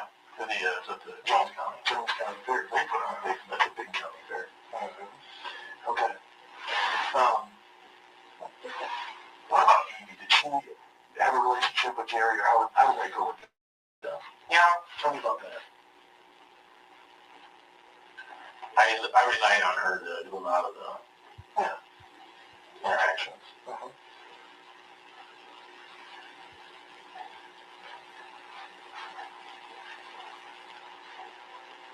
And just, I mean, it's just like the normal guy going around, you know, they call Jerry and get one that ordered. Okay. You know, I didn't know she did. Okay. And that was her, she had some of the business interchange with Jerry. Yeah, I mean, yeah. Okay. Okay. Okay. All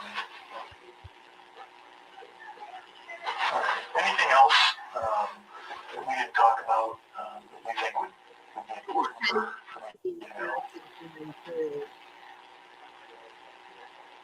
You mentioned your relationship with your boy at the start. I thought it was pretty cool. You said, you know, he's 13 now. Did he spend a lot of time with you, with Dad? With me? Yeah. I mean, not necessarily now lying to the cop about it, but you know, her having an affair the first time had to be super embarrassing. And then for her to do it again 5 years later, that's got to be embarrassing. I don't care how much of a bad husband you are, that's got to be embarrassing that your wife's stepping out on you, you know? I mean, no, he shouldn't have done what he did if he did it, but he had to be embarrassed. It's a small town. He's a prominent businessman. I mean, he probably doesn't sell individual hogs to people, but you know, it's a farming community, so he's respected in the community as a productive farmer, you know? And that had to be embarrassing. I don't know why she's a nurse in a small community. That's something to be proud of too. But like we were talking earlier, I guess she didn't think about things like that when it came to her personal life. I don't know. Yeah, he's in school, obviously. Yeah, he's in school, and then after school, is he working with you after school? Well, yeah, I mean, if I'm close, yeah, before school, and then, no, he gets up and goes to school. Yeah, but after school, sometimes when you're close by or when you're around, yeah, weekends, you get to hang out. Okay, he's going out. We're close. Yeah, you're close. He look up to you? I think so. Yeah, I think he's my buddy. Yeah, no, yeah. Okay. Good deal. Okay. Are you good? Can I grab you a drink of water real quick? I just want to check on one thing. You good? Hang tight for a second. Sure. Yep. Can I get you a drink of water? See if I can grab one for you. I can do it if you want. Okay. I'll be right back.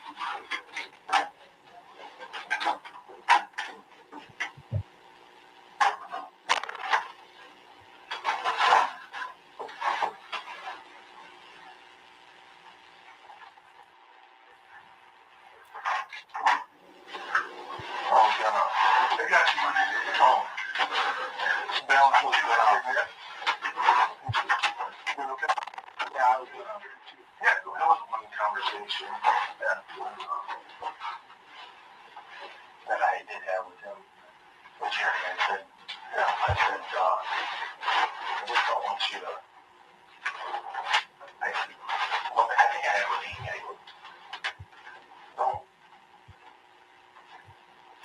don't text. After a while you're watching her, it's like, I just, to feel comfortable, I said, just don't text so much to her. Okay, so, you said you had a conversation with Jerry, or was it with Amy? I was confused.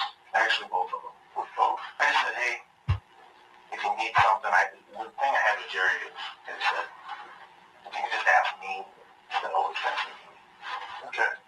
So were you worried about, because Amy was... Well, I mean, it was, I guess, it was just making me feel uncomfortable. Kind of like I said, we were open. Yeah. And I just said, Amy, I said, if it's okay, I just said, don't. If you need something, just have him text me, because I just... I want to laugh, and it's like, well, maybe I had a little suspicion, but it was just... whatever, I just wanted to feel comfortable. Yeah. And then, well, it was simple. It was a real simple deal. With me, Jerry was real comfortable with it. Yeah. When was that? Probably June. June of this year? I'm guessing. Was that face to face or? No. It was just a phone call. I decided to say, it's just, did something cause you to have that conversation with him? What made you? I just had a bad, I don't remember what it was. I think I seen her phone and there was a lot of text there. Okay. And I just said, well, don't be. I said, it does not make me feel comfortable. Yeah. And when you say that, well, when you're not comfortable, are you thinking back to 5 years prior? Almost. Yeah, it just says, I'm not accusing nobody of nothing. Just, just inside where you... Yeah, I just kind of had a bad feeling. And then I just said, hey, and then I just told him, I said, hey, just if you could just come to me. Oh, that's no problem. And then you had a conversation with Amy? Same time frame? Yeah. And how'd that go? Tell me about that. What was that conversation? It was kind of awkward at first, and then it was just... That was face-to-face? It was face-to-face. I don't remember. No, it's probably. But it was a tough conversation, though, right? Like you said, it was awkward. Actually, and you're having flashbacks to... Yeah. So, tell me about that conversation. What did she say about it? She just said, well, what do you mean? And I said, well, I said, come on here, it's just this uncomfortable feeling, Yeah. And she goes, oh, okay. What do you think I'm doing something? And I go, I'm not accusing you of nothing. I said, just want to be fun, Or I did. I just told her that she was, okay, well, if that makes me feel more comfortable, then I think she kind of didn't understand at first. She goes, well, I got to talk to him. I said, well, yeah, that's fine. I don't care if you overfeed, but just don't make it about pigs or something like that. If he should show pigs and all that, just kind of keep it professional, Yeah. So you didn't want her to talk about the pigs with him, or? Well, no, the pigs pigs, but he had to show pigs and whatever, And were they talking about show pigs? Well, it was that time of year they were showing pigs. Yeah, who showed? Did he show pigs? Or did he show pigs? And then they were talking about Taylor showing the pigs and all that. So he and Amy were starting to have a conversation about showing pigs. So things other than the hog barns. Yeah, and I said it was not here. Just said I wasn't comfortable with it. It was getting friendlier than you wanted. Yeah. Not business at that point. Well, I thought. Yeah. Did Jerry deny having an affair with Amy? He said he denied it. Yeah, he denied it. He just said, hey, there's nothing wrong. No relationship, no sex, What about Amy? Did she deny it? She denied it. Well, she just said, it's, no, there's no offense. Just, did you believe her? Yeah, I did. We were both open about it. Yeah. And that was it. After he said no and she said no. And I said, I don't care if you need to contact her. Just keep it with the bars. Just keep it with the bars. I said, and then I don't care. I said, just don't do it to Boston, if it's a, whatever. And these two conversations, one with Jerry, one thing they happened about June of this year. I think it was, yeah, pretty close to that. And after the two conversations, do you put this to rest then? Have you had any follow-up conversation? I've never had any. No. And you just talked to me the other day? And no further conversation with Amy? Not at all. Okay. And in your mind, was it put to rest? Actually was. I felt you were done. There's no. I let it go. I mean, they both. It was kind of a. As long as we're straight with each other and honest, and he calls me, whatever, it was just no comment. It was nothing. That was it. It was just that one after June. That was it. Okay, tell me.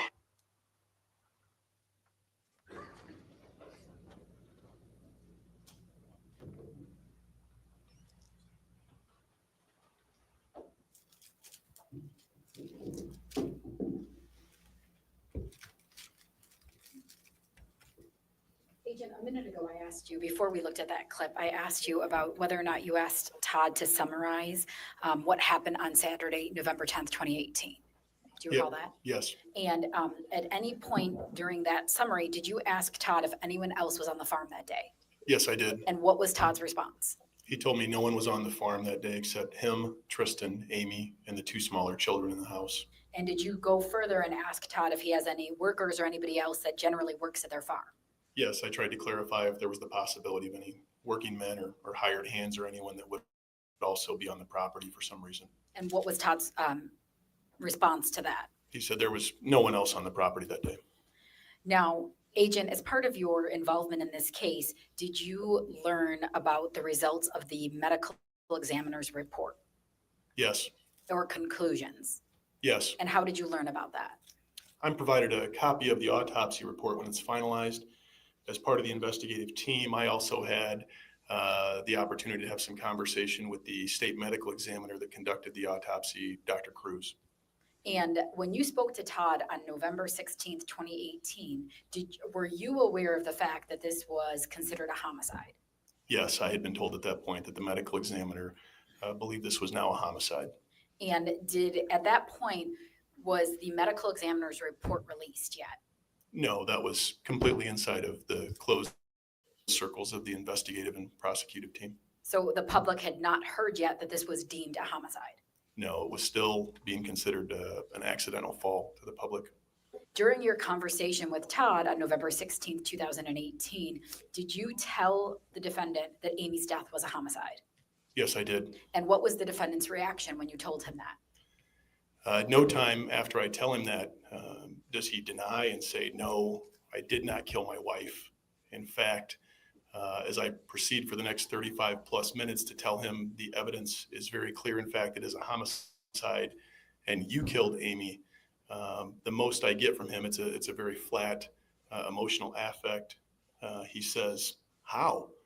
And he says, well, what evidence do you have? And you tell me what the police know, but never, no, I didn't kill my wife. Did Todd ever react to the fact that you just told him his wife was killed on his property by somebody? No. And did he ever in that 35 minutes deny killing Amy? No. And at no other time did he. Did he ever at that point tell you that there was somebody else on the farm?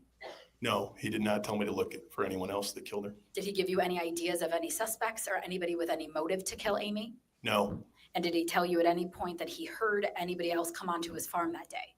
No, he did not. And how would you describe Todd's reaction when you, for 35 minutes, confronted him with the fact that his wife was killed? Well, I've done this dozens and dozens of times over the course of my career, and this is a very unemotional, very flat. He just sits there. Like I said, a few statements about what evidence I actually have, but no denial. And then he just sits and listens very contemplatively. He looks at me, looks off in the distance. Sometimes he looks down as he's considering everything that I say as I continue to tell him the evidence at this point is overwhelming. This is in fact a homicide. You did kill Amy. He just sits there. Agent, you just, prior to our lunch break, you summarized a part of your interview with the defendant where you indicated to him for the first time that this was a homicide. Is that correct? Yes. And was a clip of that portion of your interview on the disc that you gave me prior to your testimony? Yes. Your Honor, at this time, I would ask to be allowed to publish clip 2 on State's Exhibit number 113. Go ahead.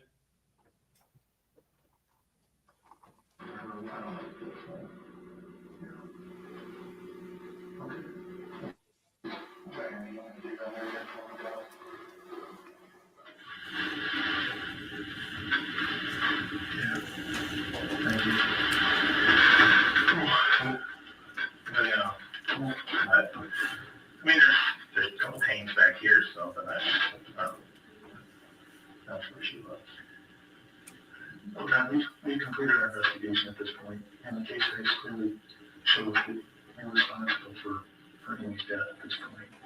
I'm responsible. So Todd, the state medical examiner that did this autopsy, those are the top of the line doctors. They get no better. And they analyze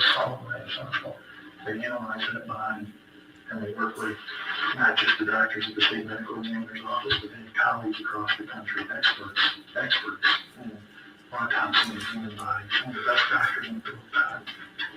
And they go through this, and they analyze this, and they have a consultation, and those doctors as a team generate a final and complete report, and they're able to take, as you know, people were out there with measurements and everything, and they recreate the scene, and they can look at that body, and that body tells them a story, and it tells them a story like never before. This is 2018, so when they're able to look at something, that body tells them a story. Science tells them a story, so they're looking at things like the wounds and the entry points and the depth, right, and a number of things, right? The body begins to just to tell us one.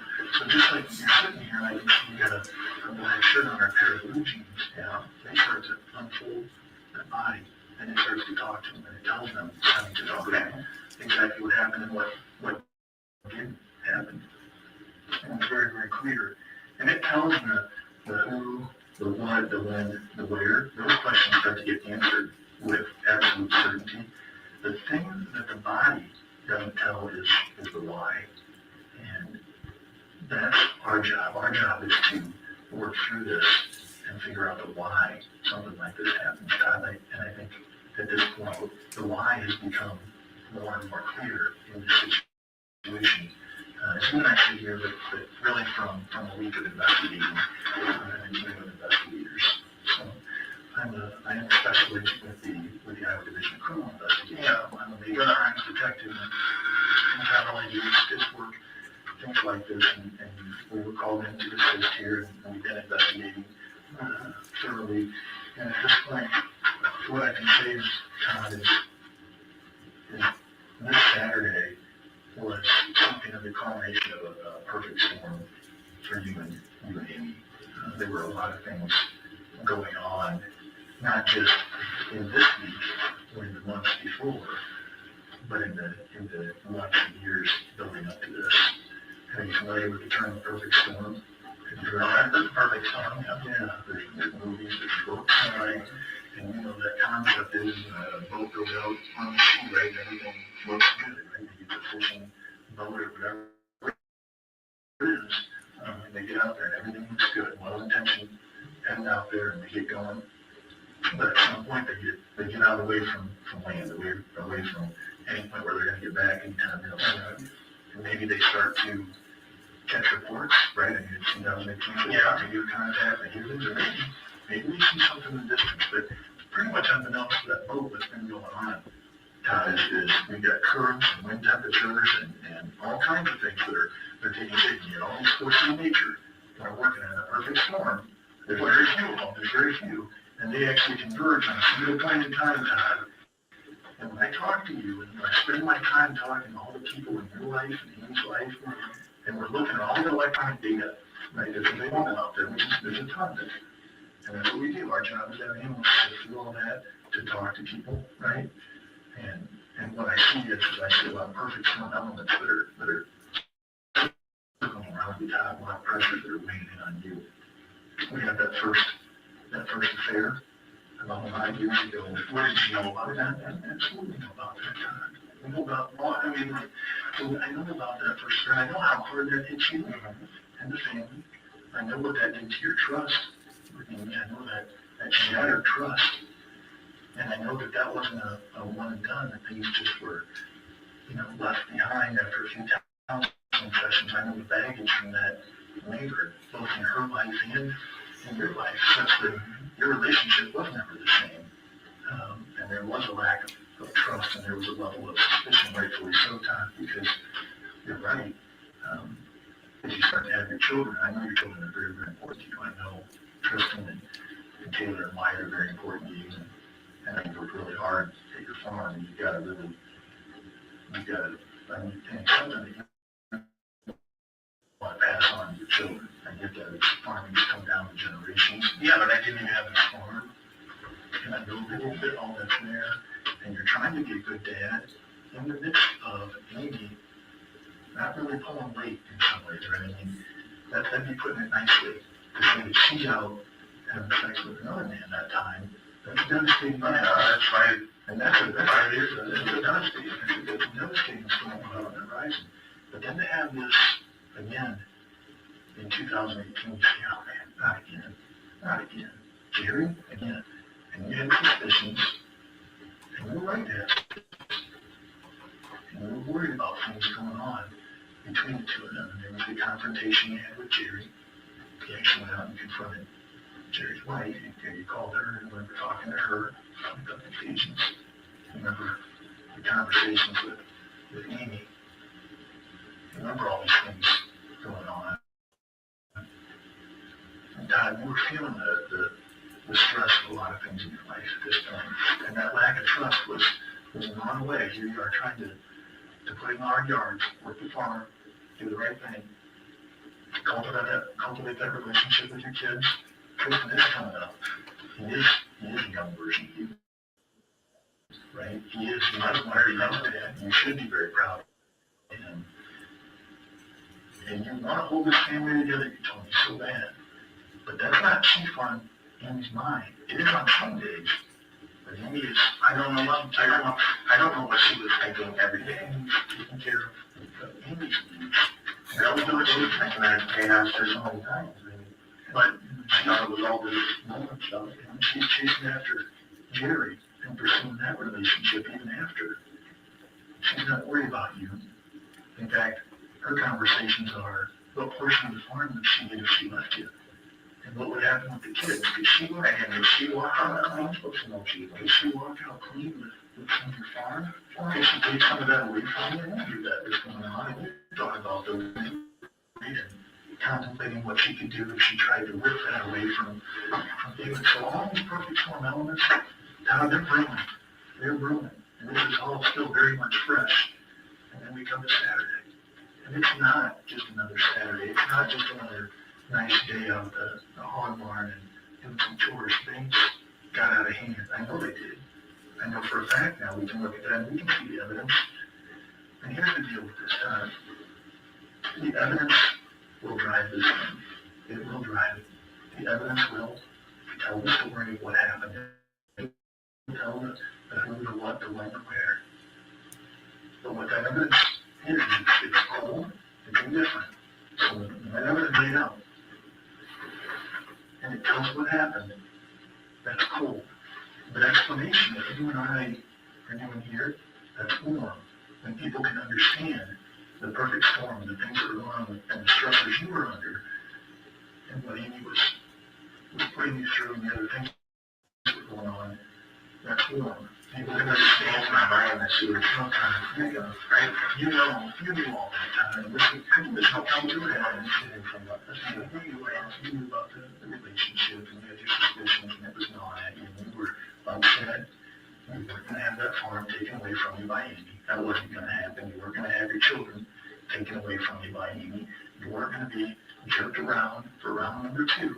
After you weathered the storm 5 years ago, you went to the counseling, you did the right thing, and here we are. We're right back after commitments are made, and you allowed her to try and rebuild trust, and here we are in summer 2018. Here we are right now, and Amy's doing it to Todd again. And now it's not just she's playing with you and your emotions and all the things that go with being a man, when a woman does it to you, it's all the other things. And I know that was weighing very heavy on you, and there was a lot of things going on inside of it, and the evidence shows all that. That's how that's done. In some of these cases, there's a great mystery as to why things happen, but here, the what's been determined, right? We know the body, the science is spoken. There's only one explanation for what happened. Now, there's only one explanation for what happened here. There's only one explanation. And there'll be only one explanation given, and that'll be hard and fast, but it will be cold. And people will be looking for the why. And they'll want to say, Todd, help us with the why. And I'm sitting here today, and I know the why. I know why you got to this point. I know why you got to this point, Todd. I know what happened that Saturday, and I know why you got to the point where we were so frustrated. And Todd, sometimes we do things we do bad things, and we try to protect the ones we love. We try to protect our children, try to protect those closest to us, and we do things that are not good things. We do things that we wouldn't normally do. I know that, Todd. And I know there was a family. I can tell you, I've been a police officer a long time. I've been doing this 18 years. And I remember a father, much like yourself, a good father, who lived down in southern Iowa, going to take his family up to Minnesota to fish in a cabin.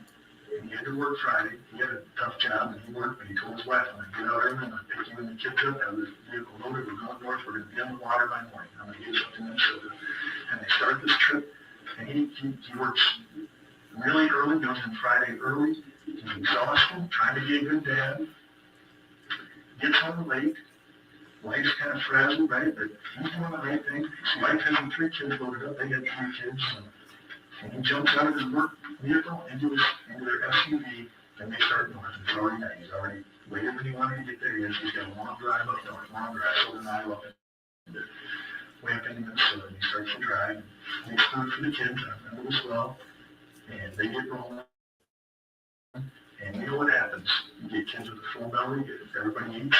Nighttime, you're driving, what starts to happen? Everybody starts nodding off, right? Yeah, including Dad. He's trying to, man the ship, right? So he's just trying to get everybody up to vacation sometime, be a good dad, keep his kids happy. He made promises to them.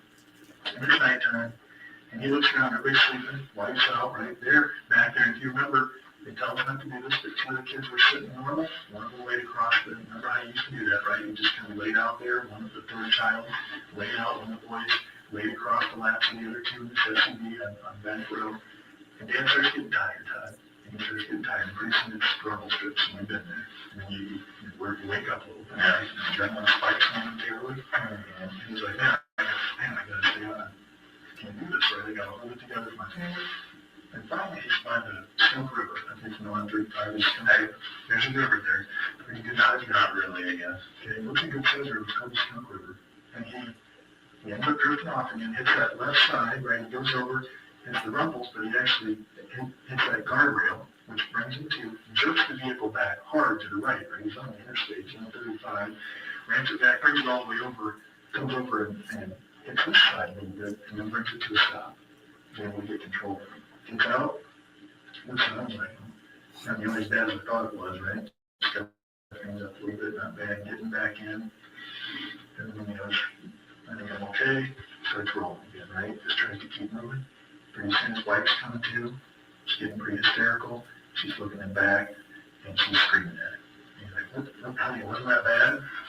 And he pulls the vehicle over, and sees what happened. And he went left, and then he jerked it right. Catapulted that son right out the window. Straight to the window, right over the river, goes down in that river.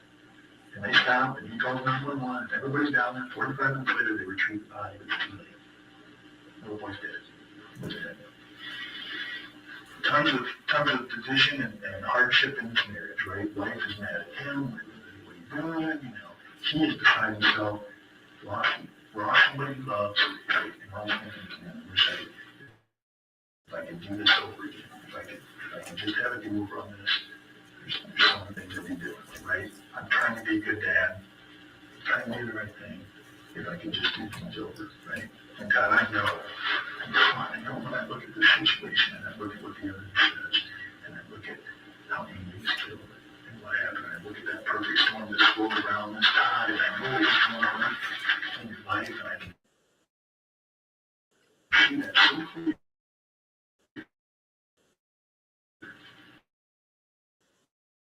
I can see every time I can keep on and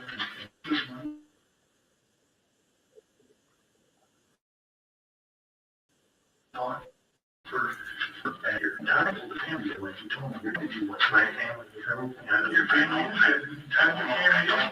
Your family is everything.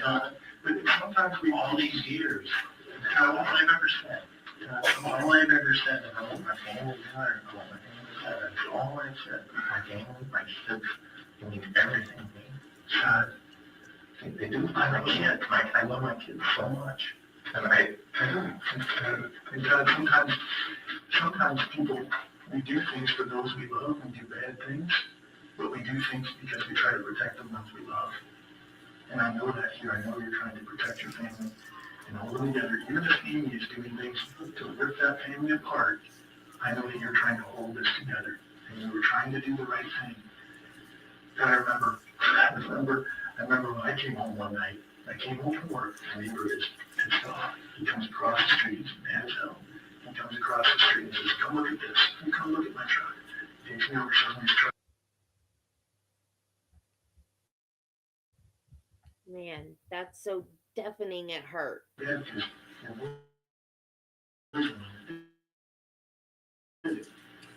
we do that. Raise it better than that, right? I said, no way, Dad. And I said, get right now. I said, boy, there's one truck.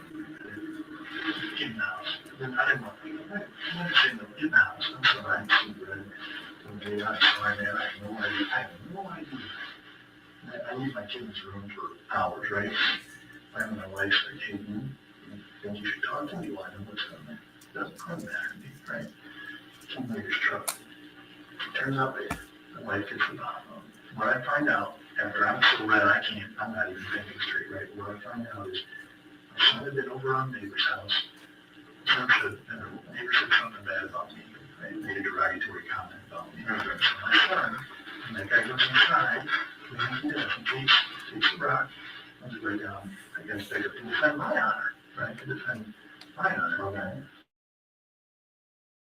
And so now when I find out later, I wasn't interested up front, right? All I saw was, right, that I'm looking at the truck, problem, he did it, don't do it. Now I understand. Now I understand that when my boy does something for me, right? It's wrong, but he did something for me. He was trying to protect me. He was trying to defend my honor. And Todd, I know sometimes we do things for people that we care about. And we try to protect them, but here's the problem, Todd. Here's the problem. As this happens, with Amy, and I know you want to hold the family together, and this thing happened, and you did not see this coming on this day. There was a lot of perfect strong things going on in your life, Todd. The evidence shows us that. And things were swirling, but things came to a head on Saturday. And Amy, things happened, and I know you were working this up for weeks and weeks and weeks and months, how you were going to kill me like this. But I know things came to a head, and I know about what happened that morning. And this happens, and doesn't things got out of hand. Saturday morning, things got out of hand for you. And then it's, oh my God, my family, this means more to me than anything. My family means more than anything. This is not going to happen like this. I'm not going to happen. So Todd, I know sometimes we do things because we're trying to protect the ones we love. I'm trying to protect Tristan.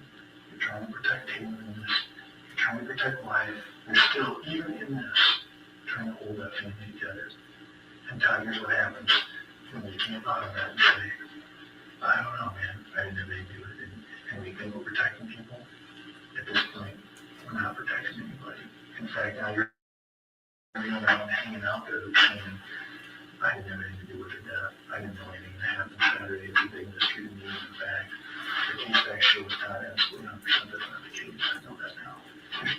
It's done. That's a foregone conclusion. I know, can I say it? I know what happened here. Todd, Todd, you were there. You didn't need to say anything, Todd. You were there. You were there. I wasn't the one that was there Saturday morning. You were the one who was here. What was going on in your head, Todd, when this happened?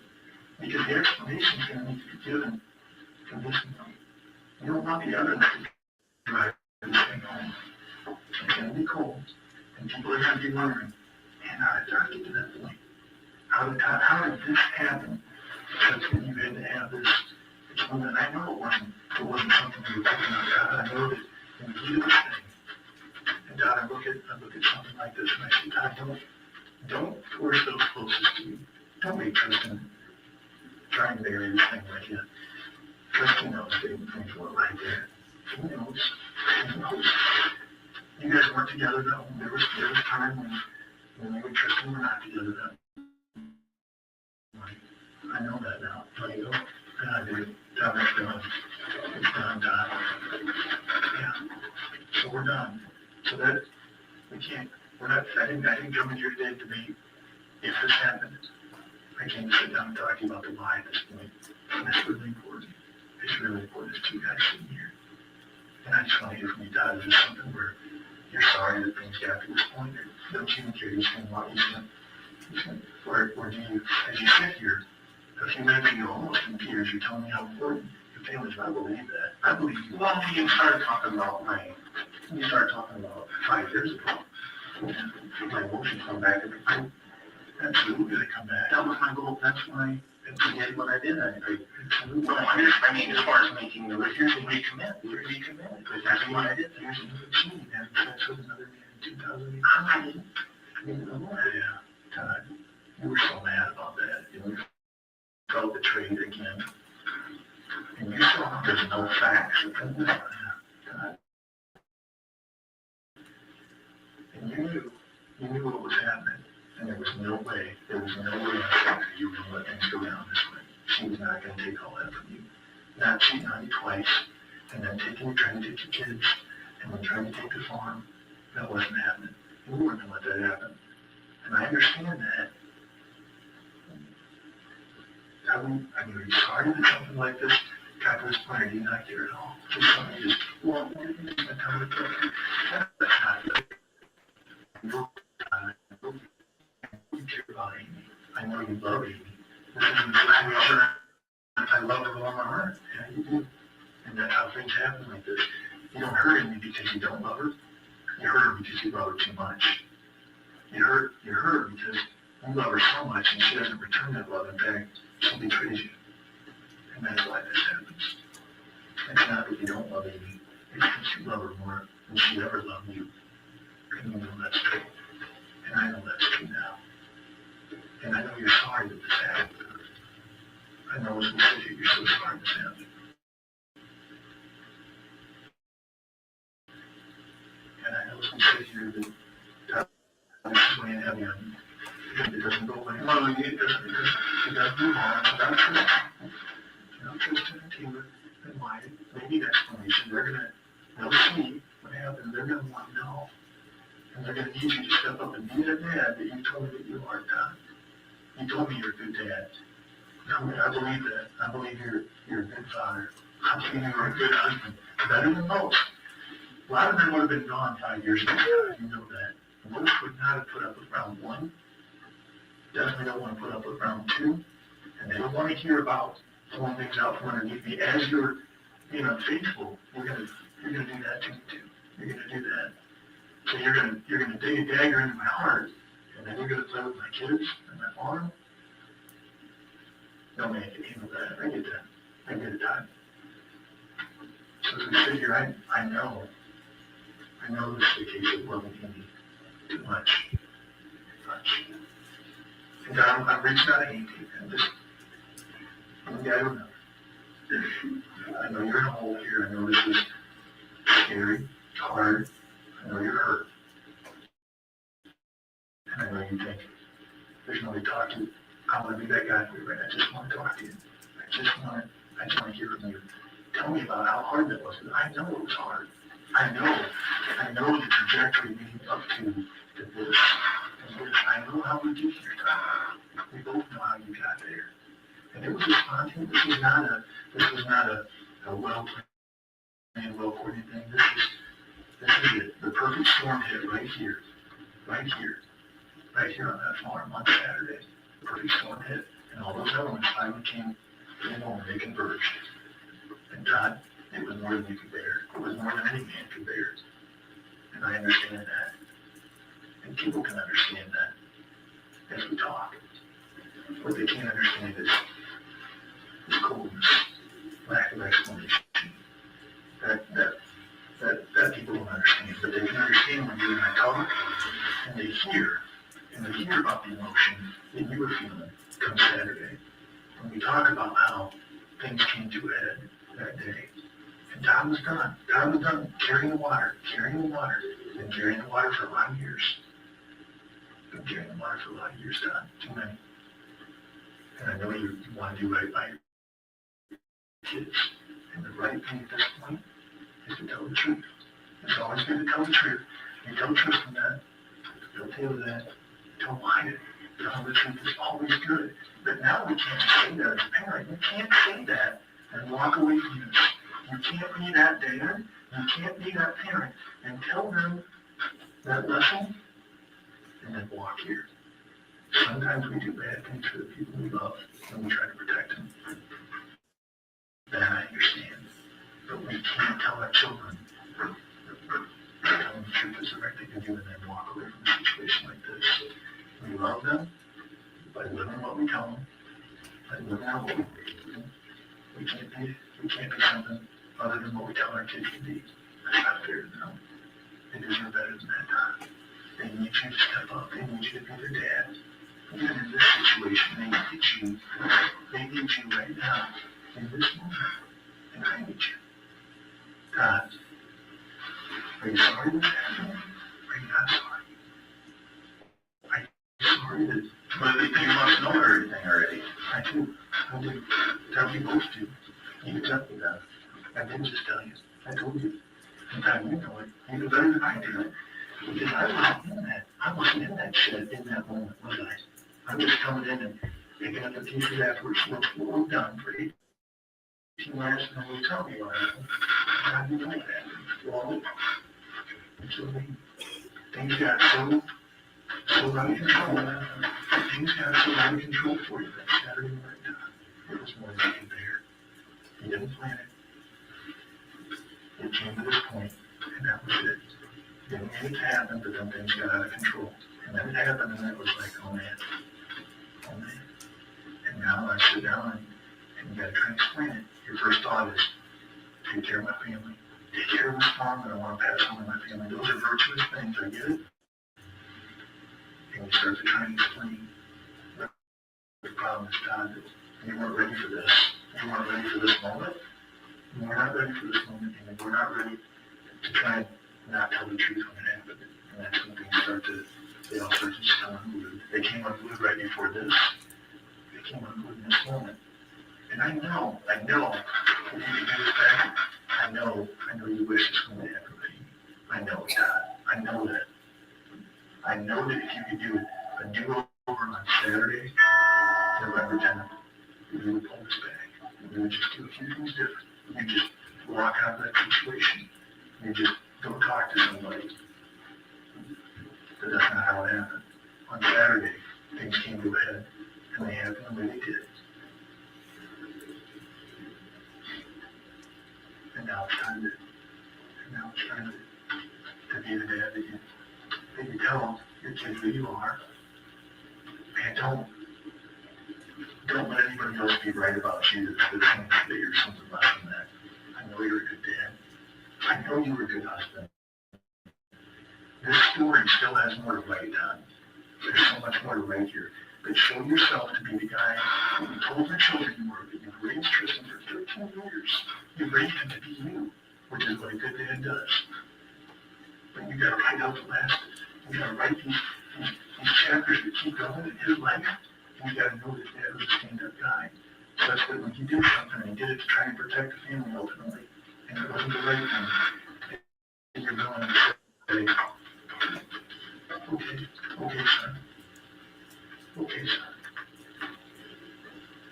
You need that. You need that. And would you do that dad for him?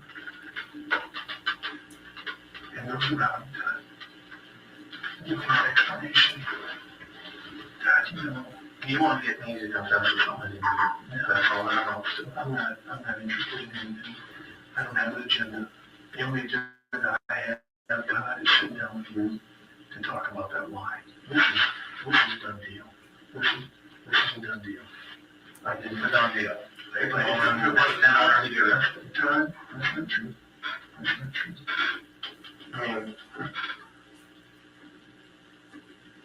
I mean, Todd, you know, John, I don't think you can see the way forward here. I know you think you got this figured out. You think you can see the way through. You're a smart guy. You've done a lot of things. You've might have done your feet a lot. You're doing well for yourself. Here's one time in life you're not ahead of the game. You're not seeing this right. I'm trying to help you see it. You can't see the way forward here. The way you tell the truth is not going to be the way forward. We both know what happened on Saturday. We both know what happened. God, at this point, you were the first one that we're going to do an ICQ. Okay? I'm going to go with that. I'm going to be taking some things from you. Okay? I'm going to take yours. You can read this. I have a copy here for you. I'm going to be taking Amy's cell phone. We're going to go get that. I'm going to take your cell phone from you. Okay? I'm going to take a DNA sample from you. We're going to take your fingerprints. Okay? We're going to take your full body. Photographs, and then we'll be going back. We're going to go back to the phone and we're going to do a little more analysis there. But the judges, I think the evidence, he's worried that this is what's going to happen now. Okay? So, the time before you all that, before this continues to video with you, two guys talking. These are final strokes. These are final strokes. All right. Absolutely. Yeah.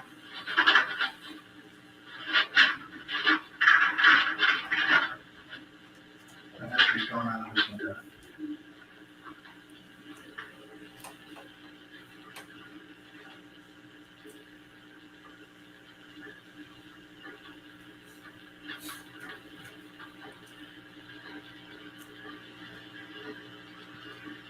Black and so on.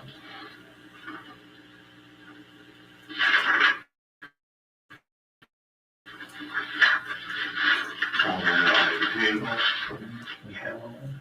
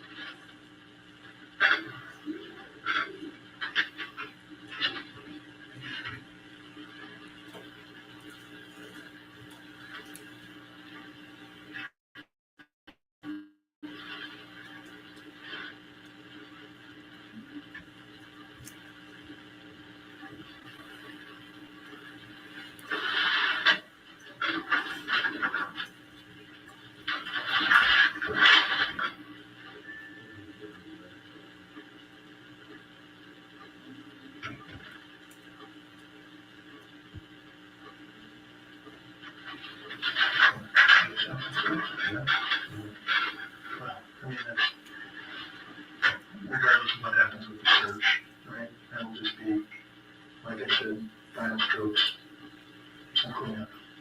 The story's already written.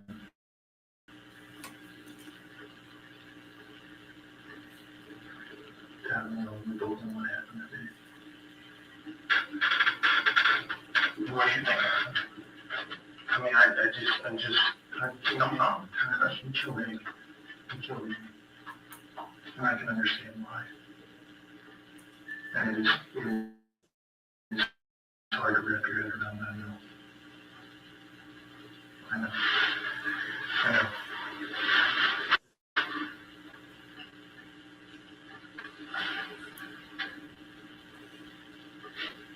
I know so hard. I know you never saw 14 years ago when you met at that county fair. I know you never saw things going this way. I know you didn't see 5 years ago. I know you didn't see a repeat in 2018. I know you didn't see that same one that you gave your heart to, trying to rip the very thing that means most to you from underneath you. You never saw that, did you? No, you didn't see that. You didn't see that coming.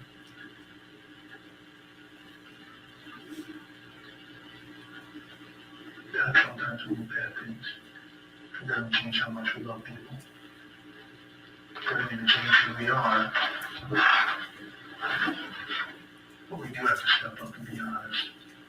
We do need to tell the truth. Because those closest you don't want that explanation. And I want you today. I want to have that understanding from you. Agent, after your interview with the defendant, what did you do? So following the interview, I executed the search warrant that you saw Todd reading over. And what was that search warrant for? A number of things. It included a buccal swab or a DNA sample, photographs of his body, and his major case prints, which is what we would call a full set of fingerprints. And when you took photographs of Todd's body, did that include his hands? Yes, And everything. And did it also include his upper body, including his face and his neck and chest area? Yes. And did you observe any injuries on Todd's body at that time? No. And by the way, I know earlier you indicated that you also interviewed Jerry Frazier for approximately 1.5 hours. Yes. And that was a couple days prior to the interview you had with Todd. Yes, it was. And when you sat with Jerry for 1.5 hours, did you also look at his hands and his face and his chest and neck area? Yes, Jerry sat right next to me in my unmarked police car. I had 1.5 hours, just a couple feet apart, and I was watching his hands, his face, and seeing injuries. Now, later that day, after you executed those search warrants at the police station, did you then go to the Mullis farm? Yes, I did. And what was the purpose of going to the Mullis farm? There are a number of additional items on that search warrant, as you heard me reference in the recording, some things that needed to be picked up that the judge had ordered us to do. And when you were at the Mullis farm, was the defendant there as well? Yes, he was. And did you have the opportunity to talk to the defendant again? Yes, I spoke to him in the driveway of the house. And did you talk to him again about some of the events that happened on November 10th, 2018? Yes, I did. To the that this was a homicide? Yes, I told him that it was a homicide. And did the defendant say anything? He did not. I told him, Todd, this was a homicide, and we just want justice for Amy. And did the defendant react to that? No. Did he say anything? No. At that point, did the defendant indicate anybody else that he thought could have done this? No, he did not tell me anyone else that could have done this. Now, were you present on the day that the defendant was arrested? Yes, I was. And what date was that? February 28th of 2019. And did you have a conversation with him as well? Just there for the sole reason of what he'd done to Amy. And at that time, was anybody else present for that conversation? There was the initial arrest, and then those officers had stepped away so I could talk to Todd one-on-one for a little bit. And at that time, what did you tell the defendant or say to the defendant? I told him this is exactly where, when we'd talked several months prior, that we would be. The evidence had shown that, in fact, he had killed Amy, and that's why I was here. And did the defendant say anything at that time? No. It's infringing on the Fifth Amendment rights, this line of questioning. Well, specifically the question that's been asked. His silence and his right to do so. Well, I'm going to allow this question. The last question was, did the defendant say anything? I'll let the witness answer that with a yes or a no. Go ahead. No, he did not. Now, Agent, At any point, or are you aware of fingernail clippings being completed by Amy, being completed and collected on Amy Mullis's body? Yes, I am. And do you know how or who collects those? During an autopsy, the state medical examiner, as part of their protocol, will take fingernail clippings. They'll also take major case prints. Again, that's a full set of fingerprints from the deceased. We don't ask them to do that. That's just standard protocol during an autopsy. And in this case, did you ask that there be any analysis on those fingernail clippings? No, I did not. Why not? Well, in fact, although those are taken at every autopsy, I can tell you, having worked dozens and dozens of death investigations and homicides, oftentimes we don't submit those. That would be driven by the facts of the case, whether or not we would actually do anything with those. And in what cases would you ask for fingernail clip? Fingernail clipping state medical examiner could be potentially helpful if you're a whodunit, some type of random attacker. But here, the evidence in this case over an extensive 3.5-month investigation, the evidence has kept coming in and continued to only point to one suspect. That's the defendant killing Amy Mullis. This was not a whodunit. It wasn't a mystery attacker. Therefore, fingernail clippings would not be particularly helpful in a case like this. So there's other reasons as well. When we look at a case like this, the medical examiner actually does a full external examination of the body, actually the body open and do internal. Could we have a question and answer here? Your Honor, throughout your investigation, did you have an opportunity to actually view the medical examiner report? Yes, I did. And did you also speak with the medical examiner, Dr. Cruz, on different occasions? Yes, I did. And did the medical examiner report indicate anything about Amy's nails, specifically fingernails? Yes, so in the part of the autopsy that's labeled the external examination, the state medical examiner noted that the nails were short and intact. There's no reference to chipping, breaking, missing fingernails or any debris or anything that they noted under those nails that would draw attention to those and cause us to think that fingernail clippings would be of some value potentially. I have nothing further. Cross-examination.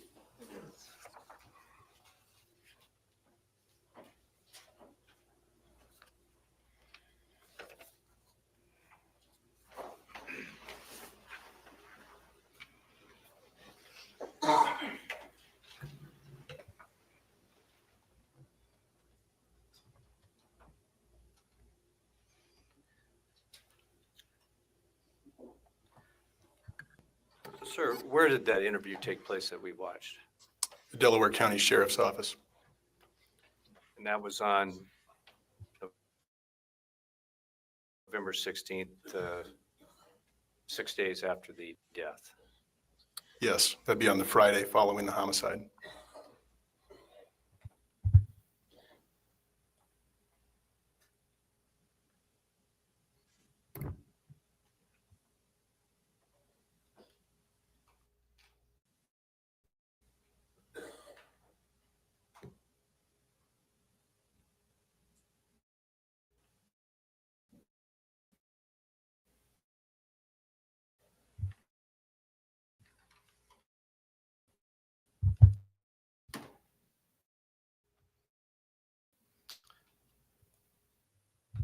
How many years have you been an agent? About 19 years. And you've conducted how many interrogations like this? Dozens.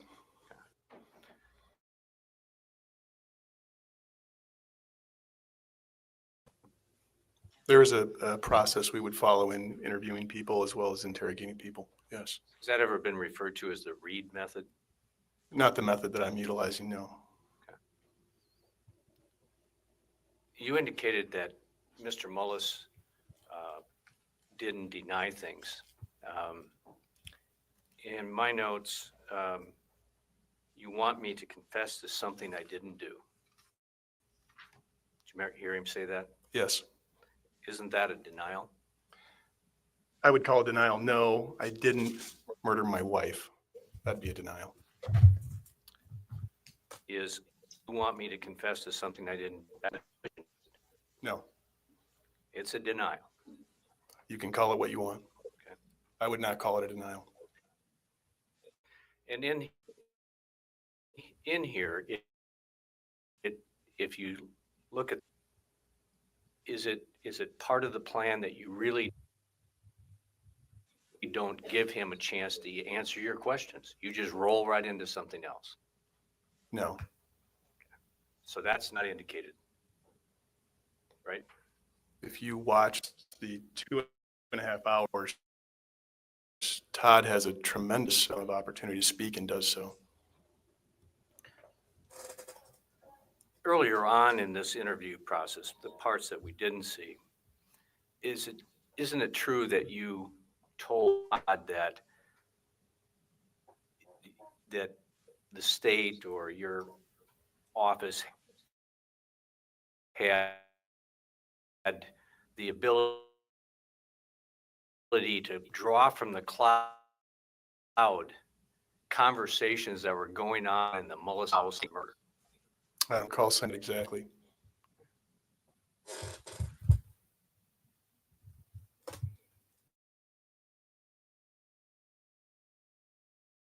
Conversations with you, other things going on. And Todd, would there be a reason as I'm listening back through Saturday morning that I would be hearing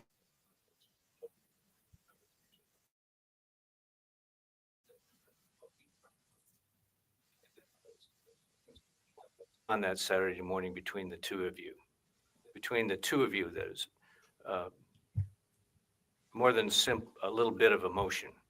Isn't that telling him that you were listening in on their breakfast conversation?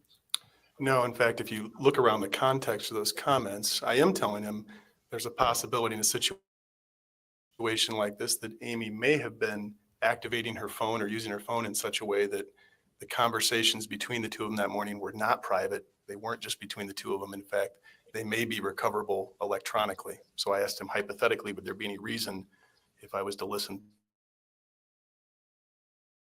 back on those that I would actually hear it wasn't a friendly morning, but in fact, other things were going on. Wouldn't it be a fair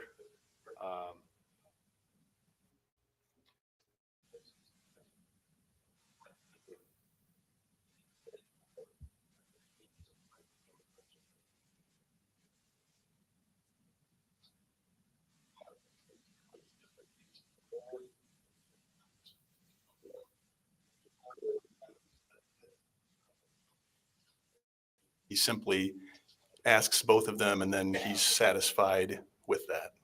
Okay. And he said that happened earlier in the summer, didn't he? He placed it in June of 2018. And you had already talked to her about this, right? Yes, I had. I spoke to him 2 days before I spoke to the defendant. He had told you that I had called him. Yes. He called his wife. Yes. And that Yes. And that Todd seemed satisfied with that. He hoped so. He was very scared that Todd would find out, but he believed that had satisfied Todd for the time being. Did Frazier tell you that Todd had called back and apologized to both him and his wife for making that call? I recall certainly in talking to Christy that there's maybe some kind of follow-up phone call.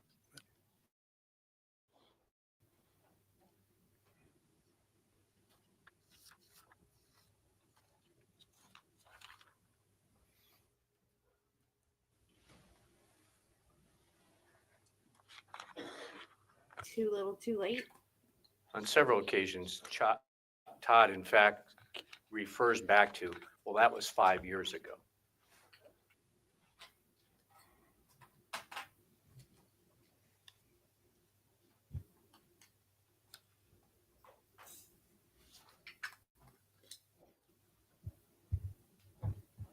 I wouldn't call back a call as I'm looking at a partial transcript here on 137 when you were talking about perfect storm thing. Todd starts to say, it just blows my mind that she was, and then you interrupted. Well, Todd, and you said, and then you continue on with some more questioning. So again, isn't Todd denying that he was aware of an ongoing thing with her and Frazier? I'm not sure. I get that from what you.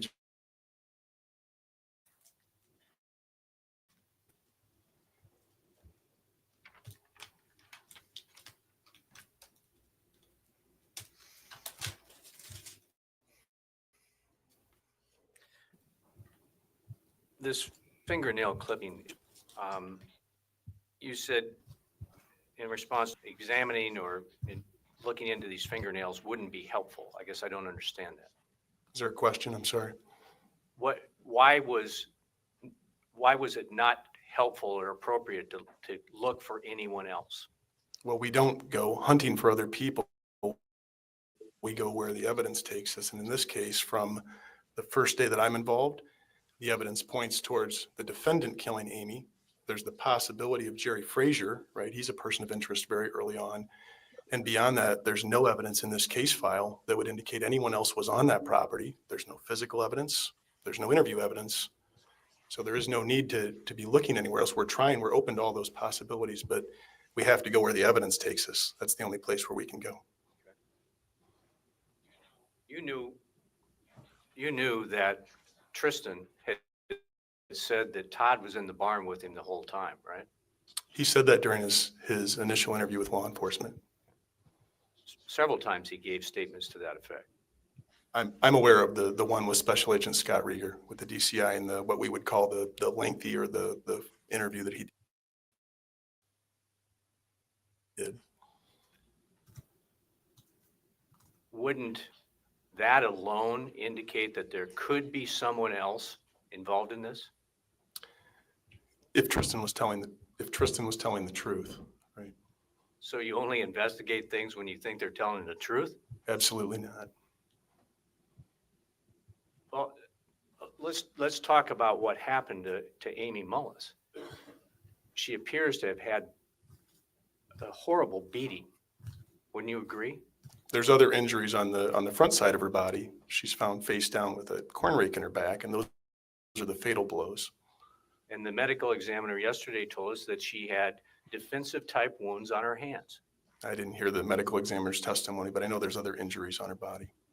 So if she's getting attacked and she's trying to defend herself and she's getting defensive wounds to her hands, couldn't those fingernails have something to do with it or show us some evidence? Again, the evidence in this case only shows two suspects. We don't have any other information that puts anyone else on that property. Well, they still could have swabbed her fingernails just to be sure. So when you decide that's correct. No, in fact, this is a 3.5 month investigation. It's 40 plus interviews, 19 search warrants. We're of course always open to follow the evidence. That's what we're trained to do. And the evidence, as that investigation continues, always comes back to one person and one person only, and that's the defendant. All I'm asking, sir, is could those fingernail clippings have led to some other part or more investigation? Sure. Okay. I know, and it was not attention, I apologize. At the end of the interviews, they photograph mugshots and a full, is that correct? Something to that effect, yes. And Charles being just the underwear, his whole body being photographed from different angles. Is that correct? Yes. Close-ups of his hands, his feet, and his face. Yes. All right. Similar to things that we have that's been produced by the state. I don't know exactly what you've got there, what's been produced, but I did provide all photographs. No indication of any injury. I didn't see injuries on his body. Been under her fingernail. Thank you, then. That's all I have. Any redirect? Just briefly. Correct? Yes, November 10th. And Oh, do you that know was what the his weather was? point. Duh.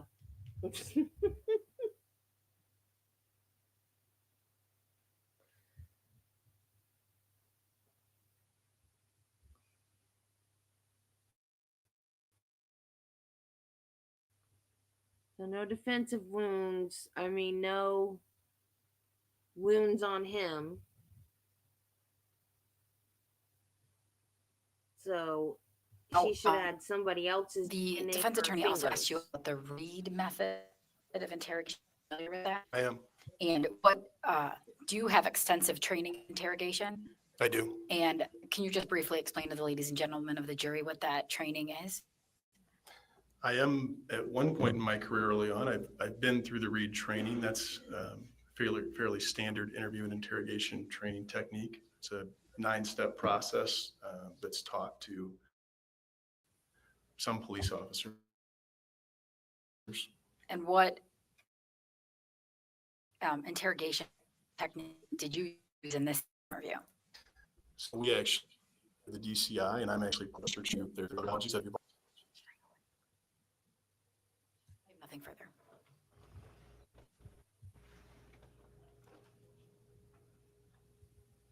Sir.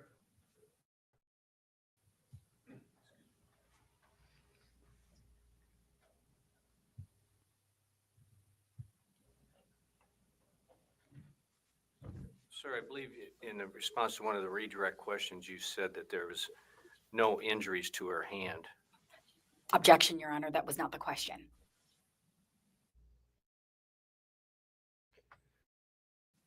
Well, I'm going to let it answer. Go ahead. Remember.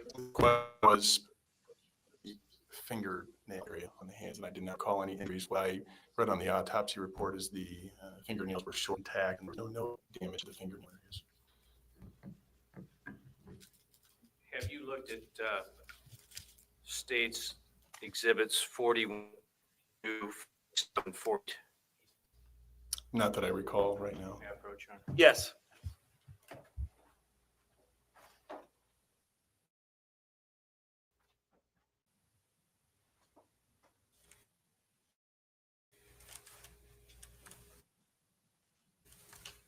Her hands were pretty beat up. Her fingernails, because Please they state weren't long. the exhibit number and describe what you're seeing.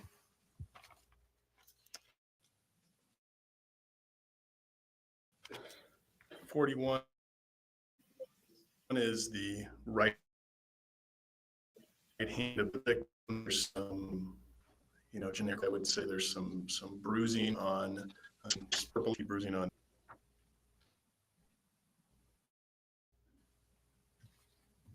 .42 is the front side of the right hand.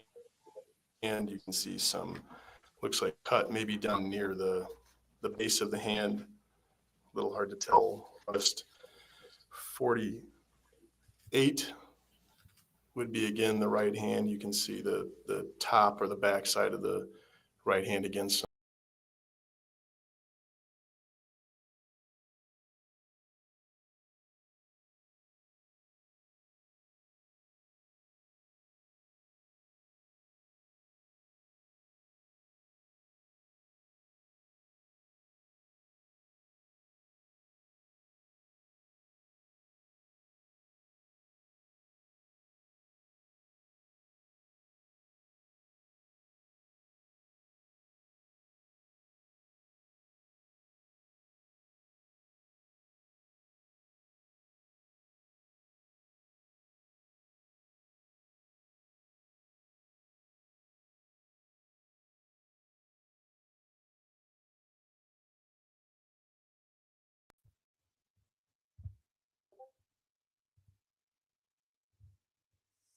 guys.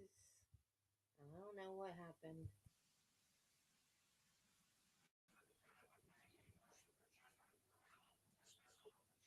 Oh, hang on. What happened?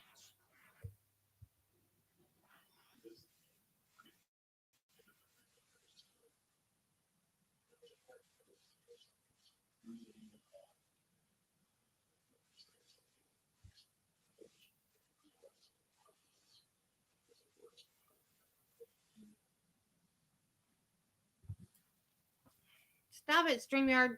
Stop it.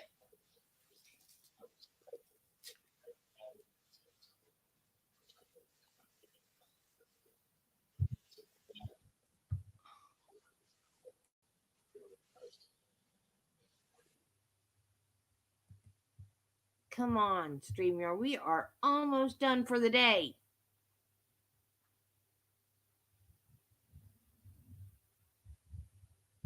Can you please work?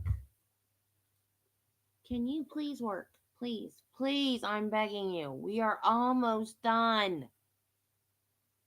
Can you please, please, please, pretty please, with sugar on top, please work? Come on, State's about to rest.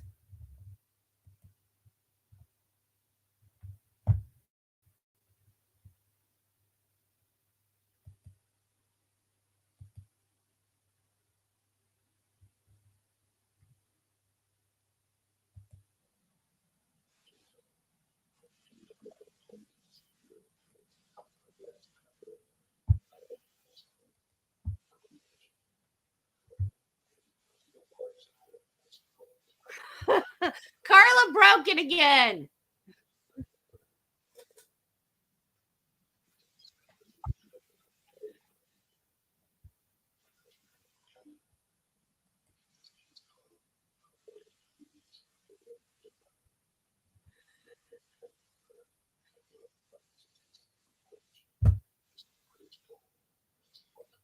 Come on, Court TV.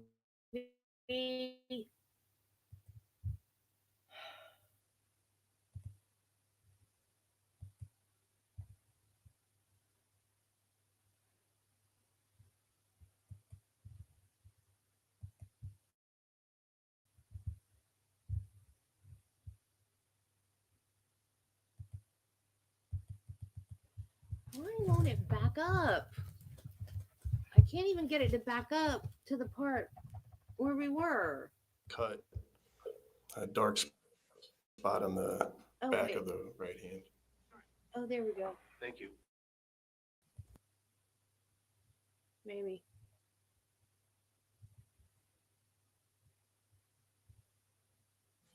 An interrogation? I do. And can you just briefly explain to the ladies and gentlemen of the jury what that training is?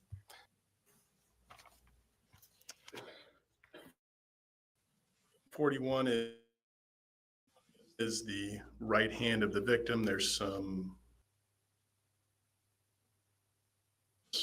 that's taught to some police officers. That's and far what back, but I'm leaving. Interrogation technique did you use in this interview? So we actually, inside of the DCI, and I'm actually part of a research and training group, there's other methodologies that have evolved out of more recent research.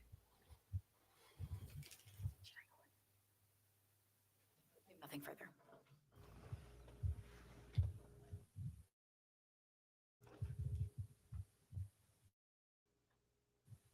Sir.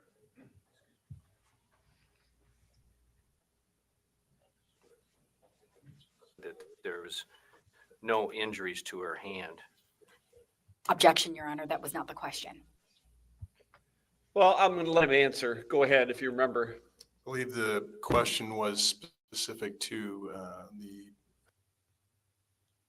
fingernail area on the hands, and I did not recall any injuries. What I read on the autopsy report is the fingernails were short and intact, and there was no note of any damage to the fingernail areas. Have you looked at states exhibits 41, 42, 47, and 48? Not that I recall right now. Yes.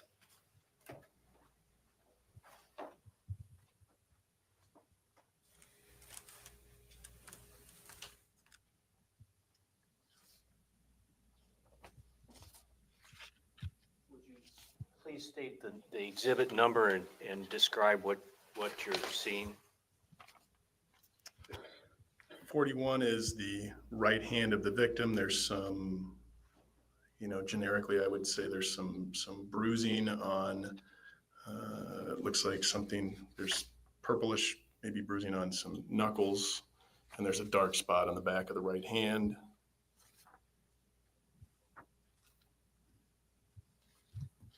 42 is the front side of the right hand. You can see some, looks like a cut maybe down near the base of the hand. A little hard to tell over on the wrist. 48 would be again the right hand. You can see the top or the back side of the right hand, again some purplish maybe bruising or marks and a small cut, maybe a cut up on the pointer finger knuckle. 47 is again a different angle of the victim's right hand. You can see some abrasions, maybe an abrasion on, again, that right pointer finger. Down at the knuckles, you see some purplish discoloration, a small cut, a dark spot on the back of the right hand. Thank you. Okay, thank you, sir. You can step down. Any other witnesses for the state? Not at this time, Your Honor, the state would rest. Okay, very good. All right, ladies and gentlemen, the state has presented their evidence. We're going to take a short break and talk about defense witnesses. I'm going to give you about 15 minutes. Remember the admonition I gave you before, report back to the jury room. Okay, the record should reflect that we are outside the presence of the jury. We are still in the courtroom with the defendant and attorneys.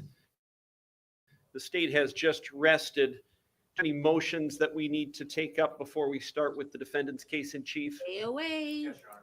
Go ahead, Mr. Firehelm. Your Honor, at this time, the defendant would make a motion for judgment of acquittal and dismissal of the charges. And in support of that motion, I would state to the court, the elements of this offense of murder in the first degree is that Todd committed an act on Amy, that Amy died as a result of that act, and that he acted with malice aforethought. And also that it was a willful, deliberate, and premeditated with specific intent to kill.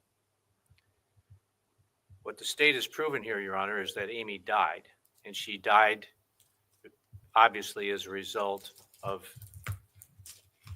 criminal behavior.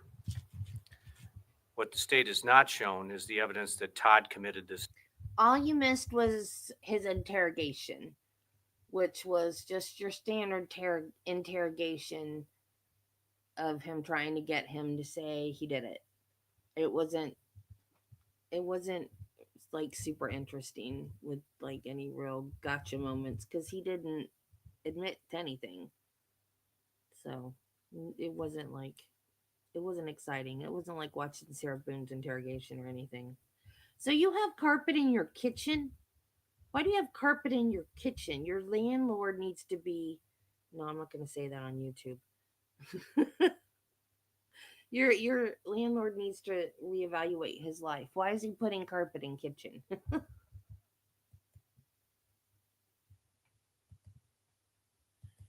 Act, and that caused Amy's death. Even when viewing the evidence in the light most favorable to the state, no evidence has been produced that Todd was the person who attacked Amy. Their witness, Tristan Mullis, establishes that Todd could not have done this crime. They were together the whole time, only out of sight twice to get 2 drinks of water. I understand that there was a change in his testimony about 1 minute and 45 seconds to, I don't recall what the time was, but I believe that we have a time marker here in that his testimony established that he took 2 drinks of water from a hose in the office area of the hog barn, and then returned to the barn where he again saw his father working on the hog pens. Again, even viewing the evidence in the light most favorable to the state, to imagine that Mr. Mullis, because let me back up. Tristan also said he did not come out through the office area and out that side door that was shown in the photographs that were introduced. So the only other option would have been to travel, either walk, jog, or sprint to the way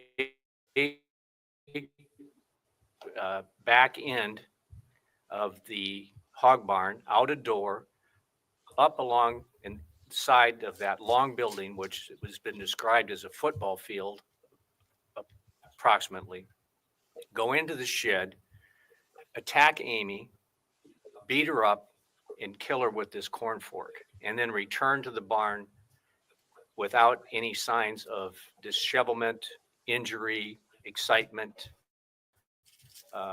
lack of breath, appearing perfectly normal to Tristan when he came back in the barn from these 2 drinks of water. The other evidence that the state has presented as to statements that Amy had made to others that have been shared are they in themselves are not consistent, such as her frantic calls to people at the hospital. Deborah Sherbring, I believe, I may be saying that wrong, when she heard from her friend Terry that there were rumors again. And I believe that Patricia Christopherson said that, I believe the next day, that she was contacting her in a very normal fashion. But again, these statements being made by Amy Mullis at these times to these different people are being made while she's engaged in an extramarital affair. She's unhappy, she says, with her marriage, even though she disguises that in her relationship with Todd. So that these statements, again, I realize you have to take them at face value, are still suspect. There's no evidence by internet or by statements or hearsay from Amy conveyed to other people that there was any conflict from the end of August when this rumor thing occurred, which Todd and Amy talked about,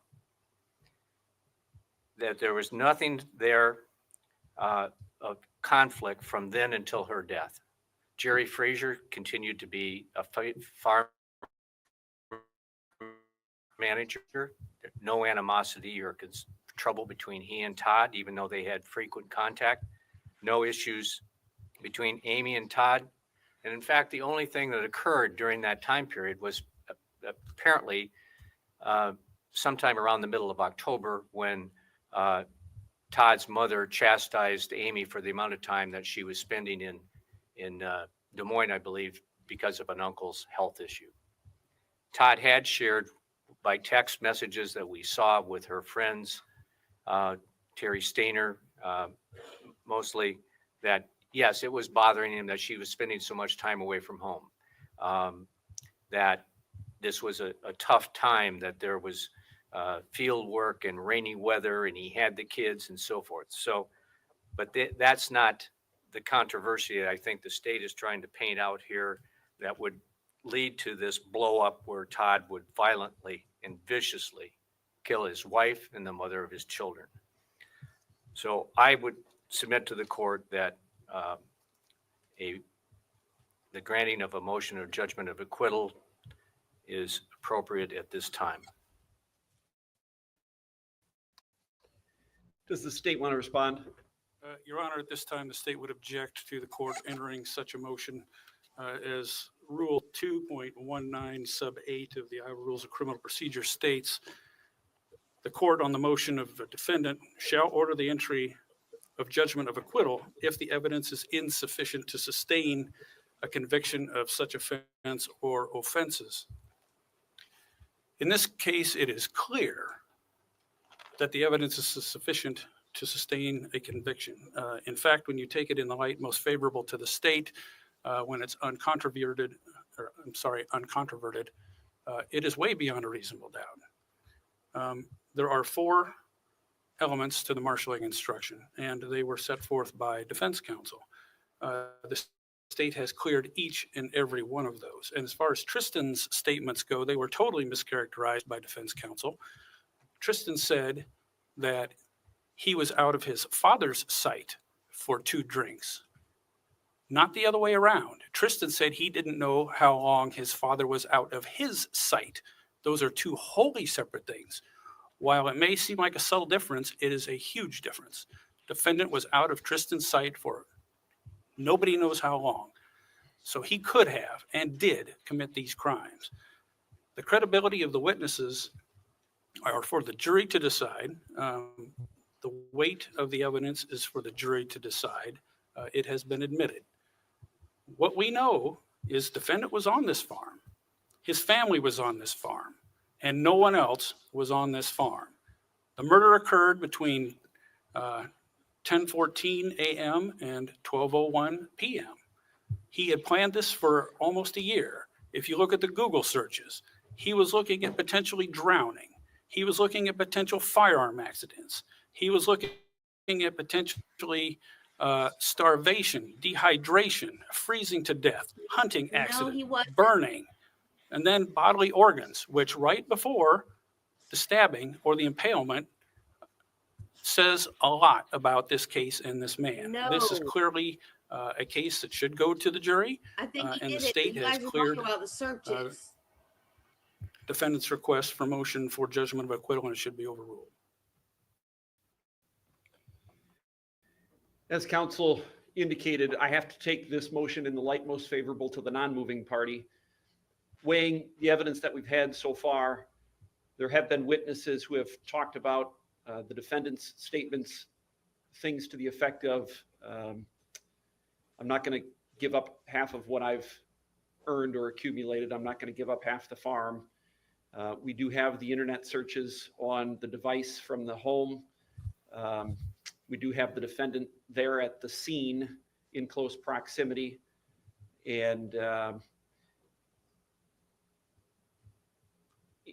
in light of all of the testimony from all of the witnesses, including the statement that we watched that the DCI agent took of the defendant, there certainly is evidence that the jury could use in this case to find that the state has met its burden of proof.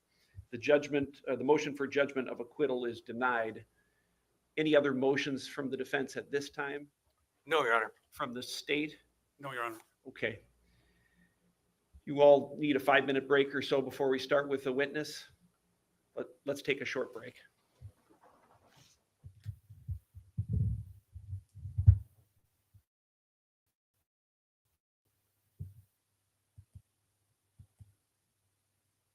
I am not saying he didn't do it because after seeing those pictures, I think he likely did. But I think they're wrong about those searches. Not all of them.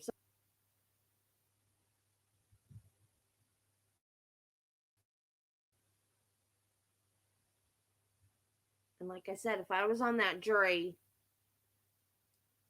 and it's probably because I'm a nurse, I would have said those are young people looking up stuff for school or camping or something.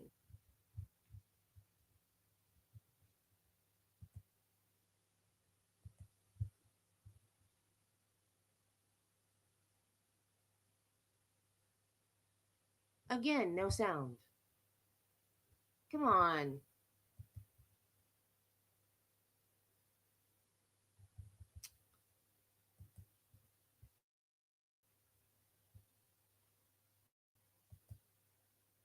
This one's only like 15 minutes. And then Todd. And I think we're going to leave Todd till tomorrow because he's probably long.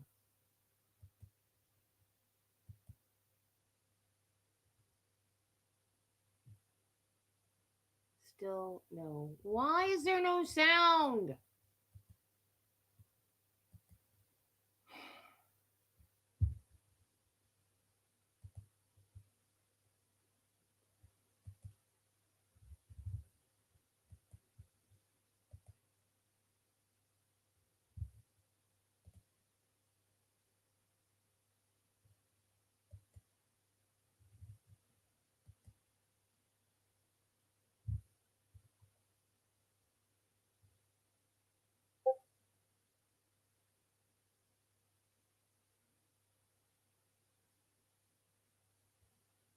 Who's Michael Mullis? Is that his brother?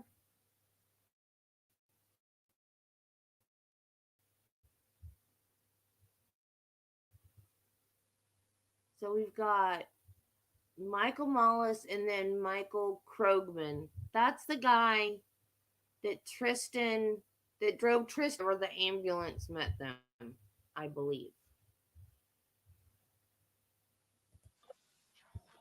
Yay, we have sound. Truth, the whole truth, and nothing but the truth.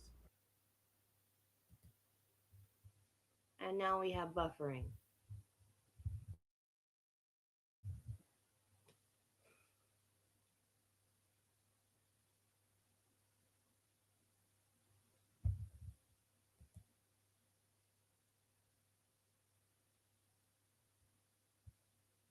Come on. 15 more minutes is all I ask of you, StreamYard. 15 more minutes.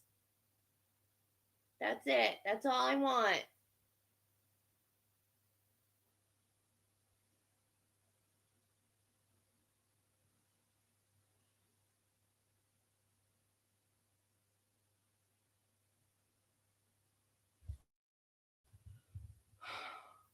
Stupid court TV website.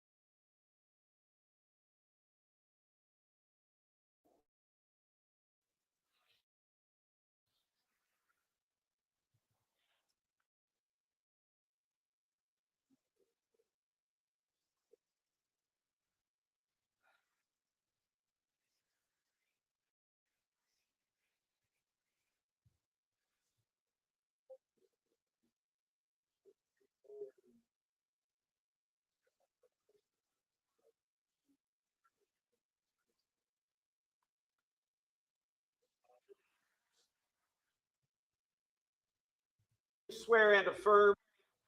That was weird. The mute button was toggling super, super fast, but you guys couldn't hear it because it cut off the audio for some reason. StreamYard cut off the audio. I guess it figured there was a malfunction, so it cut it off. But it was funny. I've never seen it do that before.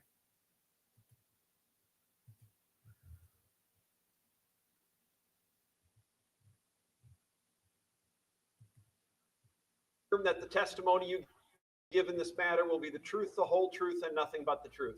Okay, Go can ahead and y'all have a hear seat it? there. State your name, please. Michael Joseph Mullis, Go ahead, counsel. Mr. Mullis, how old are you?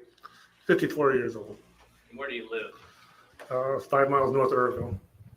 And what is your relationship to Todd Mullis? He's my brother. And how are you employed? I'm self-employed as a farmer. And is your farming operation connected in any way to Todd's farm? Yes, it is. We use machinery together, and he's got separate operations, but we do share machinery to a certain extent. And share the workload, I guess, put it that way. How far apart do the two people, or you and Todd's place? As a crow flies, probably 2 miles.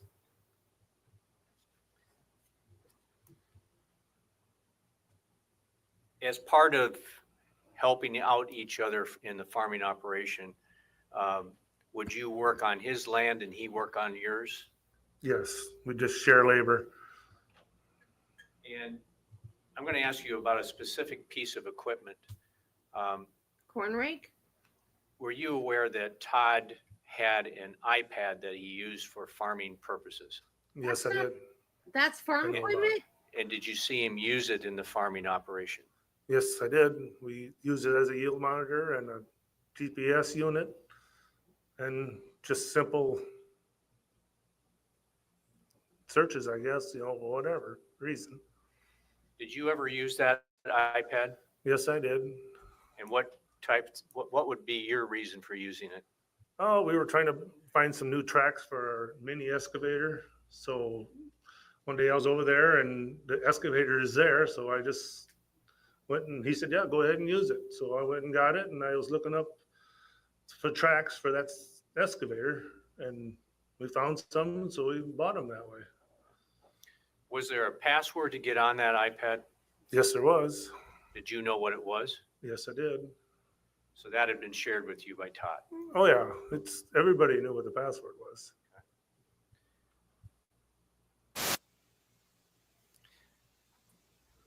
I want to switch to some other equipment that we've heard about.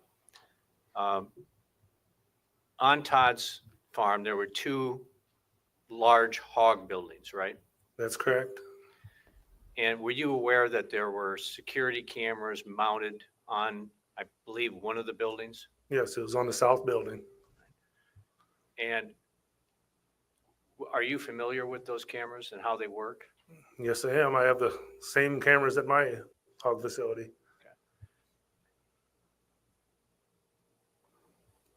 Do you know where the recording equipment was kept on Todd's farm? Yes, it was in the shop, in the office. There was an office in the shop, and that's where the monitor was. Do those cameras work all the time?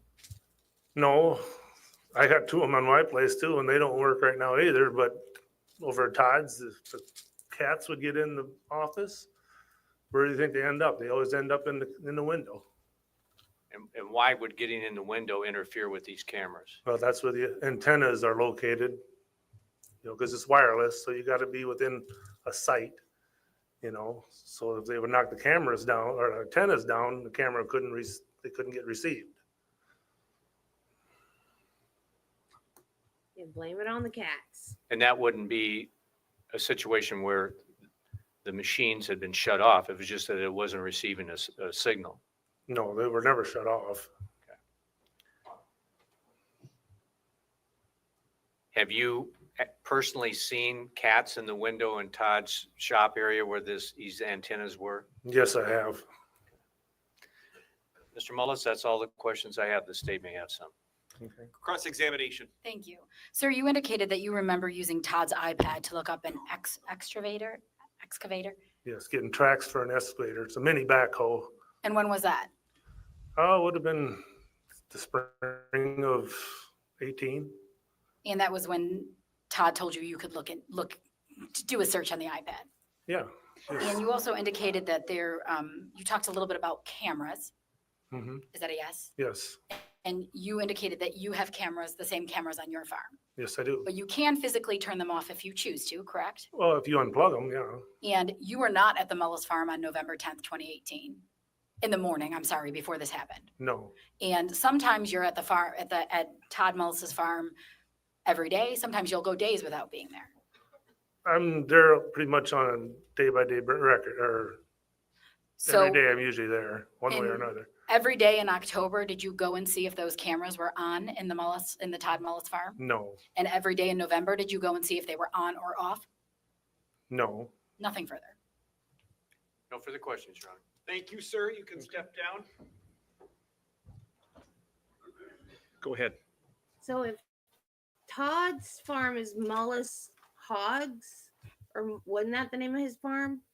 Mullis Hogs, Mullis Pork, something like that. What is his brother's farm called? He's the older one. How did Todd get the permission to use the Mullis name? I have questions. that are totally irrelevant to the trial, but I want to know. Do you swear and affirm that the testimony you give in this matter will be the truth, the whole truth, and nothing but the truth? I do. Go ahead and have a seat. I'm a nosy biatch.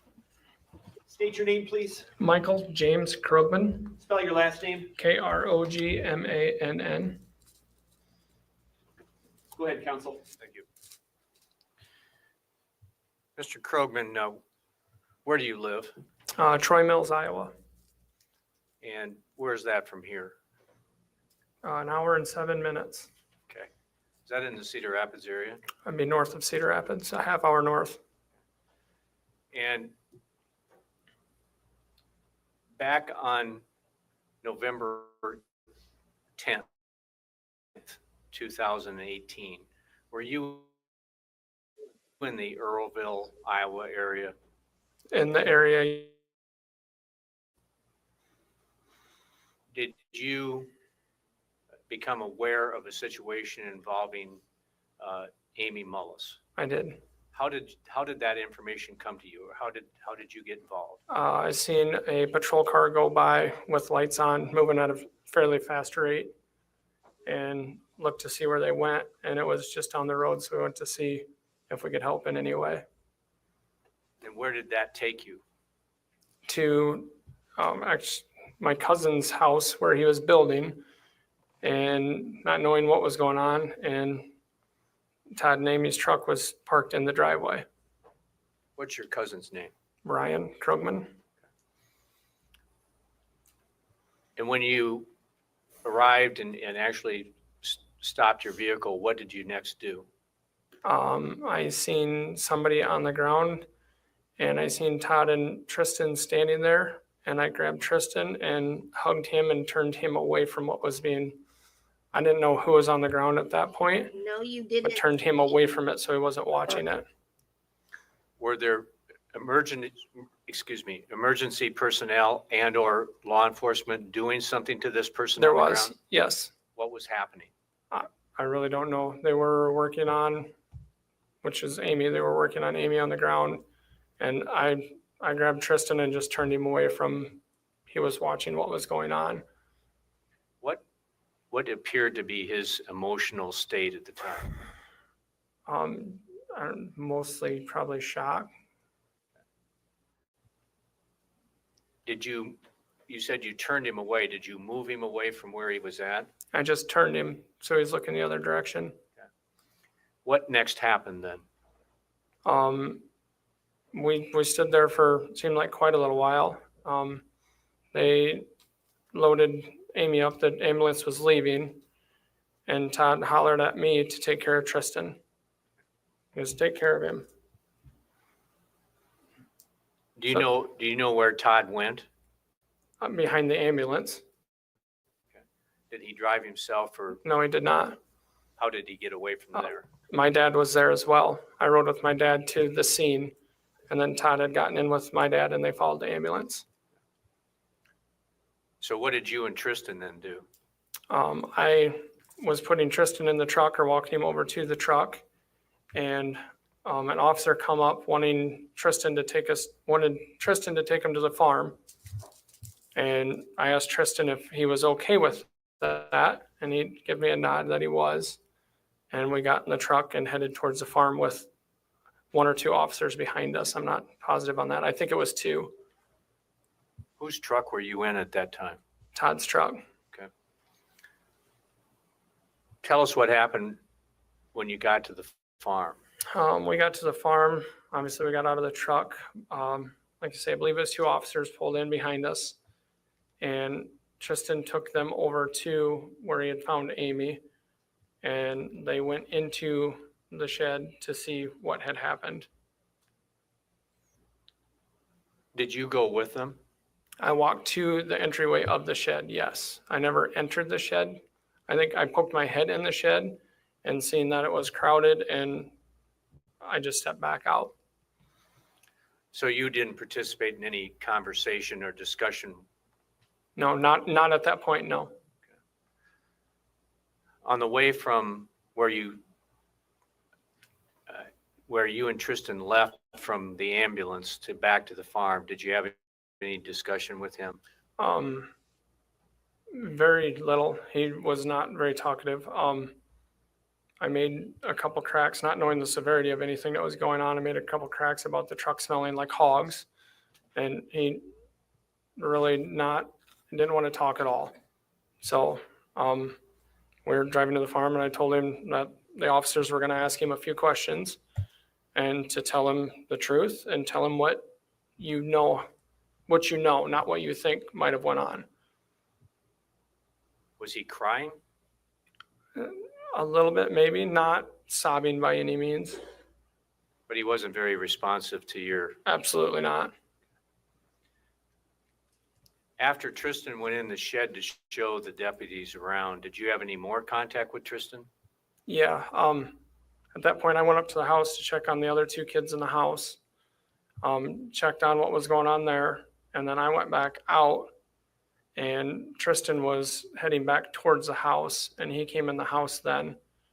And then I went back out because the officers were still there to see if they needed anything else.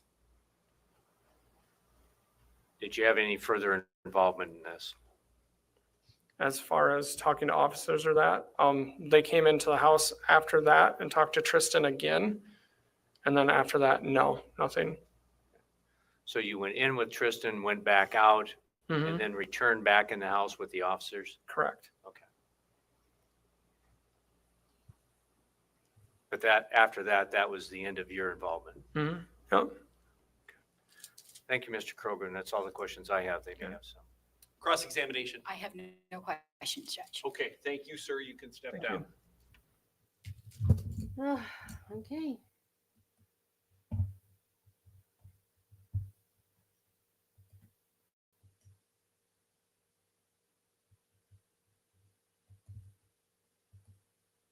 Okay, that's it. Tomorrow's Todd. We might get done tomorrow. And then I don't know what we're going to do Friday. I'll figure it out. I do want to, I've got some stuff. I had it ready. I was going to do it before the corn rake PCR started. I was going to do some stuff about Shanna Gardner, who paid somebody to unalive her husband, who was a Microsoft executive.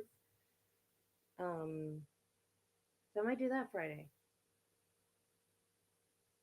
But I don't know. We'll have to wait and see what trials are going on. And Karen Reed has 2 hearings next week, and the trial starts April 1st. I don't even know when April 1st is. I don't know. I don't know nothing. I feel better. I feel much, much better. I needed the rest Monday, but because I did it on a Monday, like, I think today's Wednesday. Is today Wednesday? I'm so confused because I should have done it. I should have rested on Sunday. That's what I should have done. I should have taken Sunday off. Because now I'm like a day off. Like, I keep thinking it's the wrong day because I rested on a Monday. Now I'm going to take Sundays off. That way it will make sense. Sunday is my day of rest, and then I work Monday through Saturday, like Monday through Friday, full days, and then Saturday morning. And then the occasional maybe members only on a Sunday afternoon. I think that's what I'm going to do. So then I won't get so confused. Because you guys know how easily confused I am. Which I'm going to have to do some merch about being easily confused. I don't know. I don't know what I'm going to do for merch. I don't even know how to do merch. I don't even know if you guys would buy any of my merch. I could sell my my crochet and my cross stitch. But that would take too long because I can't mass produce those. I also have money. I have to have money to mass produce stuff. Right? I don't have money. I think I've made like $44 so far. They're not even going to send me any money till it reaches 100. So, and I can't make too much, although there's no risk of that at this point. because I can't lose my Medicare. Because if I lose my Medicare, I'm screwed. Because I can't afford insurance. I looked at insurance for Travis because he doesn't have insurance through his work. And I was like, how is this the Affordable Care Act? It's not affordable. They need to take affordable off of that and call it something different. Like the Not Affordable Care Act. Because it's not affordable. So, and we have got to save up money to pull this carpet up, because if these dogs don't quit peeing in my house, I'm going to go insane. Oh my God. They will go outside and then turn around and come right inside and pee. I don't understand. Don't understand. I bought like artificial grass stuff for dogs to pee on. You know, like when it's raining outside or whatever and they can't go out to pee, or like if you have to, like if you're out of the house and they can't hold it and they need to pee and they wouldn't use it. So instead of like working extra hard to try to train them to use it, Travis put it up somewhere and I don't know what he did with it. So they just go pee on the carpet all the time. I'm like, well, okay. I tried to solve the problem.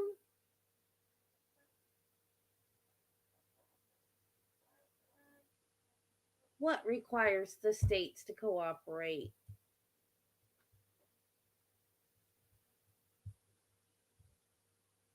The Affordable Care Act? I thought that was a federal thing.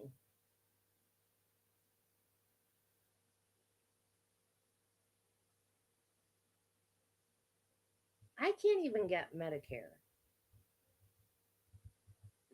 I had when I first had cancer, I was first on chemo, I had Medicaid that I was on Medicare. I had the share of cost Medicaid. I couldn't even get like straight Medicaid. I had the share of cost. Never kicked in. As much as I paid, like chemo, PET scans. PET scans are the ones that use the radiation. You know, like the stuff that they have to store in the lead tubes that they have to shoot into your body, and then you have to sit there for like an hour while this radioactive stuff goes through your whole entire body so they can see it on this scan. That's expensive stuff. And my share of cost Medicaid didn't even kick in. So it was no use to me. That's insane. Yeah. It's worthless. It's absolutely worthless.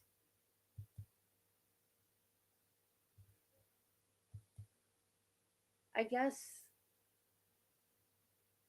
I'm trying to think. I think I did it just under Travis's, and it was so expensive. It was like his whole paycheck would have been going to his health care. It was ridiculous. I was like, nope. Because my cousin is an insurance broker now, and she, looked at a bunch of plans and she sent me like, the cheapest ones. I was like, we can't afford that. And I had told Travis that she was looking for something for him, and I didn't even think to mention to him about it. And then one day he asked me, and he said, so whatever happened about my insurance? I said, we can't afford that. Even with the Affordable Care Act, we can't afford that. I have not tried to get Medicaid again. And my cousin told me that I should try again, if for anything, just for the food stamps. I got food stamps before, but then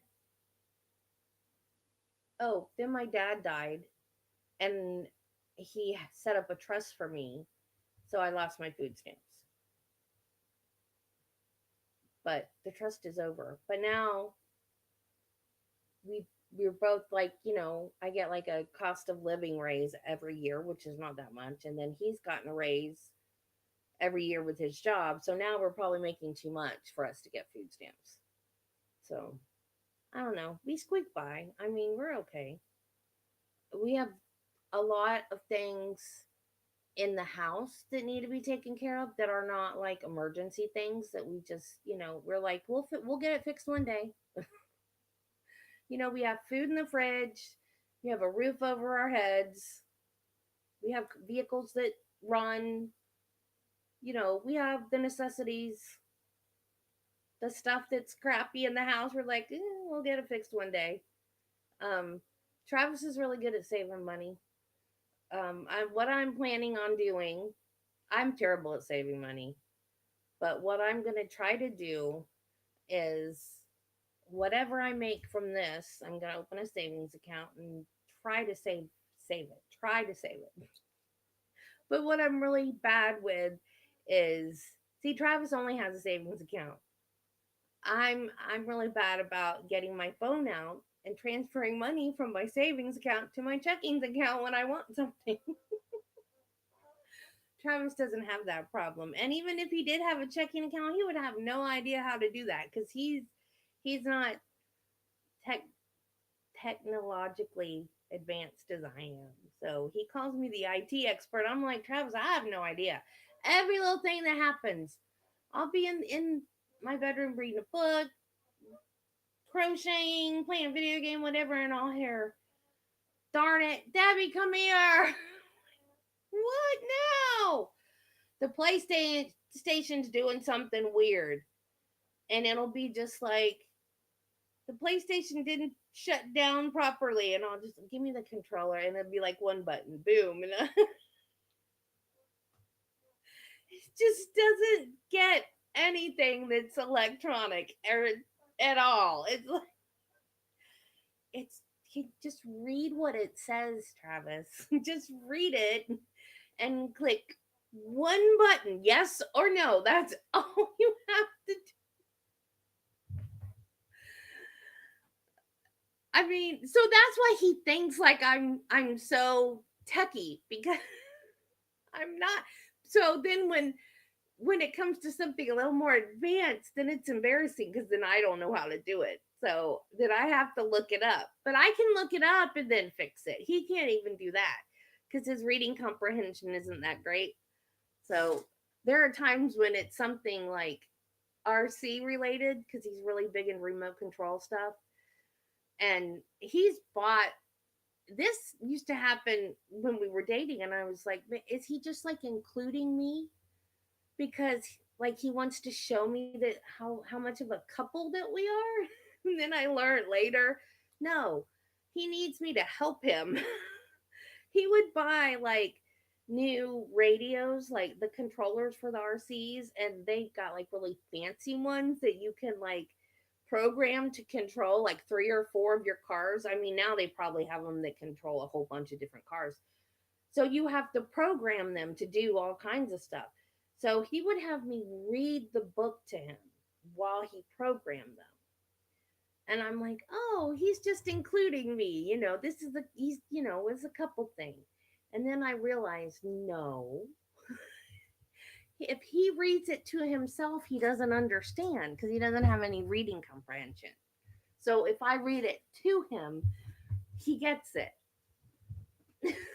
Yeah. Yeah, pretty much.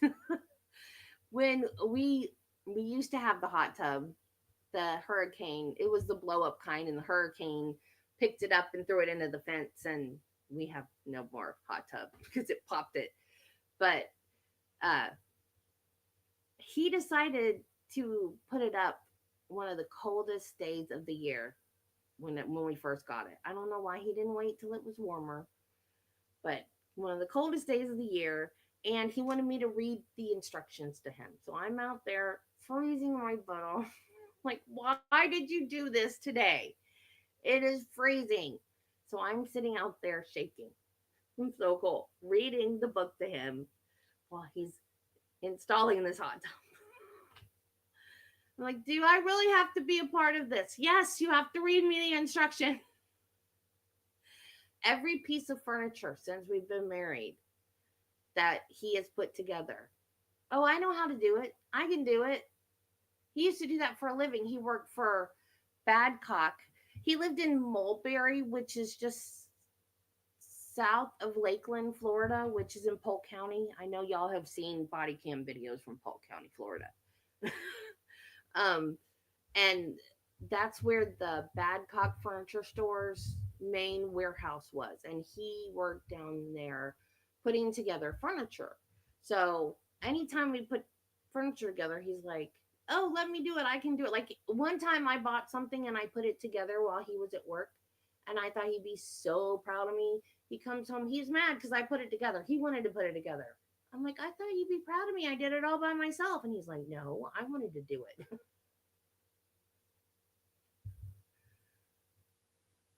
Yeah, sometimes I wing it too. Like, and then it works and I'm like, I did it. But every single piece of furniture, I got this, I can do it. And then it's like, Debbie, come here and read this book to me. I thought you knew how to do it, Travis. So, this desk, he was so sure that he could put this desk together, and he started doing it, and he went like, "Oh, wait a minute, that's not working." I thought you had it, Travis. So, anything that involves instructions, it's always it's a couples thing. It's a couples thing. So, and then when neither of us can figure it out, it's like YouTube. Let's go look it up on YouTube. No, but I mean, I guess it's good that we can still. I mean, how long have we been married now? I'll be 18 years this year. So I guess it's good that we can do that stuff together and not fight, because I think a lot of couples fight when they try to do that kind of stuff together. Speaking of couples and those kind of things, how is your kitchen, Carla? I can't believe you have carpet in your kitchen. That bathrooms and kitchens are not supposed to have carpet.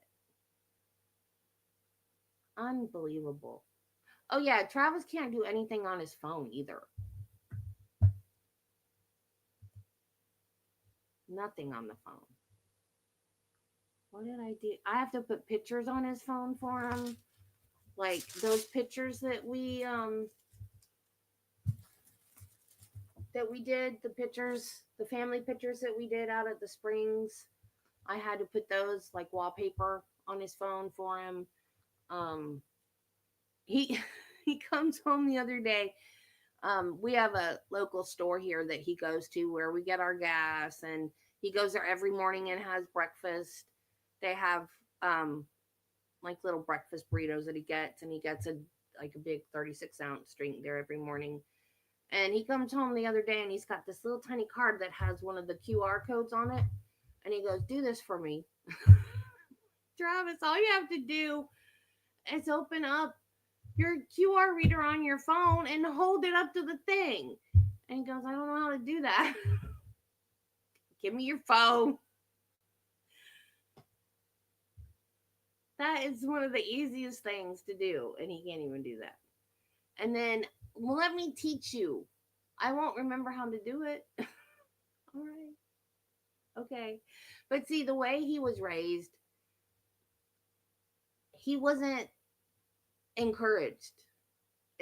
Everything was negative. He wasn't encouraged to do anything. So he's got this defeatist attitude. Like, he's not going to be able to do it. He's not going to remember. Like, when we were engaged, he wouldn't even go, like, if you have marriage counseling before you get married, that's funny.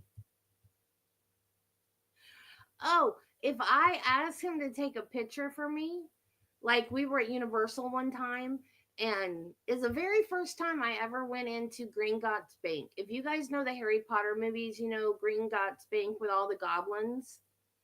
There are actually goblins, animatronic goblins. It looks just like the movie. My phone had died. I had to have pictures of these goblins. So I'm like, Travis, take a picture. take pictures for me because my phone is dead. I still have not seen those pictures. I don't even know if he got good pictures because he has no idea how to send them to me. I don't know. I don't know where they are. I don't even know if he has the same phone he had back then. I've never seen those pictures. He can take pictures, but then he doesn't know what to do with them. So, but, you know, we get along. We get along good. So it's been, like I said, almost 18 years. And I think is that I think we're meant to be because we complement each other and with those kind of things. Like when I'm stuck on certain things, he can figure it out. Like he's got a mechanical type brain. So if I'm doing something that's not, you know, a physical something, trying to put something together or make something fit or work, I can't think of any specific examples right now, but if I'm doing something like that, he can come in and do it and make it work. I don't know. It's just we think differently. Our brains work differently. And then if I'm playing a video game that has a certain type of puzzle that I can't solve, I'll say, come here and solve this puzzle, and he can do it. And then there'll be stuff in his game that he can't figure out, and he'll be like, come here and do this, and I'll do it. And so we help each other on video games, things that our brains just don't do. We help each other out on, and so we just like perfectly complement each other that way. And so I think we're meant to be that way.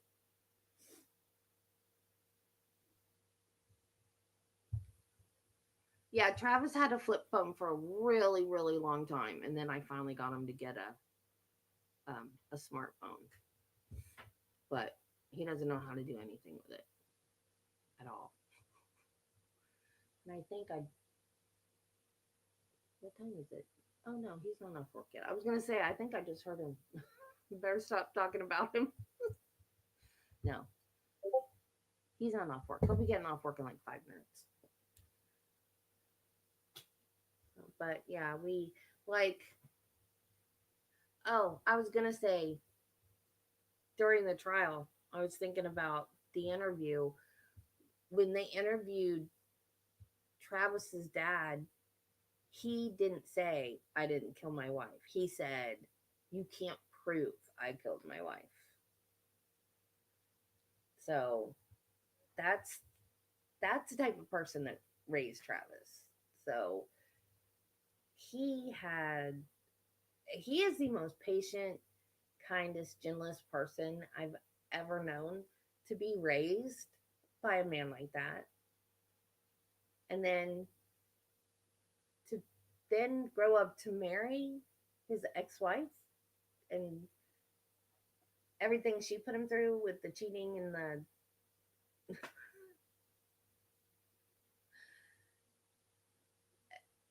it just blows my mind. Like I cannot see him with her. I don't know how they. And I tried to get him to go to marriage counseling before we got married, because if you do that, then your marriage license is cheaper. And he said no, because they'll blame me. Everything will be my fault. And I'm like, that's not what it's about. No one's going to blame you for anything. It's like pre-marriage counseling. It'll make our marriage license cheaper. It's just like tips on how to get along and how, you know, ways to do when we're upset and want to fight with each other. And it's not to blame, but see, that's what is like in his head, because that's the way he was raised. Everything's always his fault. But he's just the sweetest, most lovable, most patient. Just if you were to like meet him and not know his background, you would have no idea what this man has been through. It's just unbelievable what this man has been through. I asked him once, I'm like, why didn't you kill her when she cheated on you? I literally asked him that. And he said, well, because then my daughters wouldn't have any parents because she'd be dead and I'd be in prison. And I was like, oh, good point.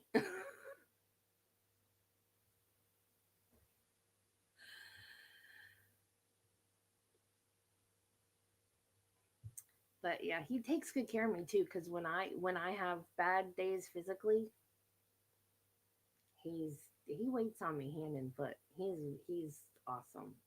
He's awesome. But yeah, his dad, I met him once on his deathbed.